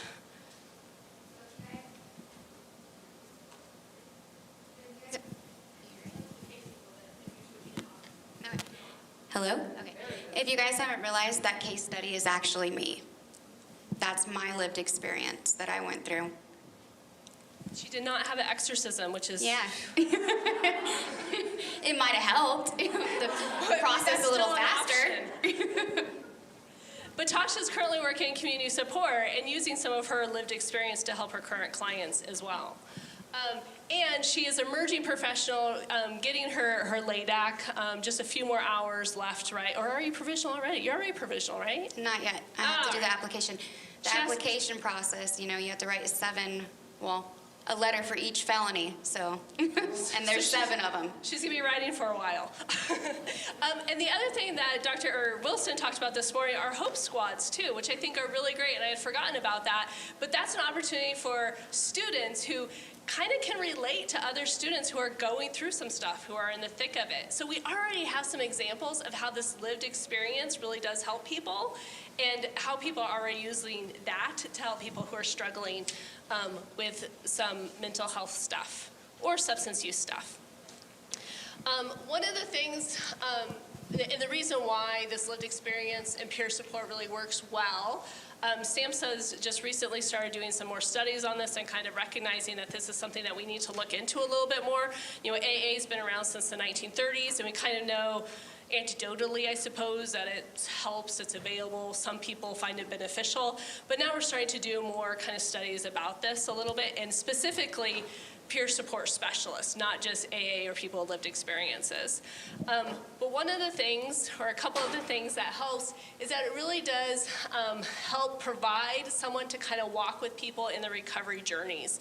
So from day one, when they show up in the emergency department or in the jail cell or wherever they show up, if they can meet someone who's had a similar experience, they can go with that person throughout their entire recovery journey, which can take some people a long time. The average length of sustained recovery is actually 5 years before someone's actually kind of considered recovered and no more likely to have a major relapse in the general population for substance use disorder. So a peer support worker can work with someone for a period of 5 years, potentially, and be there with them. They can also inspire hope by just showing that recovery is possible. I've shared my story multiple times with the youth shelters and WNCC, and I've done a podcast with probation on the east side of the state to kind of share my story and my hopes and my dreams of reaching out and helping others. And I do, and try and inspire others that there is hope. My felonies, I got them set aside. So I was able to, further my education and help my children out a little bit more, but there is hope out there.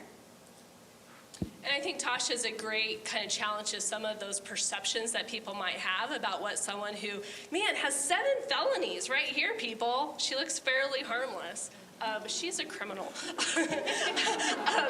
But really to challenge our perceptions of what it means to maybe have that history, right? She looks fairly innocent, I guess. I think that Ross also really helps challenge our perceptions, right? To hear him speak, he's such a great speaker. The way he carries himself and what he's done in his life, to think that he's had a couple psychiatric hospitalizations is pretty amazing, but he's really done a lot in his own recovery.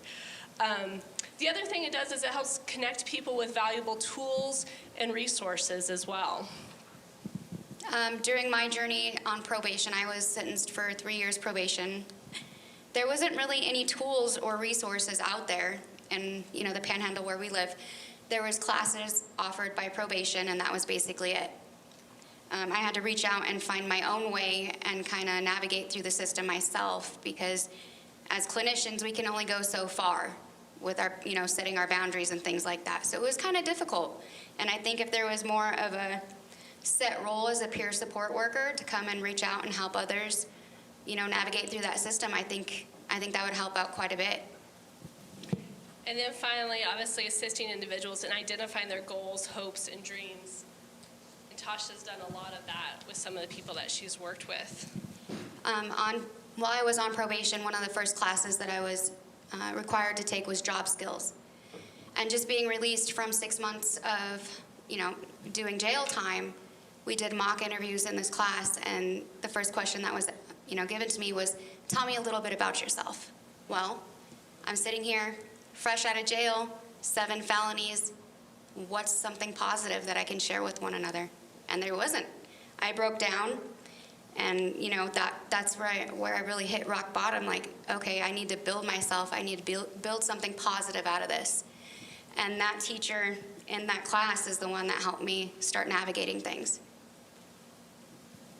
I just kind of share a little bit, Tasha. So we talked about this before. This is Celeste, right? Yes. Sorry to name drop. But one of the things that she helped point out for you is that you have some skills.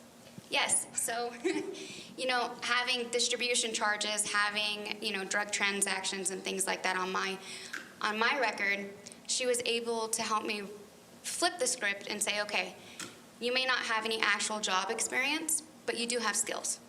You have money transactions, you have customer service, you have, different ways to look at things, and that's how I got through it. And she helped me get a job, and I ended up making, $32 an hour at my first job.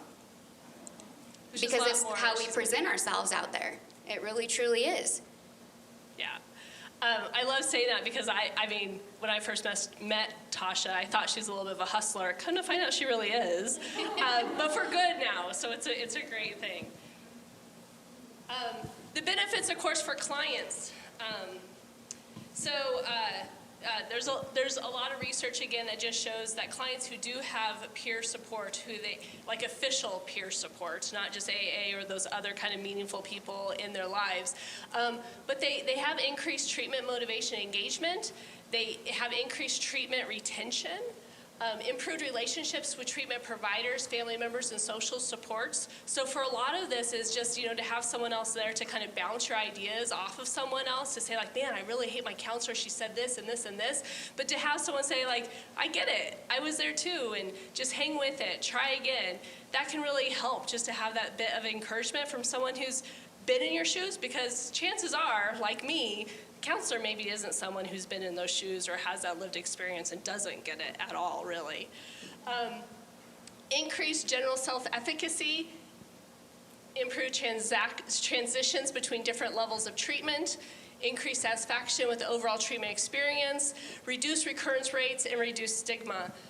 One of the things that just some of the research that I found too, there's a program in Arizona called Recovery Innovations, and they were able to deduce that they had a 56% reduction in hospital readmission rates just due to peer support. So that's pretty huge when you think about how overloaded our service providers are right now, and to really think about how this benefits clients. They don't need those higher level of services anymore if they're having that ongoing peer support, those continued points of contact with someone who's just helpful in their recovery.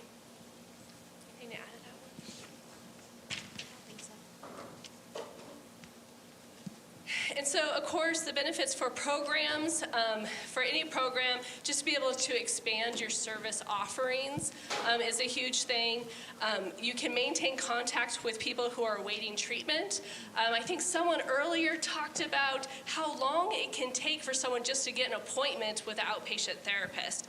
And oftentimes when you have someone coming to you for help saying they want to get in recovery, they want to stop using, or they want to do it then, right?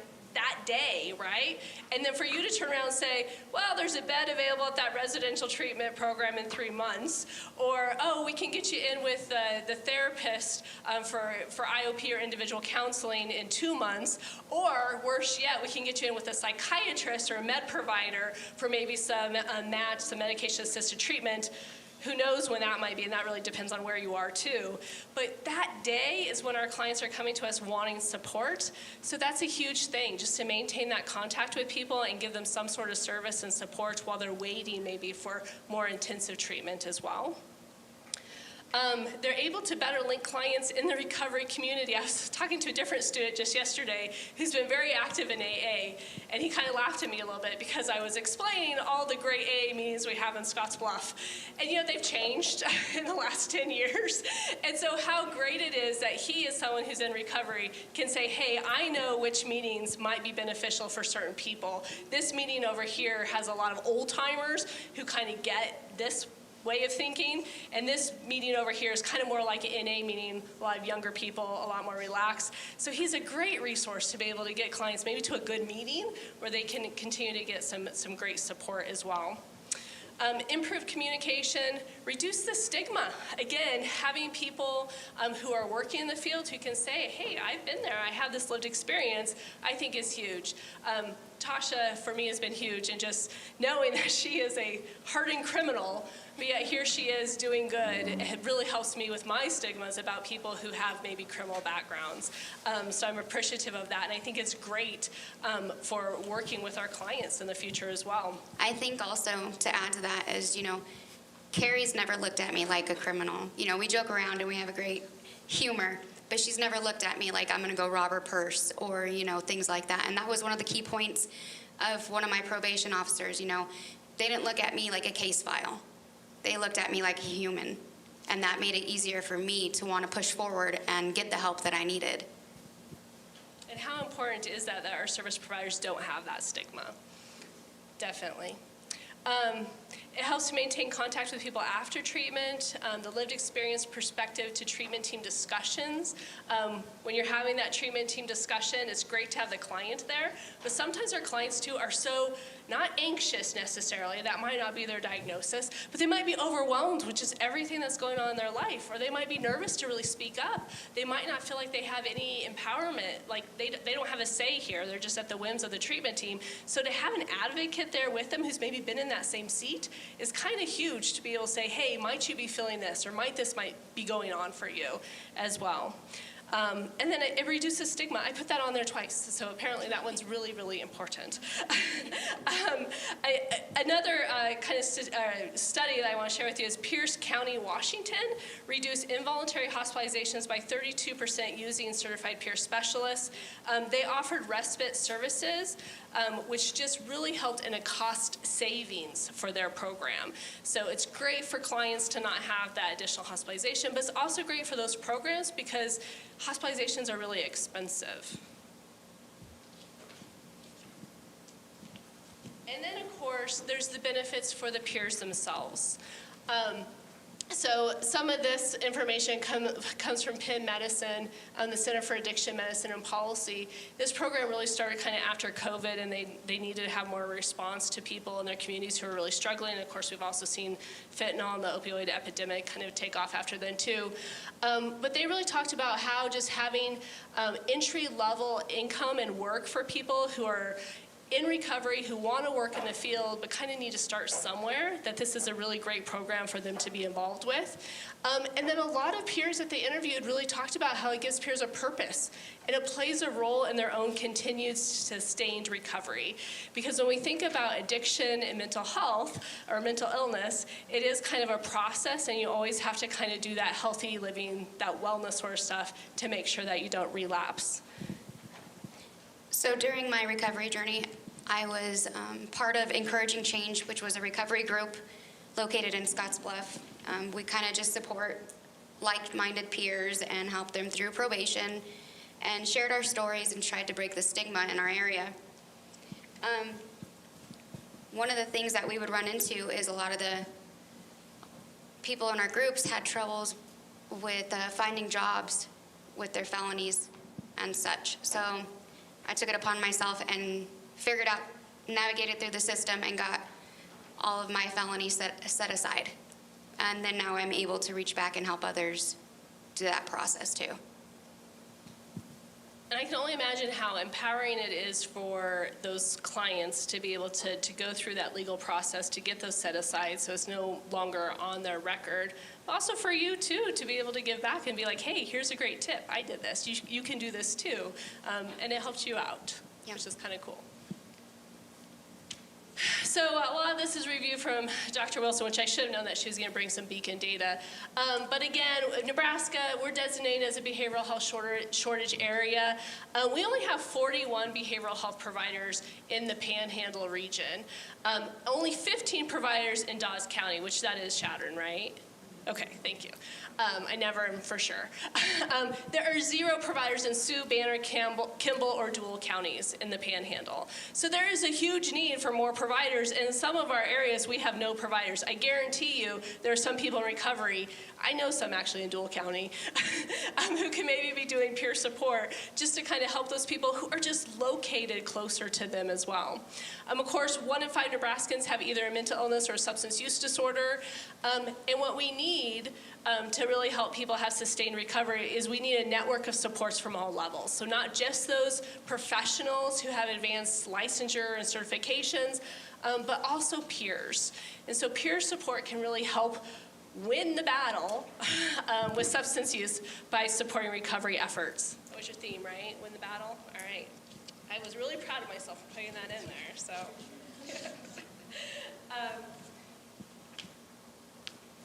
So what are the requirements for peer support? Again, from DHHS, They just have to be 19 years old. They have to self-identify as having that lived experience, and they have to have a diagnosis. They have to have a high school diploma or equivalent with 2 years of lived recovery. So this isn't someone who just went through a 30-day program. I'm in recovery. I want to be a peer support specialist. We need people who actually have a little bit of sustained recovery before they start doing this work, because it is challenging when you're working with other people who are struggling with the same things that you have struggled with as well.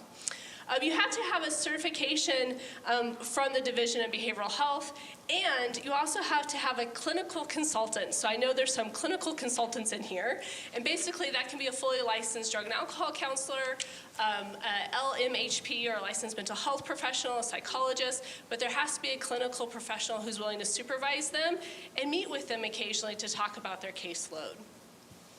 The training that they have to have in Nebraska, and I wanted to share this with you just because I think it's great to realize that this isn't just someone who says, I have this lived experience. They actually have to have 60 hours of training, including 10 hours of ethics, which I think ethics is always kind of that thing that we're most concerned about, those boundaries especially, and how important those are, and confidentiality and all those things.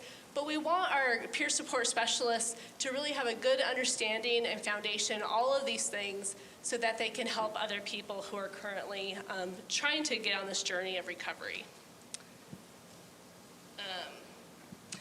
Along with this training standards, I do want to say that the reimbursement rate for peer support is $15.15 per 15-minute session. So it reimburses at a fairly good rate, not quite as good as community support. We've talked about that a little bit, but that's a pretty good entry-level income potentially, and how your agency maybe builds that in. It could be a decent wage and a way to add to your treatment services. Of course, there's a lower rate for groups, $10.42, and currently 38 states reimbursed for this service.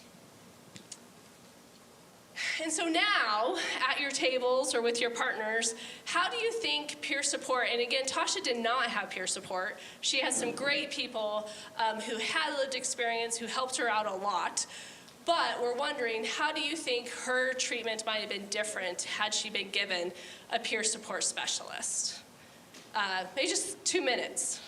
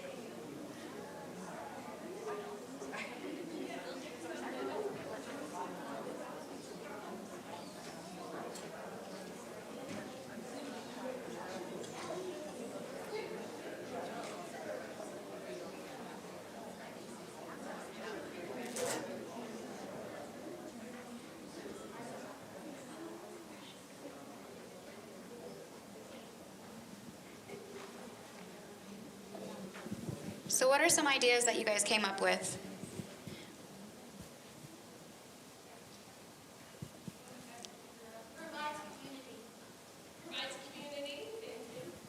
What was that?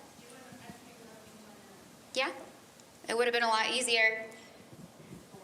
I think this provides community too. Can you talk about that a little bit? What was it? It provides community, that sense of I'm not in this alone. Yeah, I actually had a peer. It was one of my friends that got caught up around the same time I did. And we went to jail throughout the whole thing. And he was placed on probation. I was placed on probation. And that was one of the hardest things, was getting approved by probation to, you know, to hang out. And it was kind of that situation, while we've been through the same thing, you know, we can kind of support each other to get through it. I mean, I didn't even know how to order a cup of coffee like a regular person. And we kind of went through these experiences together, you know, attending NA together and going to these classes together. It provided that like-minded person to give feedback, unfiltered, basically. Go ahead. We talked a little bit about how it probably will enhance, like, feel like it would help feel, enhance the feeling of safety and security, and normalizing that experience when somebody right out of the gate is like, hey, I've been there. It takes that judgment piece right out of it, versus, like, I was telling her, when people come to my office, I'm like, what's been going on? They don't want to tell me because they don't know what my experience is. So it just normalizes the process.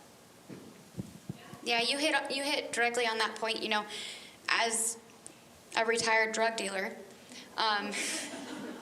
we don't share things very often. You know, we are very closed-minded going into professionals, and we don't want to share those deep, dark secrets that we've done.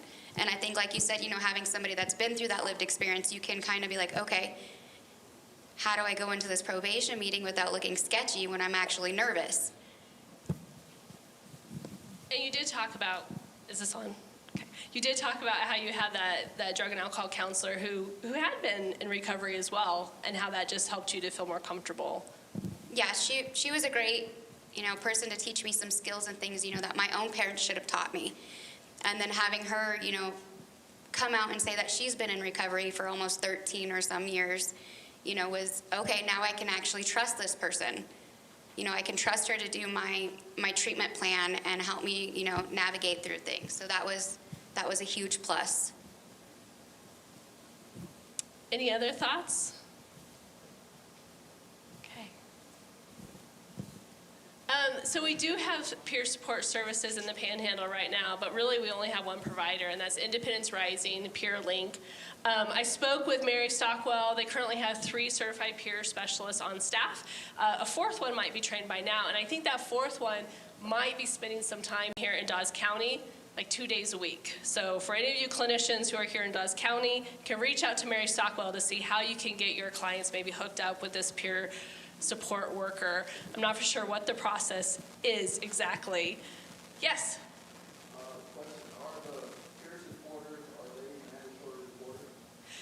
That's a really good question. I imagine that they are mandatory. I don't know. Everyone in Nebraska is supposed to be kind of a mandatory reporter, so they would be, right? You have to. Yes. Yes. Mandatory reporters. So I'm sure that's part of their ethics that they go over, as part of that informed consent, where they have to talk to their clients about what they report. And it's probably the same thing as mental health counselors: abuse, suspected elder abuse, child abuse, risk to self or risk to others kind of thing. Good question. I didn't think to research that really very heavily. But what I will tell you about Independence Rising, they do get fees, or this is a service that's provided, it's paid for by Region 1 Behavioral Health. It is an underutilized service. Their peer support workers are not busy at all. They have lots of openings in their schedule. So if you have someone who you think might benefit from the service, please reach out to Independence Rising. I also want to share just this Peers in Recovery program through PIN. If you guys listen to Freakonomics Radio, I'm so addicted to it right now, but it's a great podcast. It's all about economics. But they had someone on there who was presenting about how PIN is really using peer support.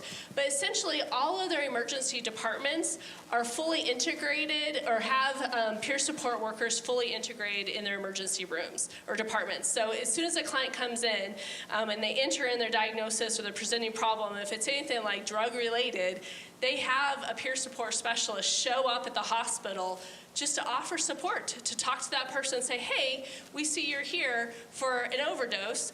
I am someone who also has had an overdose. How can we maybe help you? This is an opportunity to really get people when they are wanting to change. They just had a near-death experience, and right away they get connected with someone who's been there, done that, and can help them navigate the whole behavioral health system. They also can really be instrumental in starting medication-assisted treatment. So for a lot of people, they might have some hesitancy about what that looks like. So even in our first clip that we watched, you know, what is that? Is that safe? Right now your body's a temple. But I think it's kind of it's an uncomfortable thing when you think about what this might actually do for someone. But if you have a peer who shows up and says, hey, I did this and this is how it helped me, that helps relieve a lot of that, not anxiety, nervousness that the client might be experiencing in that time. And what they see is that with peer support, they have really, and medication management, they have really high engagement in treatment at 30 days post-emergency room admission. So 68% of their clients who've been in the emergency room are still engaged in treatment, which is a really good kind of outcome. So this is what this could look like potentially in Nebraska. Oh, and there's Tasha now. So. Thank you.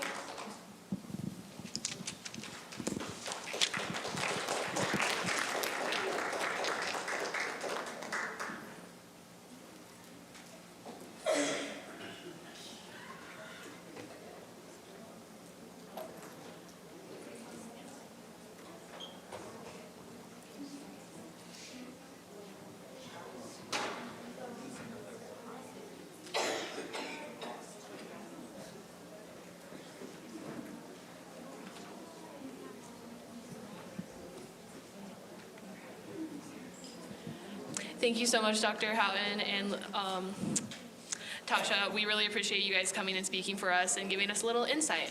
It's always cool to hear people's stories, hear a little bit more of how it can affect you personally rather than just maybe on the clinical side of it. So thank you. Alrighty, Emily. Okay, she's on her way? Yes. Okay, perfect. So we do have just a small break, but this is my opportunity then to bring the students up. So for me, this is like Groundhog's Day. We start preparing for this conference in the spring of their junior year when they first enter into our professional program. We start, coming up with the topics, deciding, okay, what is this going to look like, and who's our audience.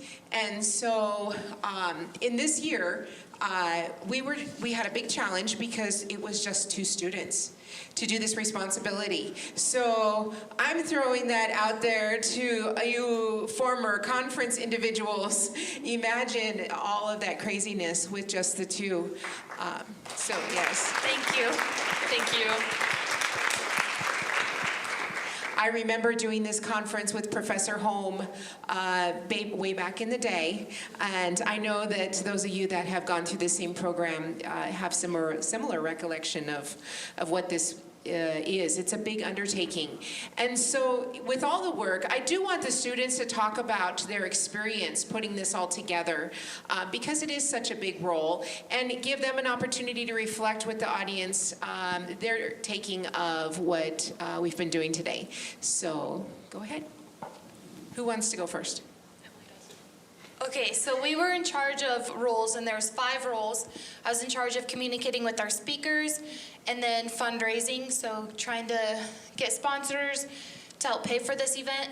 And Sandy, I'll let you tell them what you were in charge of. So I was in charge of 3 jobs. So I dealt with conferencing. So this room that we're in currently, set this up, tables, being in constant communication with conferencing, really cool. Working with catering, that's a huge job.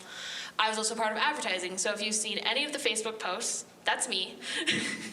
And then I was also treasurer. So I had to take care of funds, working with our club off-campus account and communicating with them about, can we use your account? What are the requirements basically? And all those funds that we raised, moving them to where do they need to be? Are they on campus? Are they off campus? Like, what does that look like? So then they are graded in this role based on the 9 Council on Social Work Education competencies. And so I sent you guys a list of things that you were to talk about today. You see, I'm frazzled. I am as well.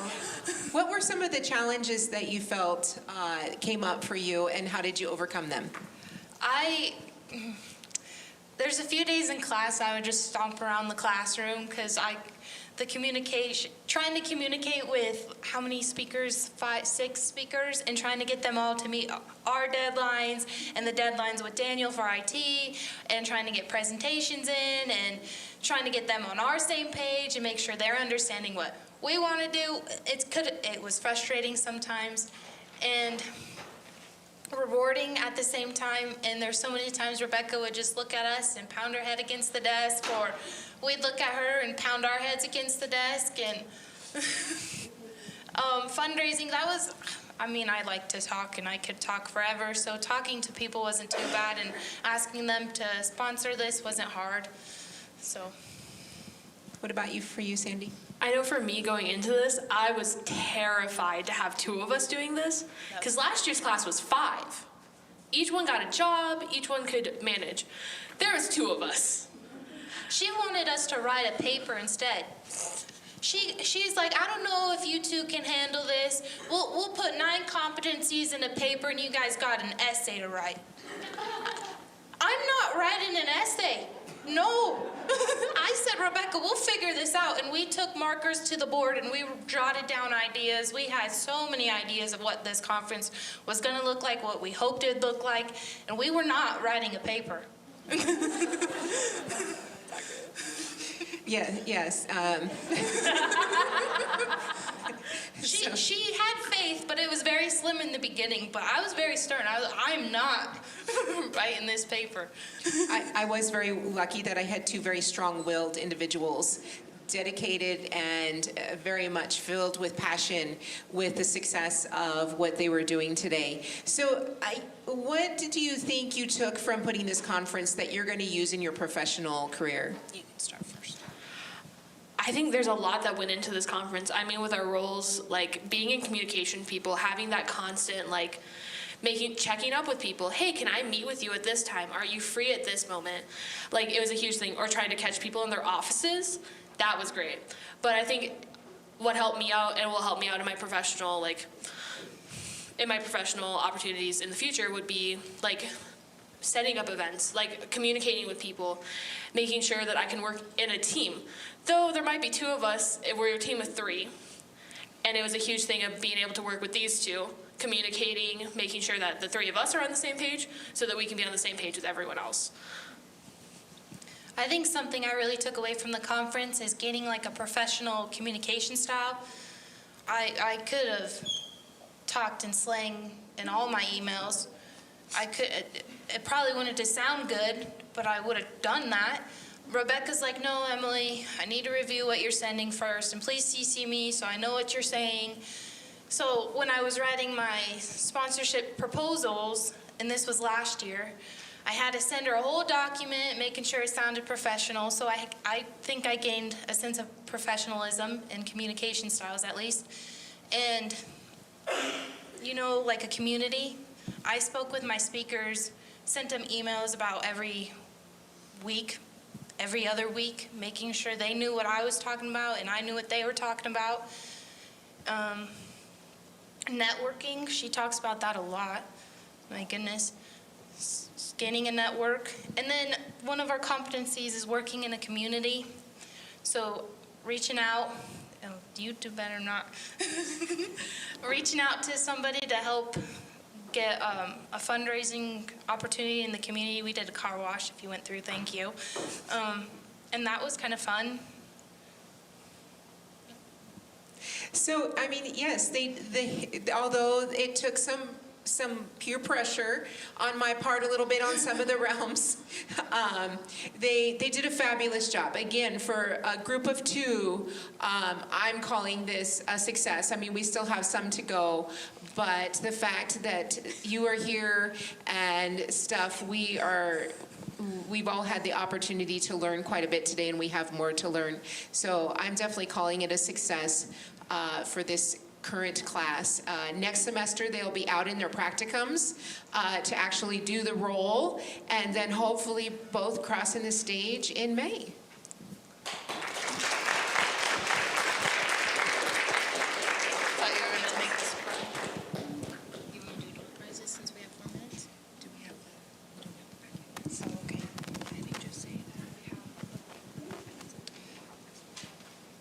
Okay, now that Rebecca made us share our little story, we're gonna have a 4-minute break. That's all we have left of our little break. Please get yourself cookies and drinks, and then we'll jump right into our next speaker.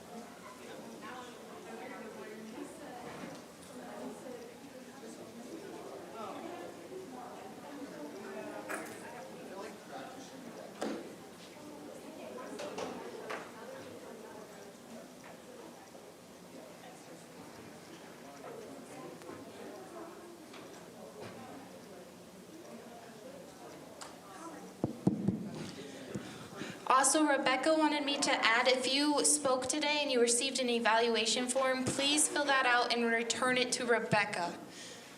And if you have not yet, it's probably coming.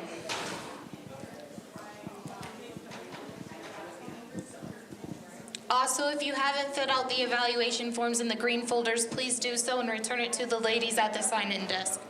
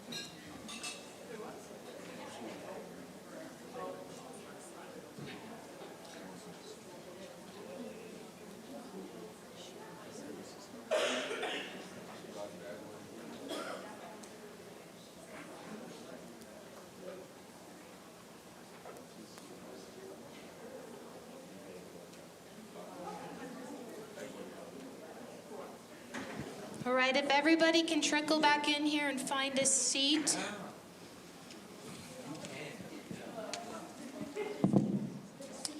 I'm I'm excited to welcome our next speaker, Dr. Sandy Cook-Fong. Her bio is included in the green folder you received at the door, so please take a look in that folder for more information about her amazing background. Now please help me welcome Dr. Sandy Cook-Fong to the stage.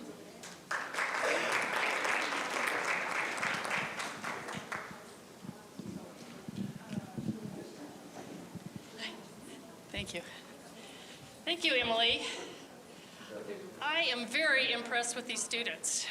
Having taught in social work for over 30 years, you guys are stellar. And I was one of those people who made Emily's life more difficult. I know that, and I apologize to you now. So I want to talk a little bit about what it's like to work with children from hard places. And so this is a little bit of some information on trauma, and I'm going to go through some of this pretty quickly because I have way more than 45 minutes. So as a teacher, I talk way too much, so I'll try to keep it short and get through the information, all right? So children from hard places. If you had a child that had a broken arm, how would you plan to take care of them? What would be involved in trying to get their needs met? Now, my guess is we probably all have some ideas about how you do that. Many of you may have had a child, or you may have had a broken arm before, so you know how that works. How about if you had a party and invited a child in a wheelchair? What plans would you make for the party? What would be different if you had one of the people who was participating there was in a wheelchair? You'd probably have to change some of the activities you did. You'd probably have to make some accommodations in terms of getting them in and out of whatever the facility was that you were using. So we'd probably have a pretty good idea about some of those things as well. I'll give you one more. And if you had a child with a fever of 102, what would you do about that? How would you plan to help that child? Anybody have a hard time trying to figure out what you would do with any of those three? Probably not. Probably have some pretty good ideas. Let's look at this one. If you had a child with a history of trauma, what would you do to plan for that child? This is a little trickier, right? What are you going to do? So if you have a birthday party and you invite a child that's had a history of trauma, what are you going to have to do different? If this child, has some medical crisis, what are you going to do differently with this child? And so one of the things that happens is when you have children with some kind of brain or traumatic injury, we can't see that. So often we don't know that it's there, and we don't necessarily know how to be successful with those children. And so this is what I want to talk a little bit about today, is how do you work with kids from hard places, children who've experienced some kind of trauma. So the first thing is we need to know how the brain works, and I'm not going to go into a lot of brain stuff, because we don't have time for one thing, and I'm not an expert on brain stuff, but I can tell you a little bit about it. And then from that, how trauma may have impacted the brain and other systems, we can learn about what we can do to help children become more successful. So one of the things when we talk about children from hard places, we talk about childhood complex trauma. Anybody heard of this before? My guess is lots of you have heard of complex trauma. So here is van der Kolk. This is the way that he describes it. It's the experience of multiple chronic and prolonged developmental adverse traumatic events, most often of an interpersonal nature. Okay?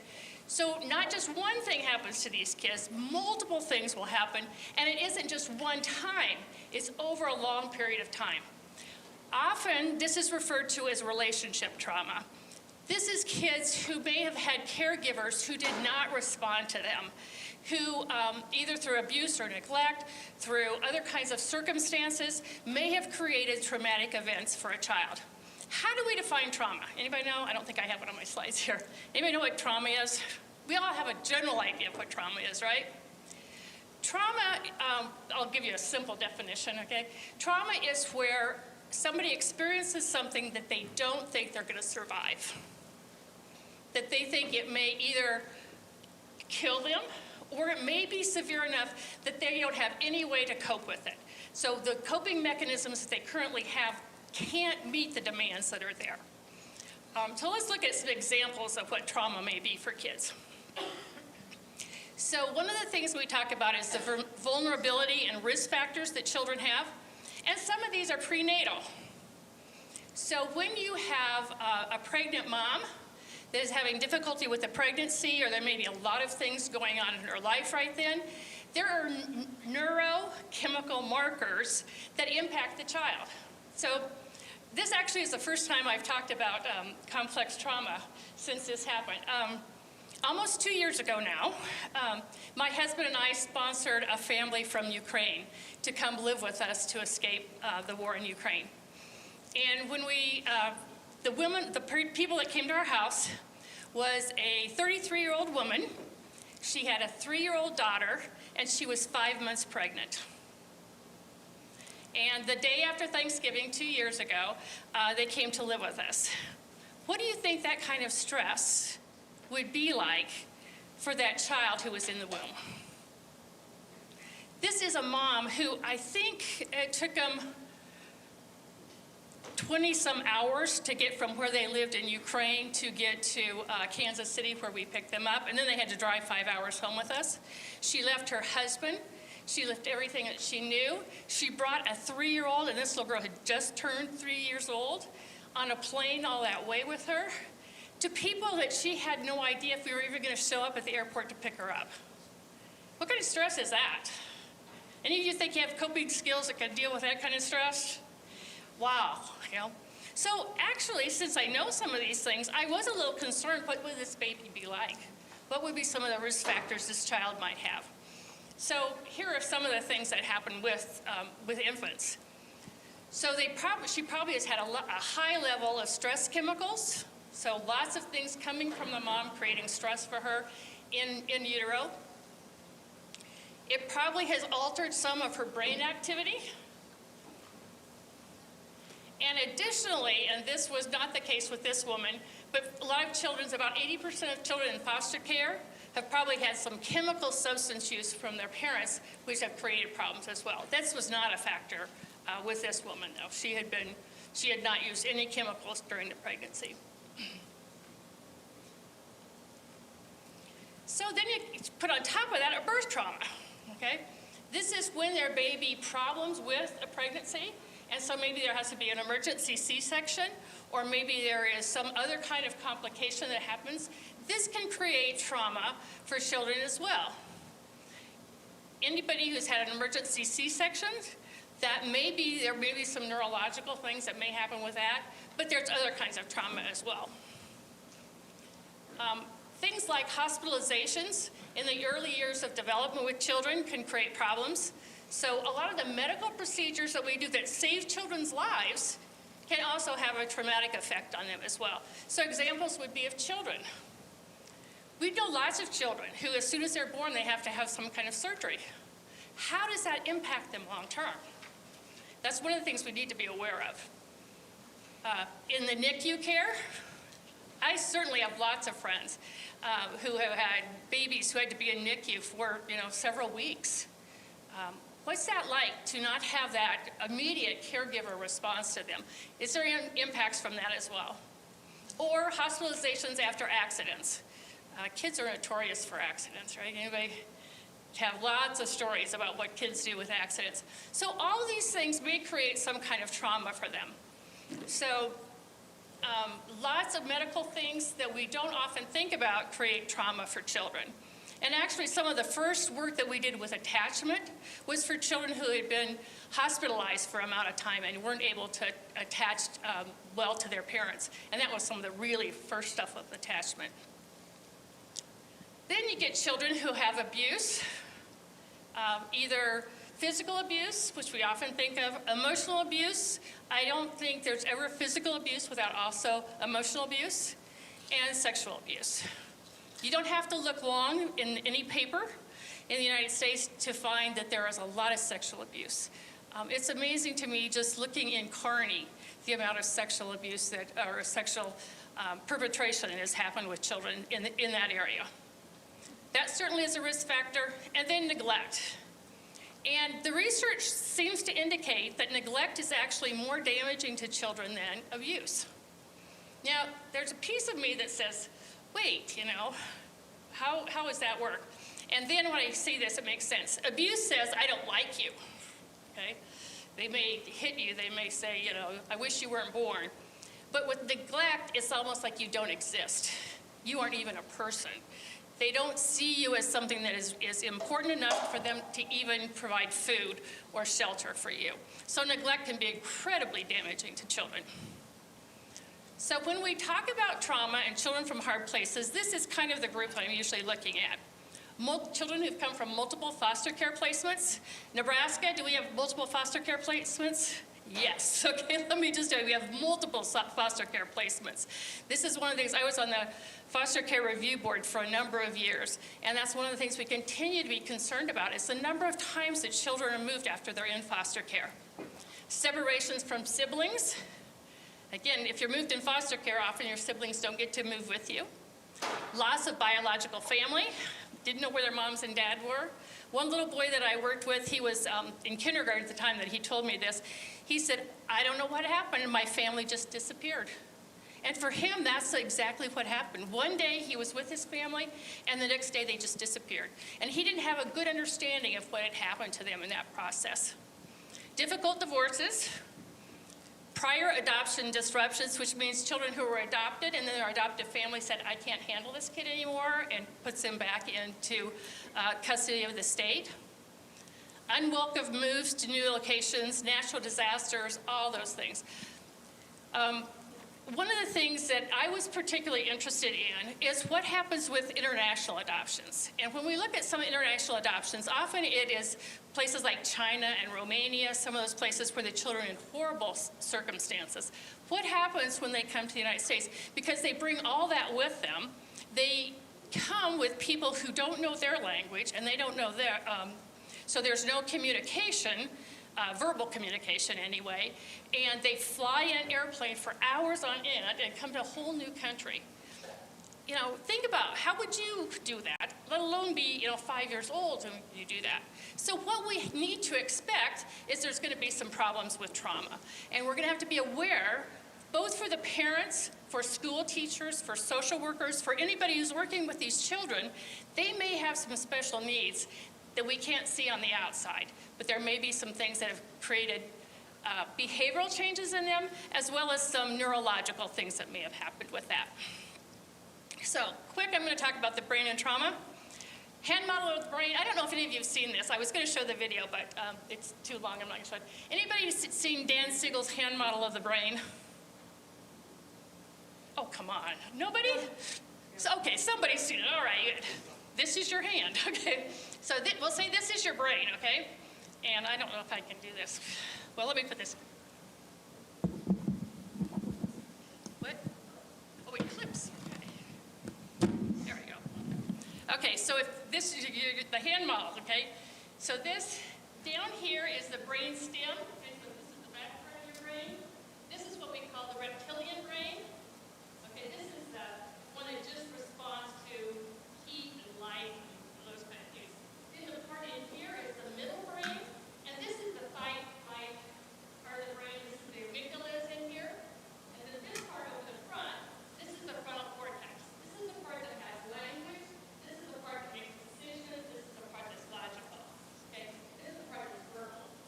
Below this frontal part, there isn't any language. Okay? It's just really pretty much response. Okay? Fight, flight,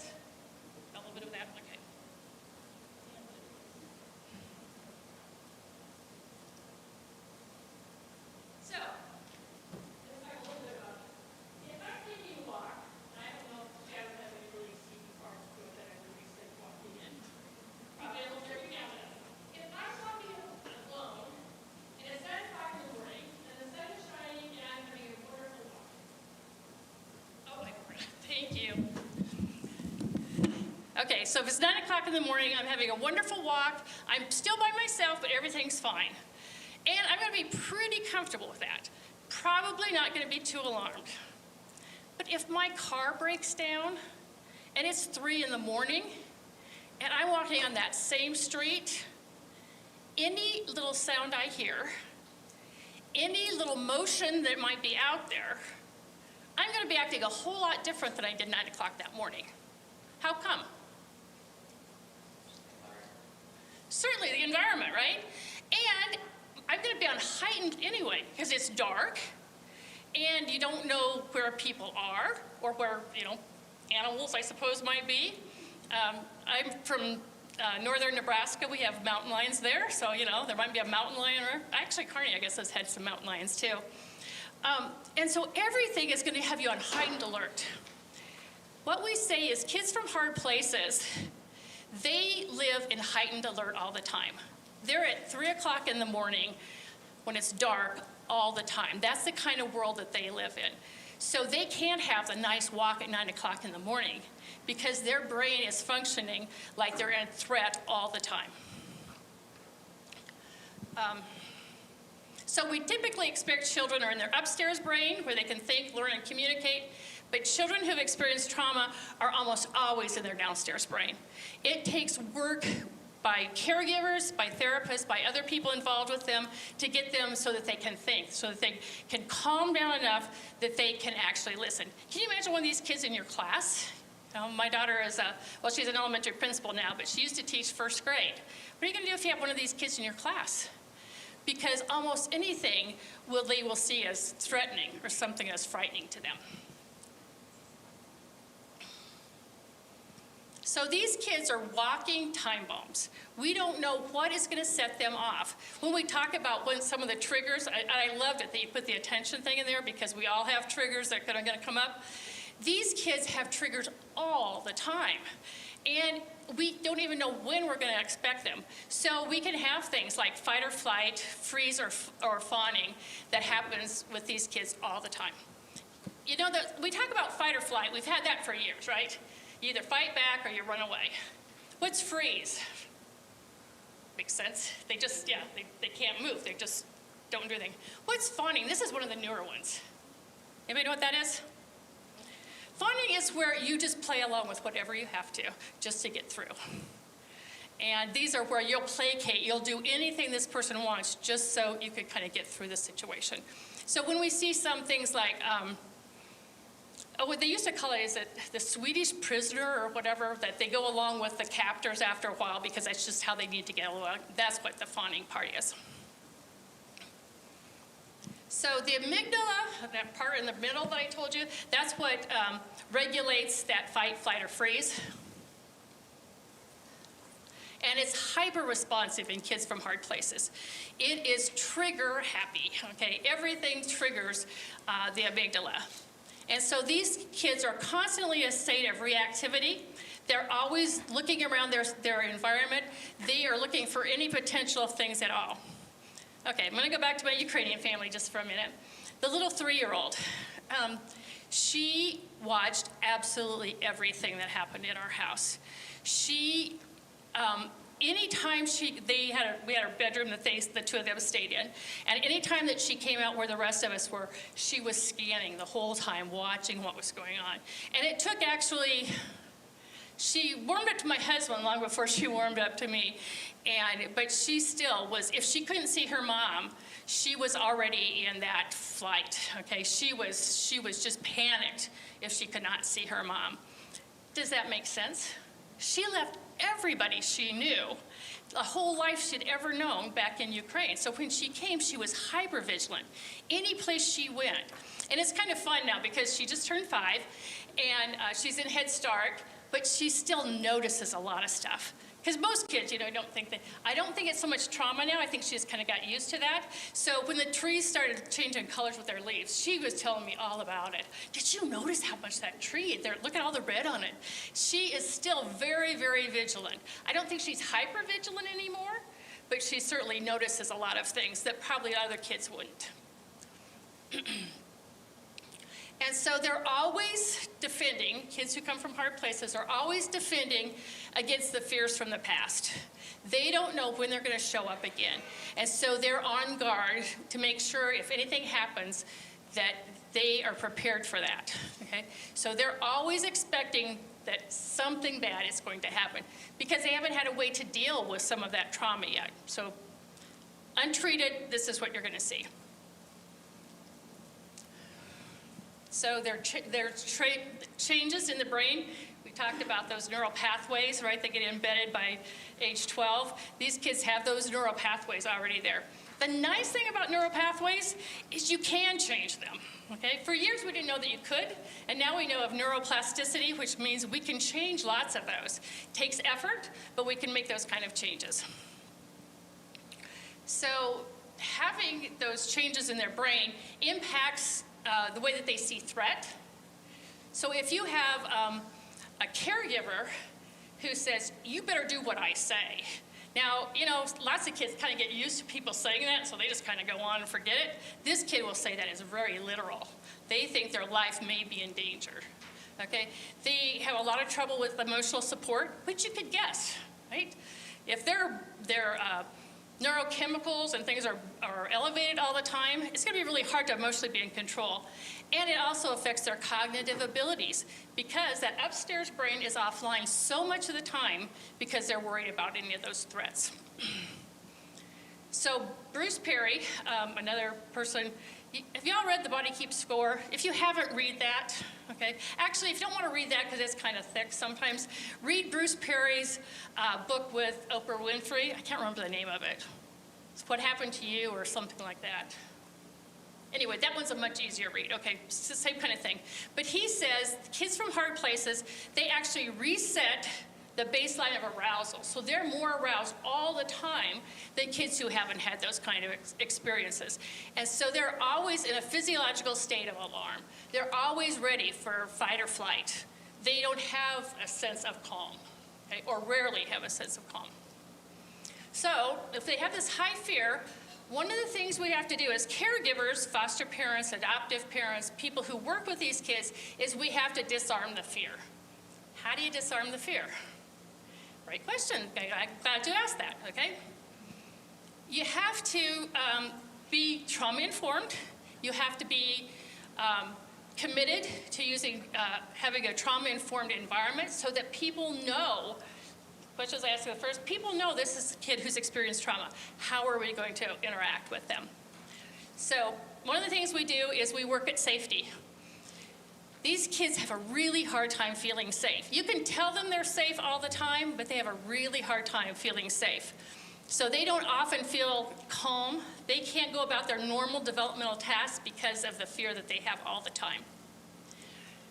The second thing that they need is they need connections. They need to have trusting relationships. They need to have a community that is around them, an environment that creates connections for them. And again, it could be lots of things. Sports teams, church group, recreational programs, any of those kind of activities that you have, dance classes, all those kind of things can be things that are connections. And then the third leg of the healing environment is coping. They need to have the skills to meet life's challenges.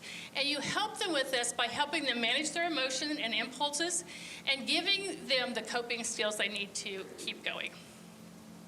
So safety first.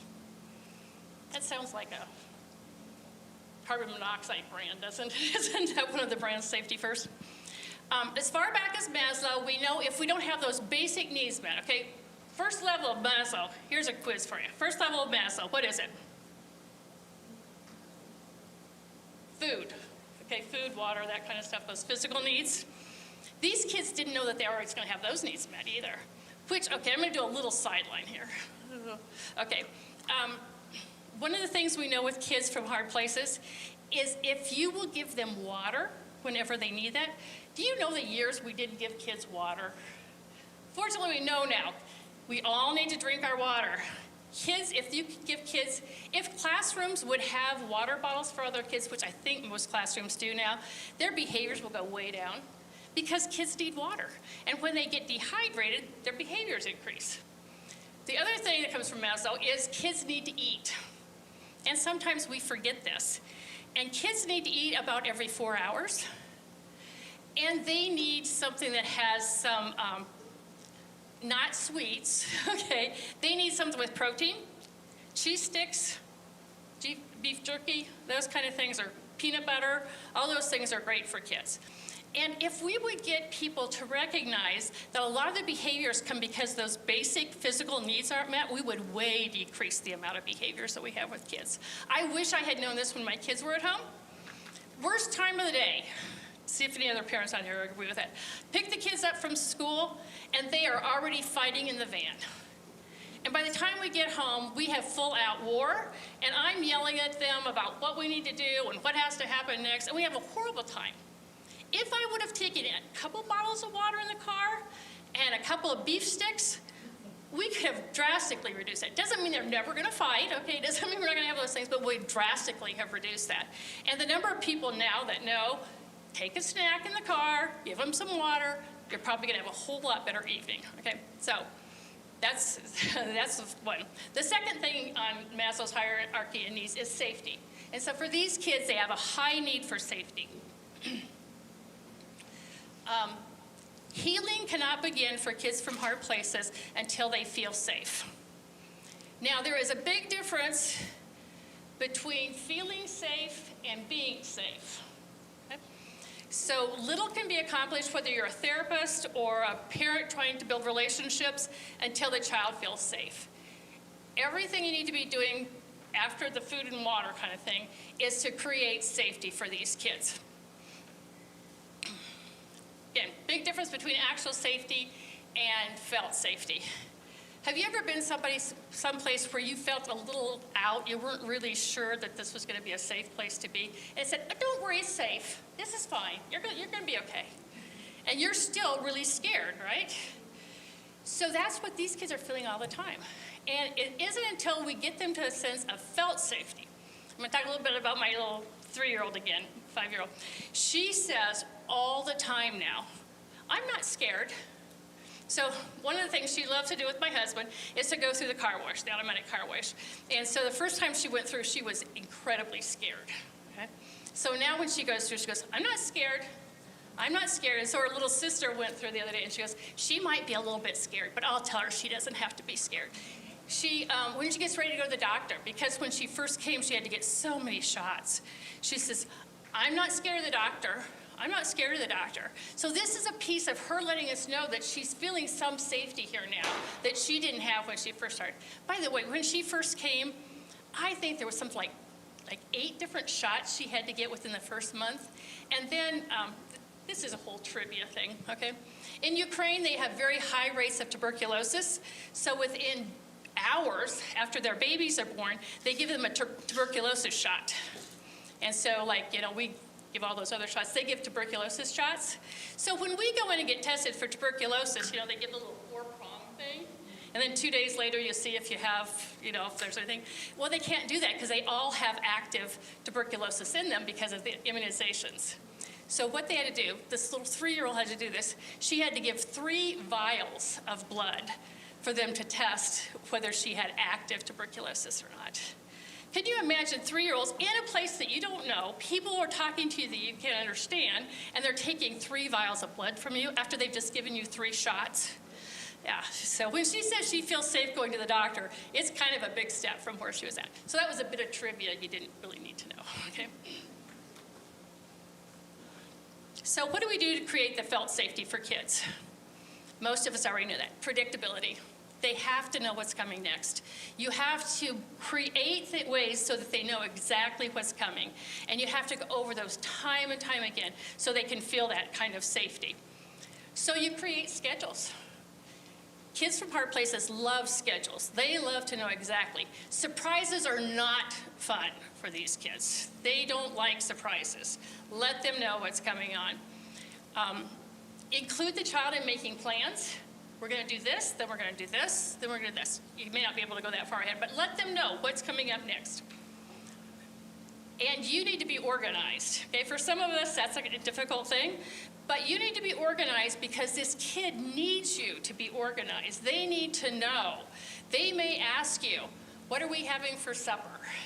and you haven't thought about supper yet. But you need to have some kind of plan for almost everything, because that's going to be help them with that sense of safety. You could talk about expectations. Now, we did this generally with our kids anyway. When you're getting ready to go to somebody's house, and the kids are in the car, you say, okay, when we get to their house, this is what we're going to do. Here's how we expect you to act, right? You're supposed to say, hello, Mr. and Mrs., and you're supposed to use your best table manners. And we talk about all those expectations. These kids need lots of talks about expectations. And then preview what they're going to do, what you expect them to do. One school that had a lot of kids that had trauma in their background, the very first day of kindergarten, what they did like 10 times in kindergarten, they're there for half a day, they came into the classroom, figured out where they were supposed to put their coats and their books, and then they would go sit at the desk. And they would talk through how did that go. And then they would get up, and they would go back outside, and they would come in again and do the exact same thing. They did it 10 times. You think those kids were scared the next morning to go to school? No. We know exactly what we're supposed to do. So anything you can do to prepare them to make something so that it's a routine sort of thing that they can do. And they definitely need to know if the schedule's going to change. If something's going to be different this day than other days, let them know that that's coming. So if you're going to have a special event, so today we aren't going to be at school, we're going to get on the buses and go someplace. Kids need to know that. Try to think out, is there going to be something different that they aren't going to expect? So routines, they provide creative connections with kids. So you have a getting up routine, okay? Now we sort of had that when my kids were small, but this is you have exact things that you do, okay? If you go in and rub their back and tell them it's time to wake up, you do that every single morning, okay? If they brush their teeth, you do the same thing, go through the same routines every morning so they get what those routines are. You need to have a routine about school, okay? Actually, I had the video on here. Have you guys seen the video where the teacher has all the different handshakes for everybody that comes into his classroom? Okay, that's a wonderful routine. Those kids are excited to go to that teacher. Okay, so have some kind of school routine. You could have an after-school routine. Okay, you get in the van and you got the water and the whatever snack you have. Okay, and then when you get home, here's where you put your backpacks. Here's what you do. So you have a routine for everything that comes on. You have a car routine, okay, so when we get in the car, everybody gets in their car seat. If you have trouble getting your car seat fastened, you let us know, the whole thing. Have a bedtime routine, everything. So throughout this kid's day, they're figuring out exactly what needs to happen. When I did therapy with kids, I had a routine where we always started.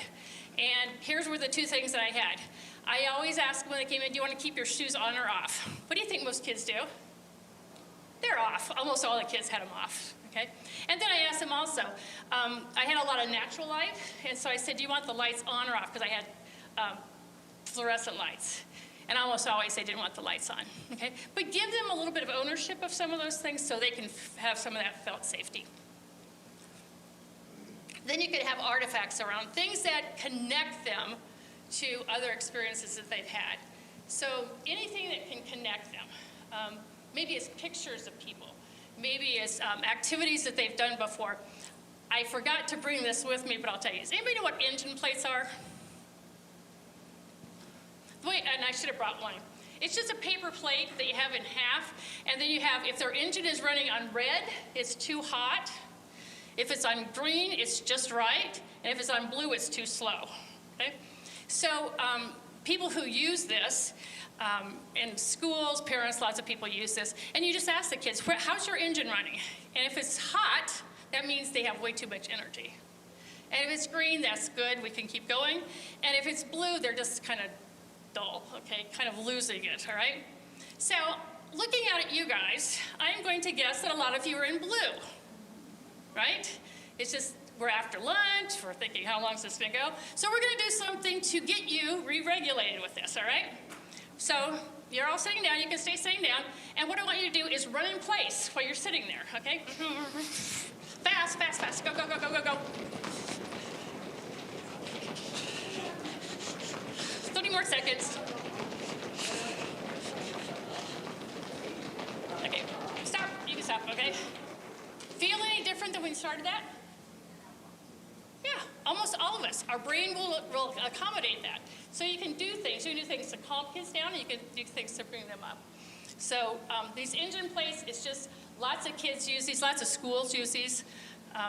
Super easy to make. If you want, I can send you a sample way to do those. And a nurture group, and that's just, that's a technique where kids from hard places often don't know how to give nurturance to other kids.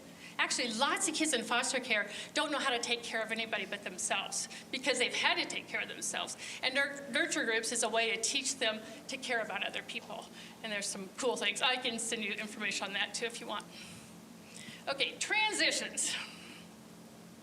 Anybody who's worked with kids knows that behavior is the absolute worst during transitions. So this is the #1 time that we're going to have problems with kids yelling at each other, kids hitting each other, kids getting in fights. And so when we get ready to do transitions, we need to get kids' attention ahead of time. They see your hands and eyes. Okay, that's always a good thing. Okay, get your eyes, get your hands. We can usually move from there. Then give them a little bit of alert. Actually, this should have been above the eyes and hands. Give them, 5 minutes, we're gonna switch and we're gonna go outside. So that instead of saying, okay, time to go outside, and these kids don't have any idea that that's coming, probably get dysregulated. Let them know ahead of time, then get their eyes and hands, and then we get a feel of safety because they know what's expected, they know what's coming, you've told them what's gonna happen. So all those things will be helpful for them. Okay, that's safety. Second thing they need is connection. Okay. And this is just the ability to build social bonds, to have emotionally satisfying relationships with adults. And many of these kids have never had that. Not only did their own caregivers not provide that, they may have not allowed anybody else to provide those satisfying relationships for them. So these kids are going to need a lot of social support to overcome the bad experiences they've had, and to develop resiliency. We do know that kids who are from hard places can develop resiliency. Resiliency is that ability to bounce back after bad things have happened to you. And we have lots of research on resiliency and what it takes to do that. But by definition, relationship trauma is a disruption in supportive connections. The people who should have cared for these kids didn't.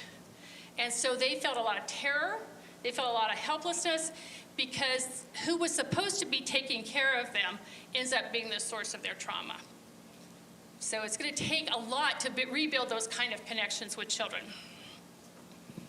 So if a child doesn't have early attachment, okay, when I say attachment, I don't know if you all know what I mean. Attachment is the ability to create some kind of a bond. And like with infants, it happens pretty quickly, okay? So if they have a caregiver who looks at them, who rocks them, who sings to them, talks to them, they're going to develop an attachment bond pretty quickly.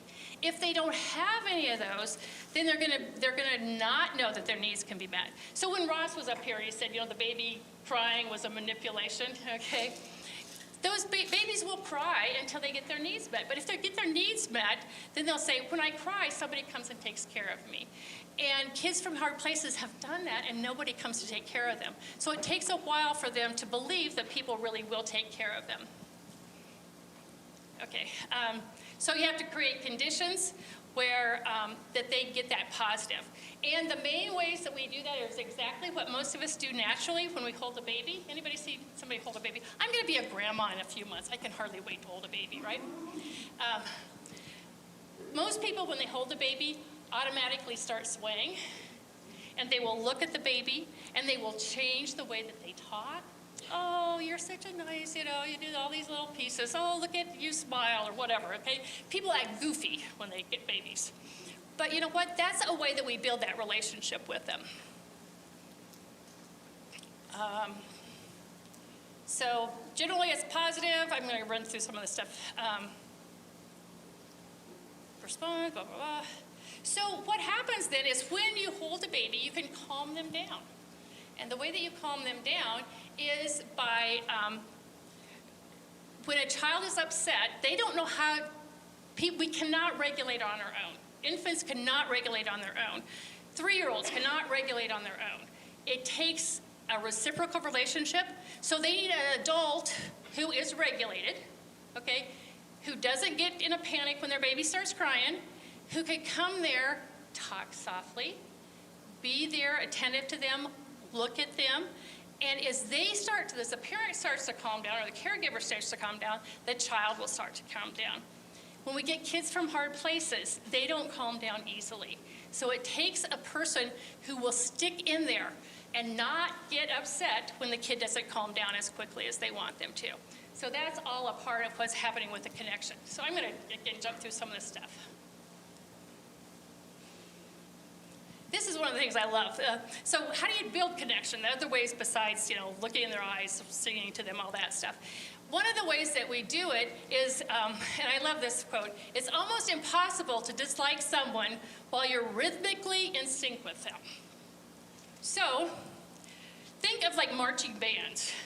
People in marching bands usually get very close to each other because they're doing something together in a rhythm. If you want to do this with kids, you're probably not going to sign them up for marching band, okay? But there's some really easy things that you can do with this. Let me see, I think I have those. Playing table tennis, playing ping pong, back and forth.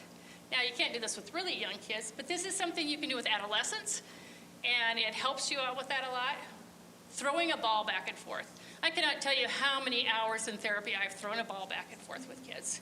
And you know what? Sometimes that's the only way kids will talk to me, is if you can throw a ball back and forth, or some little, beanie baby or something that you throw back and forth.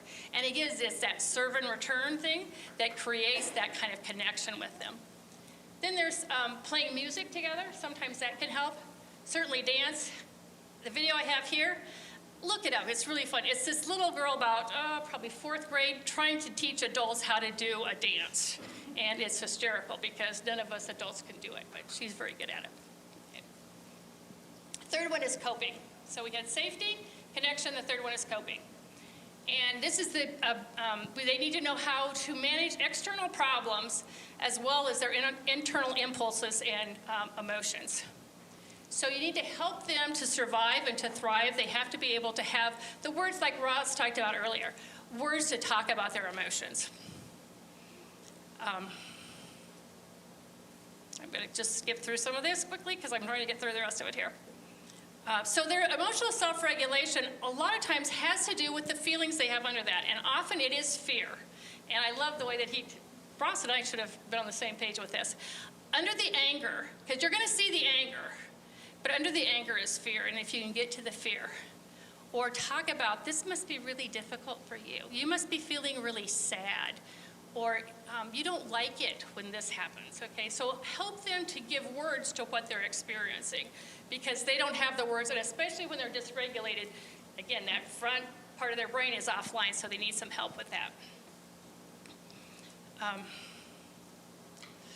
So our job is to help them to manage those strong emotions and to help them have some kind of emotional equilibrium.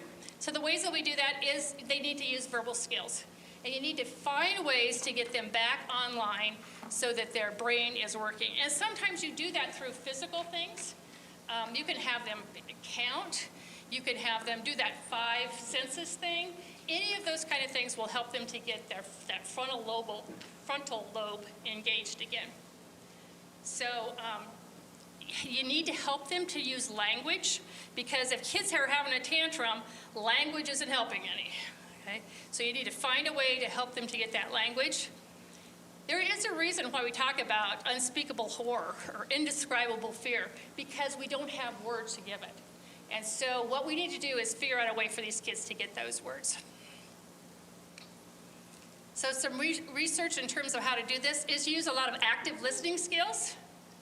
Say what you see them doing. Watch for a lot of nonverbals. Their nonverbals can tell you what's going on with them, what's creating the problem for them. You can start, once you get them online, then you start asking questions. Does it hurt someplace?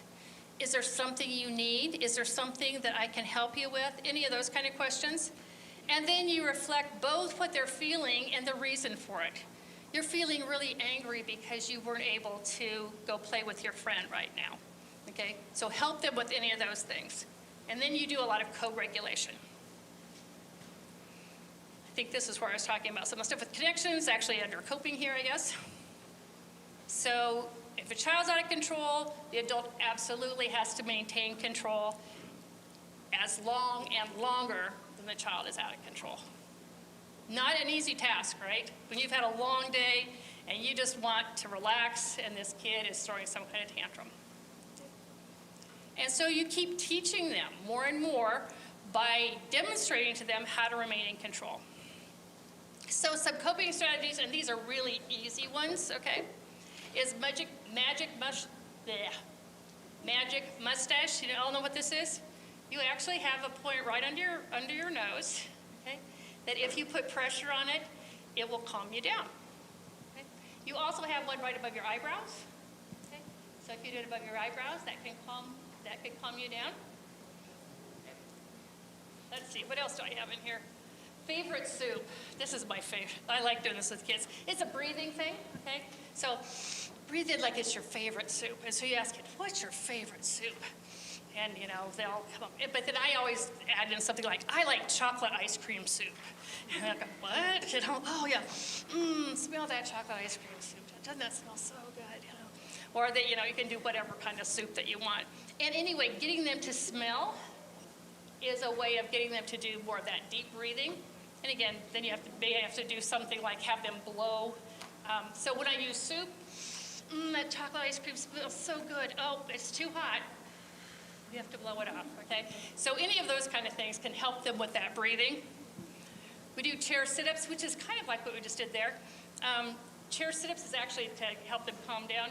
And so you just have them sit on the chair, and they put their hands underneath it, and then they try to pull themselves up from that. And it's a way of using their bodies as a way to calm themselves down with some things. So those are all some examples of that.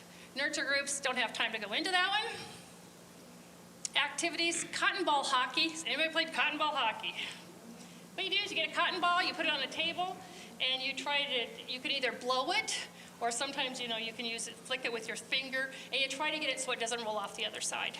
The other thing we do, and this is actually a TheraPlay technique, is you put it in your hands like this, and you have the other child, or the child put their hands like this, and you blow a cotton ball back and forth between the two. That's one of those rhythmic things that you can do back and forth that will create that kind of connection for you. Thumb wrestle, remember? Y'all did this one, right?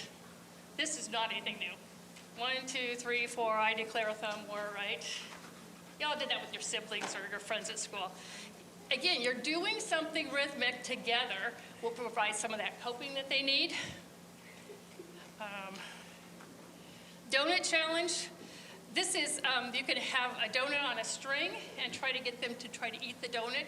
And again, it's one of those challenges, but it's a fun challenge. And it gives them some kind of sense of mastery when they can do some of those things. And then I say and you say.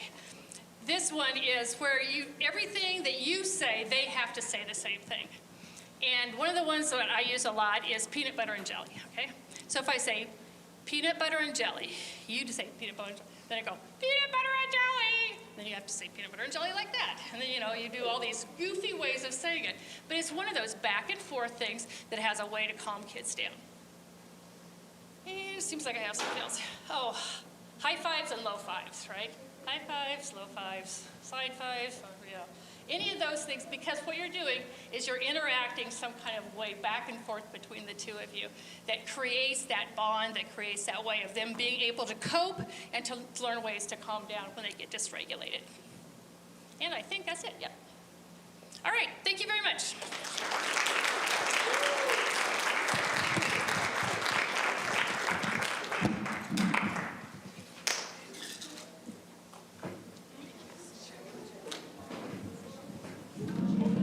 All right, thank you, Sandy Cook-Fong. Can everybody give her another round of applause?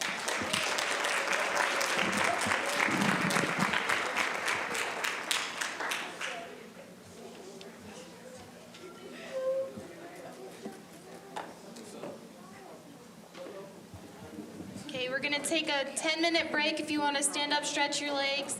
We're also gonna do door prizes. You have to be present to win them.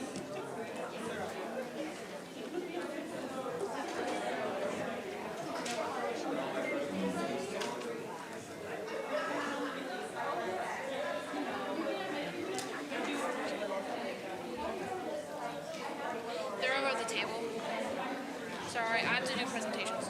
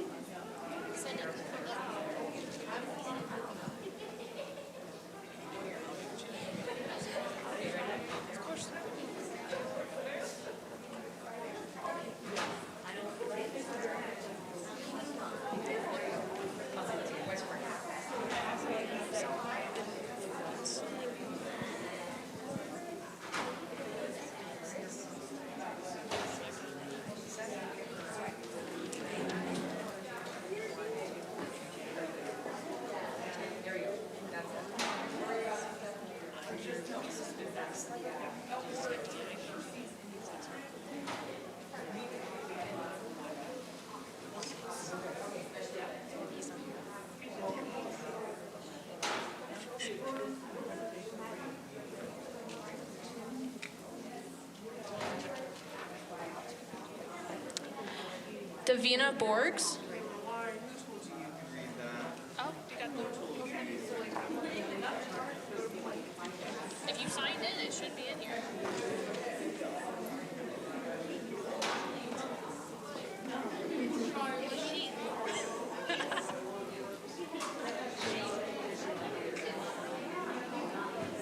You were 115. She has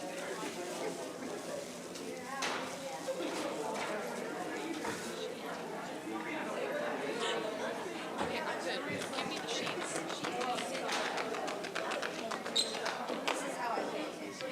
Philip Lewis. Philip Lewis. Philip Lewis.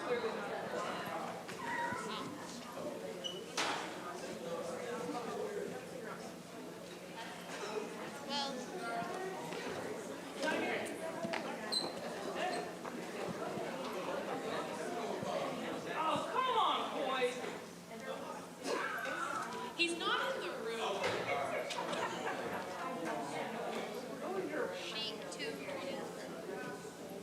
Adelia Furno.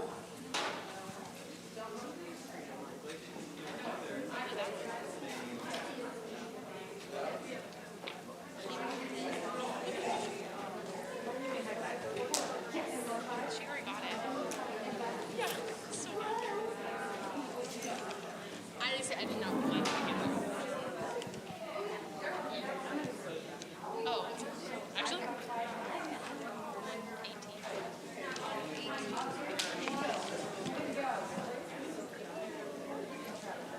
Shayna Marr.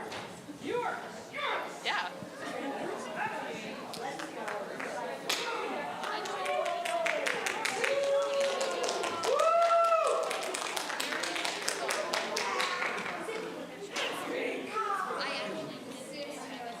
Oh. Yeah. Got it.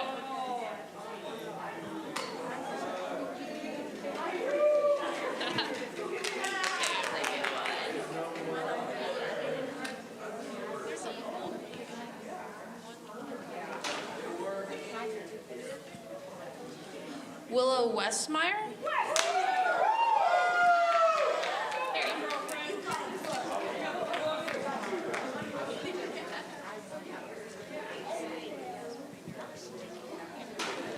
That's the end of door prizes. Still got 4 minutes before our next presenter.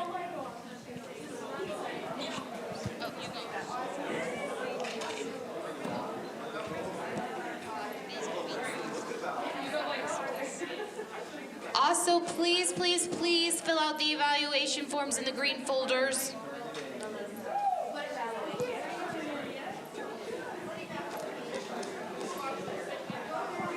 Philip, you missed out. I'm sorry.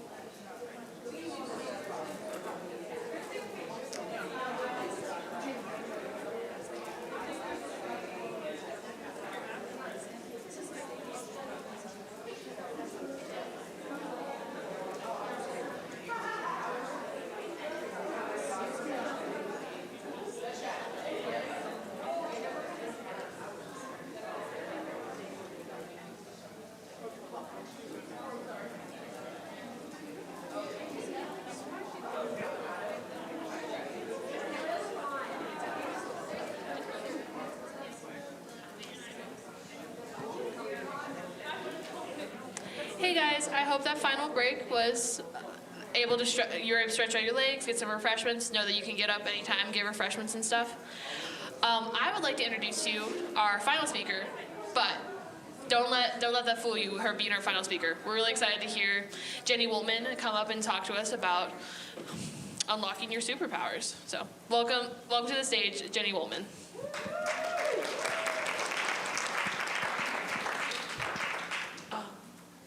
I talk loud enough, probably. Oh yeah, we'll need that. Is that? Oh, okay. Yeah, I'm pretty loud, so just to let you know. I know that you guys are super excited to listen to me speak because I'm a speech language pathologist, and it has nothing to do with the fact that I'm the last one today, right? Yes, that has nothing to do with it. But I am excited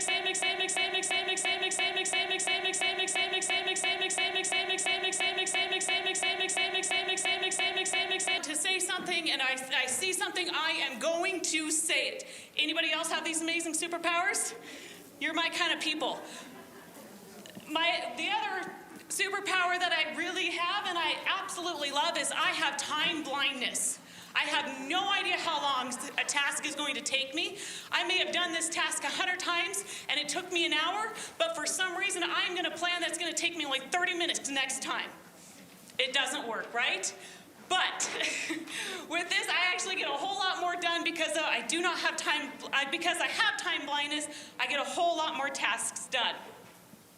I also am able to hyperfixate on a task and get the task completely done without having any idea what time it is or how much time I actually spent on that task. Time blindness is also why I may have written this entire speech last night at 1 o'clock in the morning because I wanted to watch the election results before I wanted to focus on this. Just maybe. Maybe that's what I did.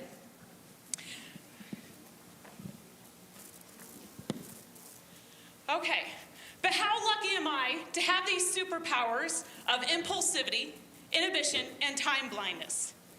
With these superpowers, not only do I act without thinking things through, I also lack the ability to pause before I speak. Oh, I'm sorry. Let me go back one. Again, this is me being time blindness, not preparation, right? So I want to tell you a little story about when my twins were around the age of about 18 months. My daughter was counting to 50, yes, 50. And she was also verbalizing and identifying shapes like a triangle, square, prism, and even a trapezoid. I still don't even know what a trapezoid is, but my daughter would tell me what that is. She could identify it, right? Meanwhile, her twin brother was trying to figure out how many toads he can fit into his pocket before mom and dad noticed. Now, many of you are probably thinking that my daughter, Ray, must be incredibly smart, right? And you would be right. But the thing is that my mama heart knew that something was wrong. See, Ray was not able to answer a question. If I asked her what she wanted for breakfast, we got nothing. But what she would do is go over and climb the entire cabinets and grab whatever she wanted. Meanwhile, her brother, if we asked the exact same questions, he would say, Reese's Puffs and Blippi. He always knew what he wanted, and he would answer it right away. So even though that Rayleigh could count to 50 and say her ABCs, she could not answer any simple questions. Now, we remember going to a family event, and I had a family member that just simply asked Ray, do you want your coat on? Simple question, right? I knew that Ray could talk. But she said nothing. Nothing. And her little brother just kind of looks over and he says, oh, yeah, her can't talk. Her can't talk, right? She can talk. I knew she could talk, but she could not answer questions. And this is something that still, kind of haunts me today, and which has left me with my superpowers of figuring this out. So my husband and I finally decided, whoops, sorry guys, there we go. So we decided that we're going to visit several pediatricians and trying to figure out exactly what's going on with our Ray. She was exceeding all milestones, so most pediatricians, actually all pediatricians, told us that she's fine. Nothing is wrong. Again, she's exceeding all expectations. She can identify all these shapes, count to 50.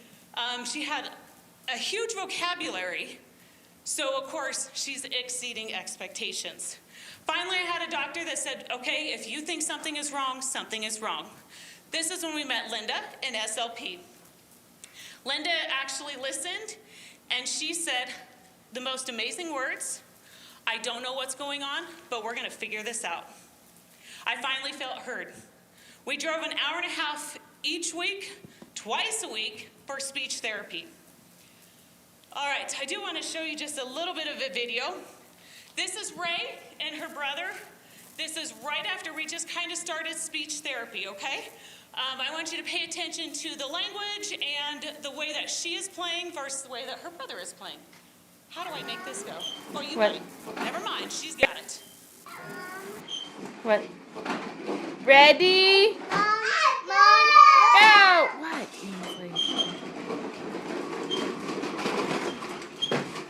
Really? What are you doing? Right there.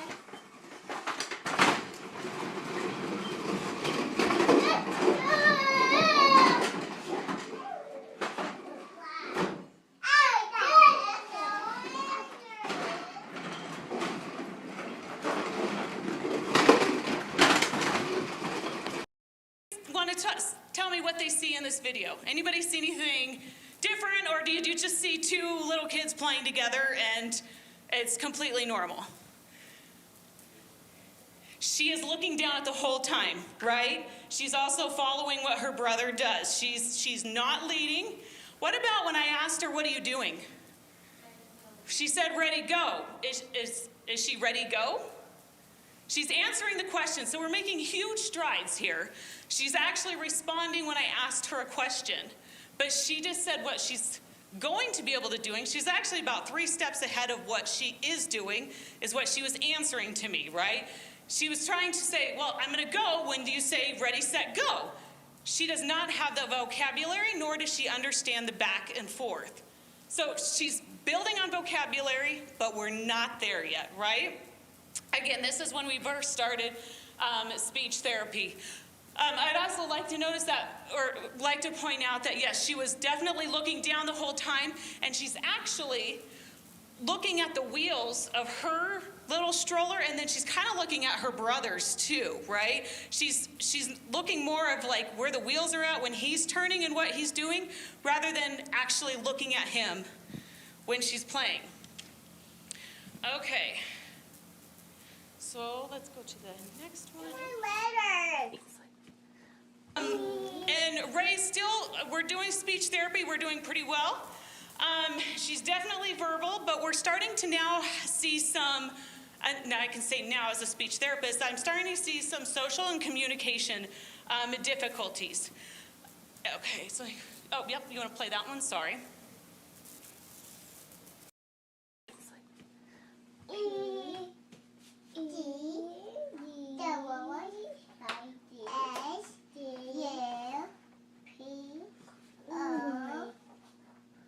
Twin brothers, like, oh, well, this is cool. I'm just going to take these magnets, and I see Ray is pointing with these, so I'm going to point them too. He lists the wrong letter. She pushes him away. G. And she doesn't actually verbalize anything to him. She's just still constantly pushing him. Dallas looks at me and says, wait a minute, I want to play too.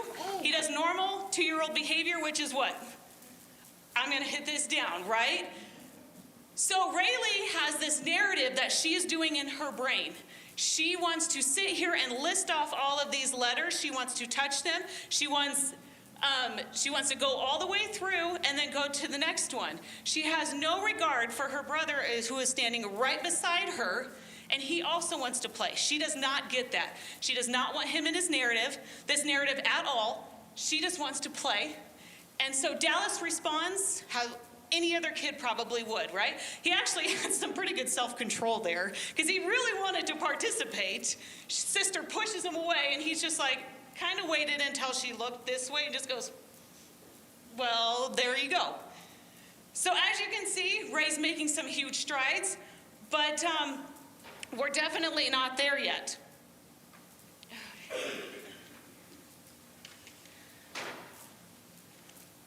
The other thing that we noticed on, actually let me go to this next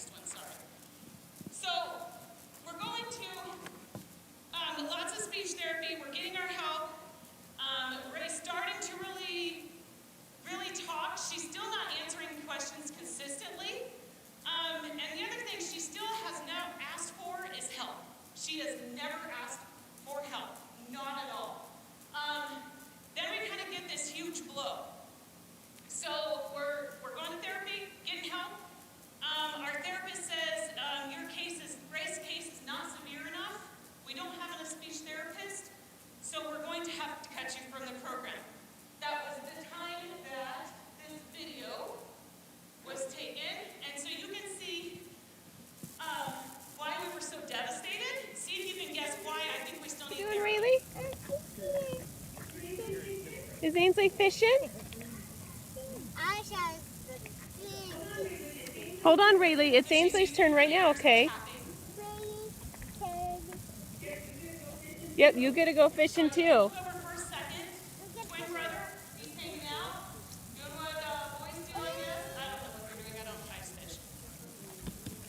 I look back over. No, Rayleigh, leave it. No, Rayleigh. Oh, goodness sakes, Missy, And that's gonna be Rayleigh's cold. taking off her shoe and trying to fix her sock.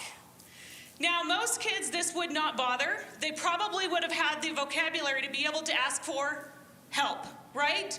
But Ray's not going to do that. She's just going to take her shoe off. She's going to fix this however she can. And she does not care that's ridiculously freezing outside. She does not care that she could easily slip and fall. She's going to fix her sock or do something about it because that's what's bothering her right now. So, why am I sharing all of this? Well, because I had to kind of figure out how we were going to help Ray because we lost all of our therapy services, right? So when Linda told us that we're getting cut from services, I had to figure this out. I was working as animal science. I did animal nutrition. This really was not in my scope of practice. My husband has an ag science degree. I don't even know what that is. I think you just go to school for 4 years, study ag, and they give you a degree.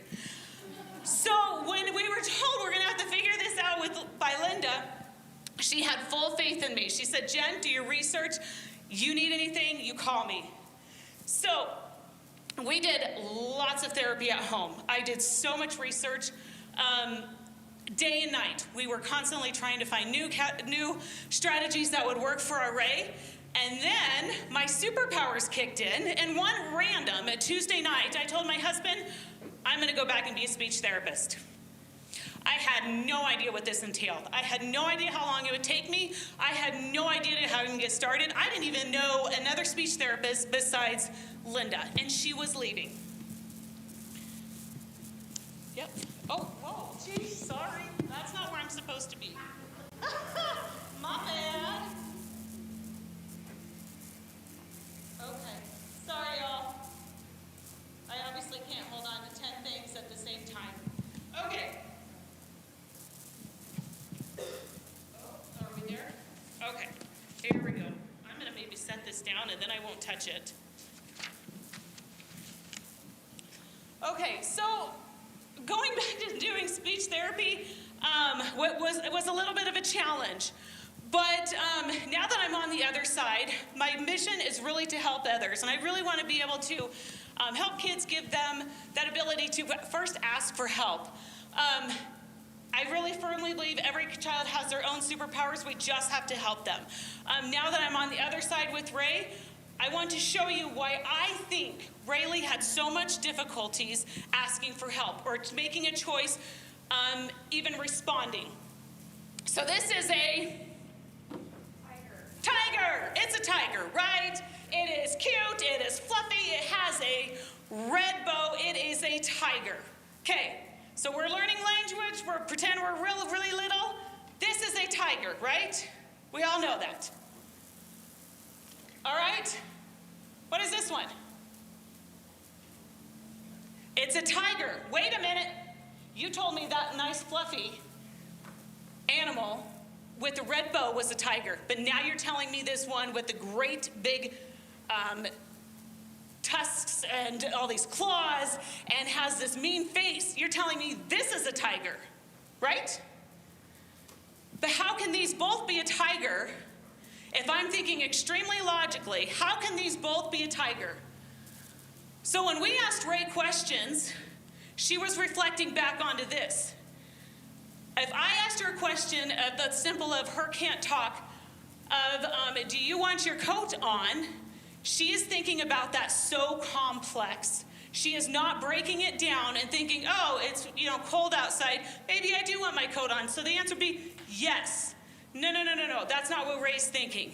Ray is thinking about what color would that coat be, where does it go, where does it come from, do I need to put my right hand in first, do I put my left hand first?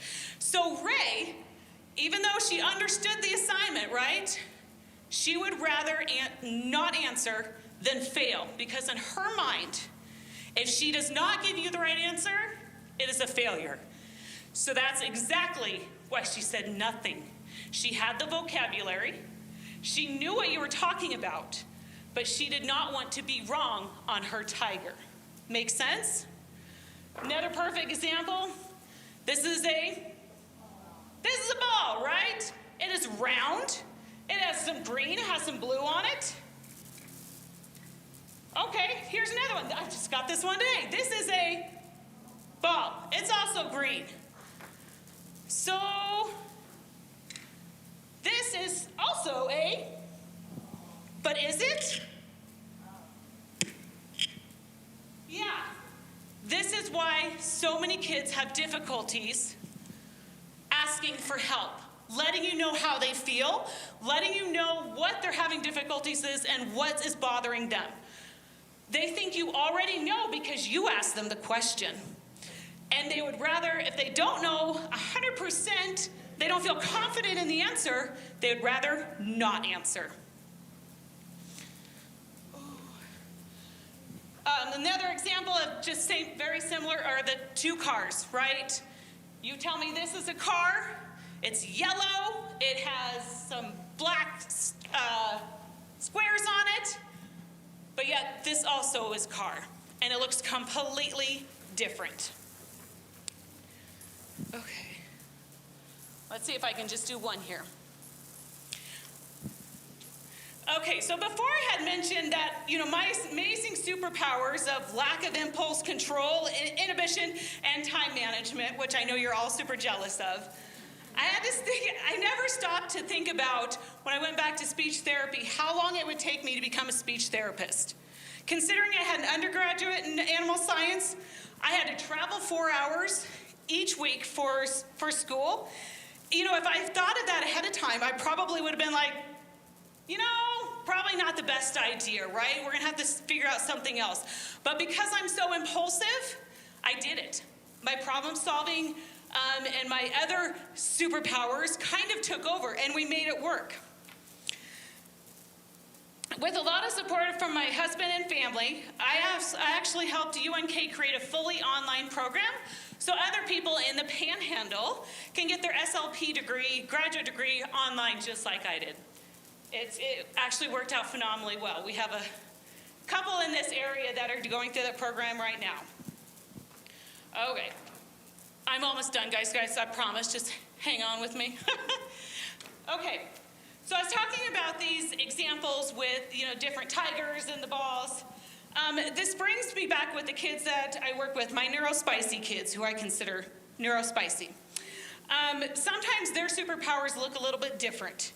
And yes, they may have a little bit more behaviors in the classroom, but then again, it's a lot of times it's because of that language barrier.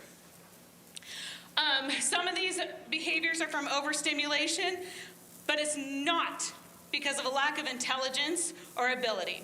I want to share with you a list of very highly intelligent people who are all considered late talkers.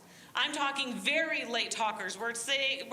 Some of them were 4 and 5 years old before they actually started communicating with others. And I firmly believe that they all had their own language, they just did not have the confidence to communicate with their peers.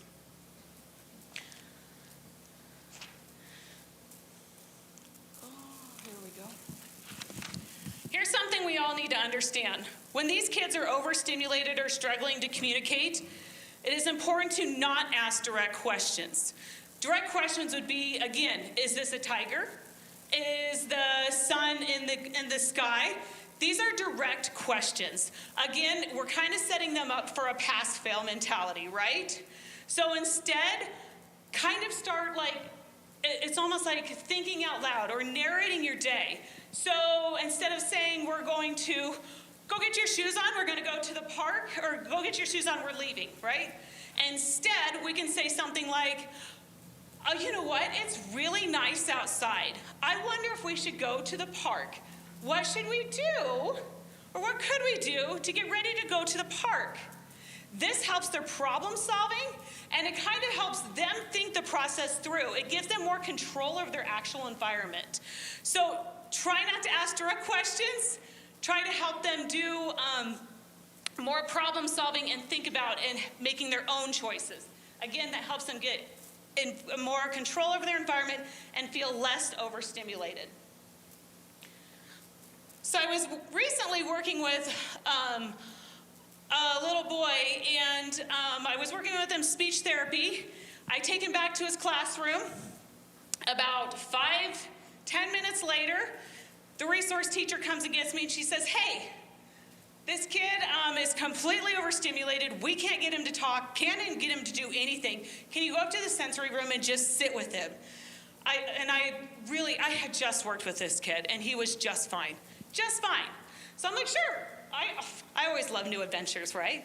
So I go up to the sensory room. I'm sitting with this little kid. He's talking actually none. He's just kind of making these sounds like, I was like, you know what? I was thinking about what we did in our session, and I know that he loves the weather. He loves rainbows. He loves tornadoes. He loves everything about the weather. So I went down to my speech therapy room. I grabbed a whole bunch of markers and crayons and just took him up there, and I just sat him down. And I was like, and I just started making a rainbow, and he kind of looked at me, and then he started making them. And then I started reading off the names of all these different colors. I probably mispronounced them, but that's okay. And soon he did them. And then I purposely said, oh, I think this one is a light blue. And he says, nope, that one's azul, or something like that, right? And then finally he starts to kind of open up and start talking to me. And he says, and I was asking him, I'm like, so buddy, what was making you so mad? And he says, it's the longest word in the world. The longest word in the world. That's what was making him mad. I have no idea what he's talking about at this point, because we didn't do words in speech therapy like that. And he says, the longest word in the world. And I was like, okay. Do you think we can go back to class and you can show me what the problem was? Because I still have no idea what he's talking about. He's like, yeah, but it's the longest word in the world. It's the longest word in the world. And I was like, okay, well, can I help you with that? And I was kind of thinking to myself, I'm like, oh, Lord, I don't know the longest word in the world, and I hope he doesn't ask me to spell it. And so I was kind of like, I had my own little fears there. He takes me back to the classroom. He grabs his computer. He sets it down, and he says, look, the longest word in the world. Guess what he was pointing to? He was pointing to the password. The password was the longest word in the world. That is what triggered him. That's what sent him to the spiral. And I was in such relief because I did not have to spell the longest word in the world. So, it's just these little things that can set these kids off, right? Little triggers. This kid is incredibly, incredibly smart. So as soon as I showed him how to do the little eye thing where he can see what the password is, we were good to go. He just dominated everybody in that math assignment. But again, he does not have the ability to ask for help. He did not have that second to take a breath, to think about his options before he went into meltdown. It just happened, right? Okay. Let's go to this one. Okay, and we kind of hit on this about how we can help kids build confidence. Again, a lot of narrating out loud. And we can do this, and it doesn't even have to be with kids, right? It's okay for you to say, oh, this is kind of annoying listening to a, I don't know, is it a leaf blower or something? Whatever. It actually doesn't bother me. I like noises. But if we just talk things out loud, it actually helps other people understand our emotions and how we're feeling and why we do the things that we do. And I highly encourage you to do that if you're working with kids. It does not matter if they're neurodiverse or neurotypical. The more that you can speak about how you're feeling and how things affect you, it makes them easier for them. Because then they're able to use the vocabulary when they're in very similar situations. One of these days I'll be super awesome about this. A lot of things I like to do is I like to help parents be able to give their teachers some classroom tips that help out. So one thing I really like for teachers to do is if they have a kid that's feeling very overstimulated, I tell them, get some of your heavy books, because we all might have some college books that we never are going to read again, and they're super heavy, right? Put them in a bag, have your kid go deliver them to the office. Have your kid go deliver a note to another teacher that says, have a great day. Anything to get your kid up and moving, and especially something that has a little bit of weight to it, will tremendously help. The other thing I really like to have kids have access to is something sour. Ooh. So sour really helps change the nervous system and helps with that prefrontal cortex change. I believe our last speaker talked about it. They tend to sit there and perseverate in their left temporal, and this sour helps change that. And sour is instant too, and my office manager is going to laugh at me because I tell people that if you can do the lemon drops for when you're starting to kind of feel a little bit anxious or starting to stem, I tell the kids, go put those in your mouth, go into the bathroom, run your hands under cold water. If it's a bigger emergency, we do warheads. I cannot do a warhead. I can do it for about 2 seconds. However, if you are stimming, if you are feeling overstimulated, it is a life changer. Put it in your mouth. I tell the kids, go into the bathroom, put it in your mouth, run your hands under cold water. That is life-changing for most kids. It is something easy, it is simple, and nobody knows that they're doing it. In our office, we have lemon drops and warheads right in the front, and we have a lot of people that just come and get them. They're not there for a session that day, but they come and get them. I think all of our kids have them in their backpack. Okay. When working with these kids, I say that their brains are typically, they have the processing speed of a Ferrari, but the brakes of a bicycle. And that's really what it is. And that's why they tend to have more behaviors, is because not only is their brain academically programmed that way, but it is also programmed that way for emotions. So it is super fast. They're going to process that emotion super fast. But again, when you have brakes of a bicycle, it makes it really, really difficult.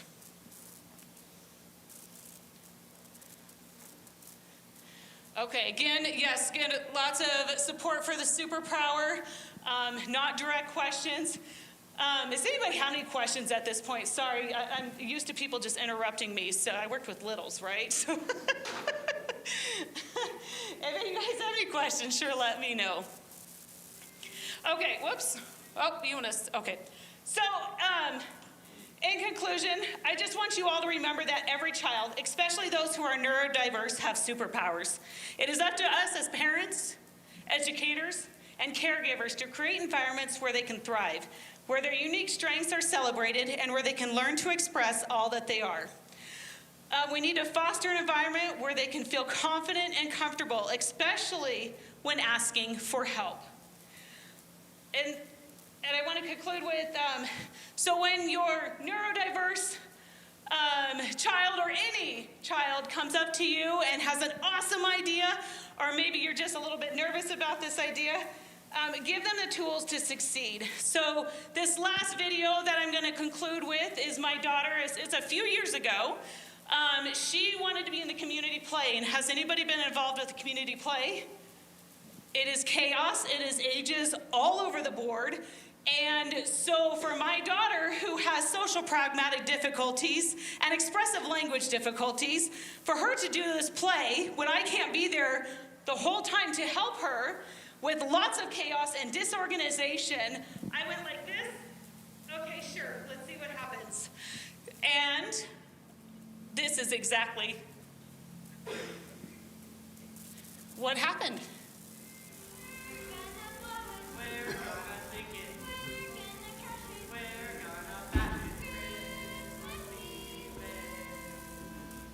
So that's my daughter singing.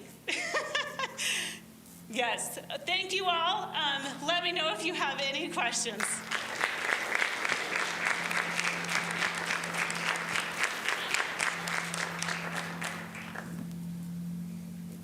Anybody have any questions for me? Just ready to go? Thanks for being patient with me. I know being last is so much fun. That's right, I know. And well, and well.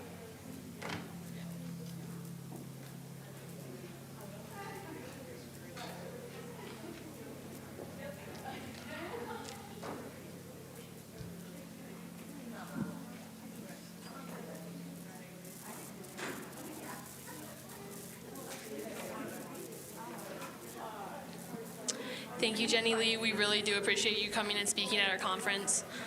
Can we give her another round of applause, folks? I'm going to pass the mic to Emily. All right, this is our little closing. We're going to thank all of our sponsors one more time.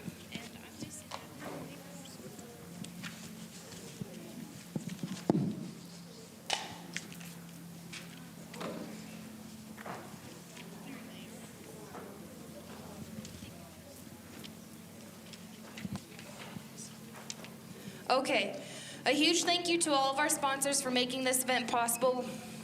We'd like to recognize our sponsors from Tier 6 to Tier 1, BHECN Panhandle, CSC Wellness Committee, PSAS Dean's Office, Options in Psychology LLC, CSC Student Senate, Chadron Community Hospital, B&I Committee, Social Work Club, and Spirit Counseling, Chadron Federal Credit Union, Tara's Infant Daycare, Scottsbluff Maverick, and Geffen Jolene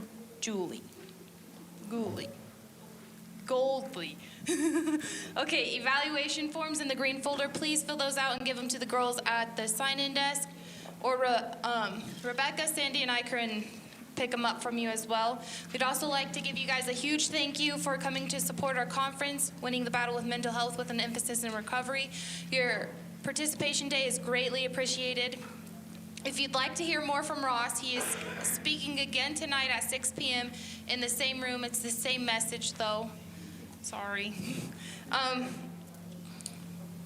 Thank you again, and please enjoy the rest of your day.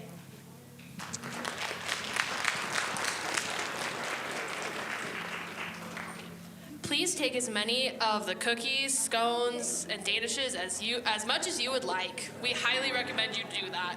Thank you.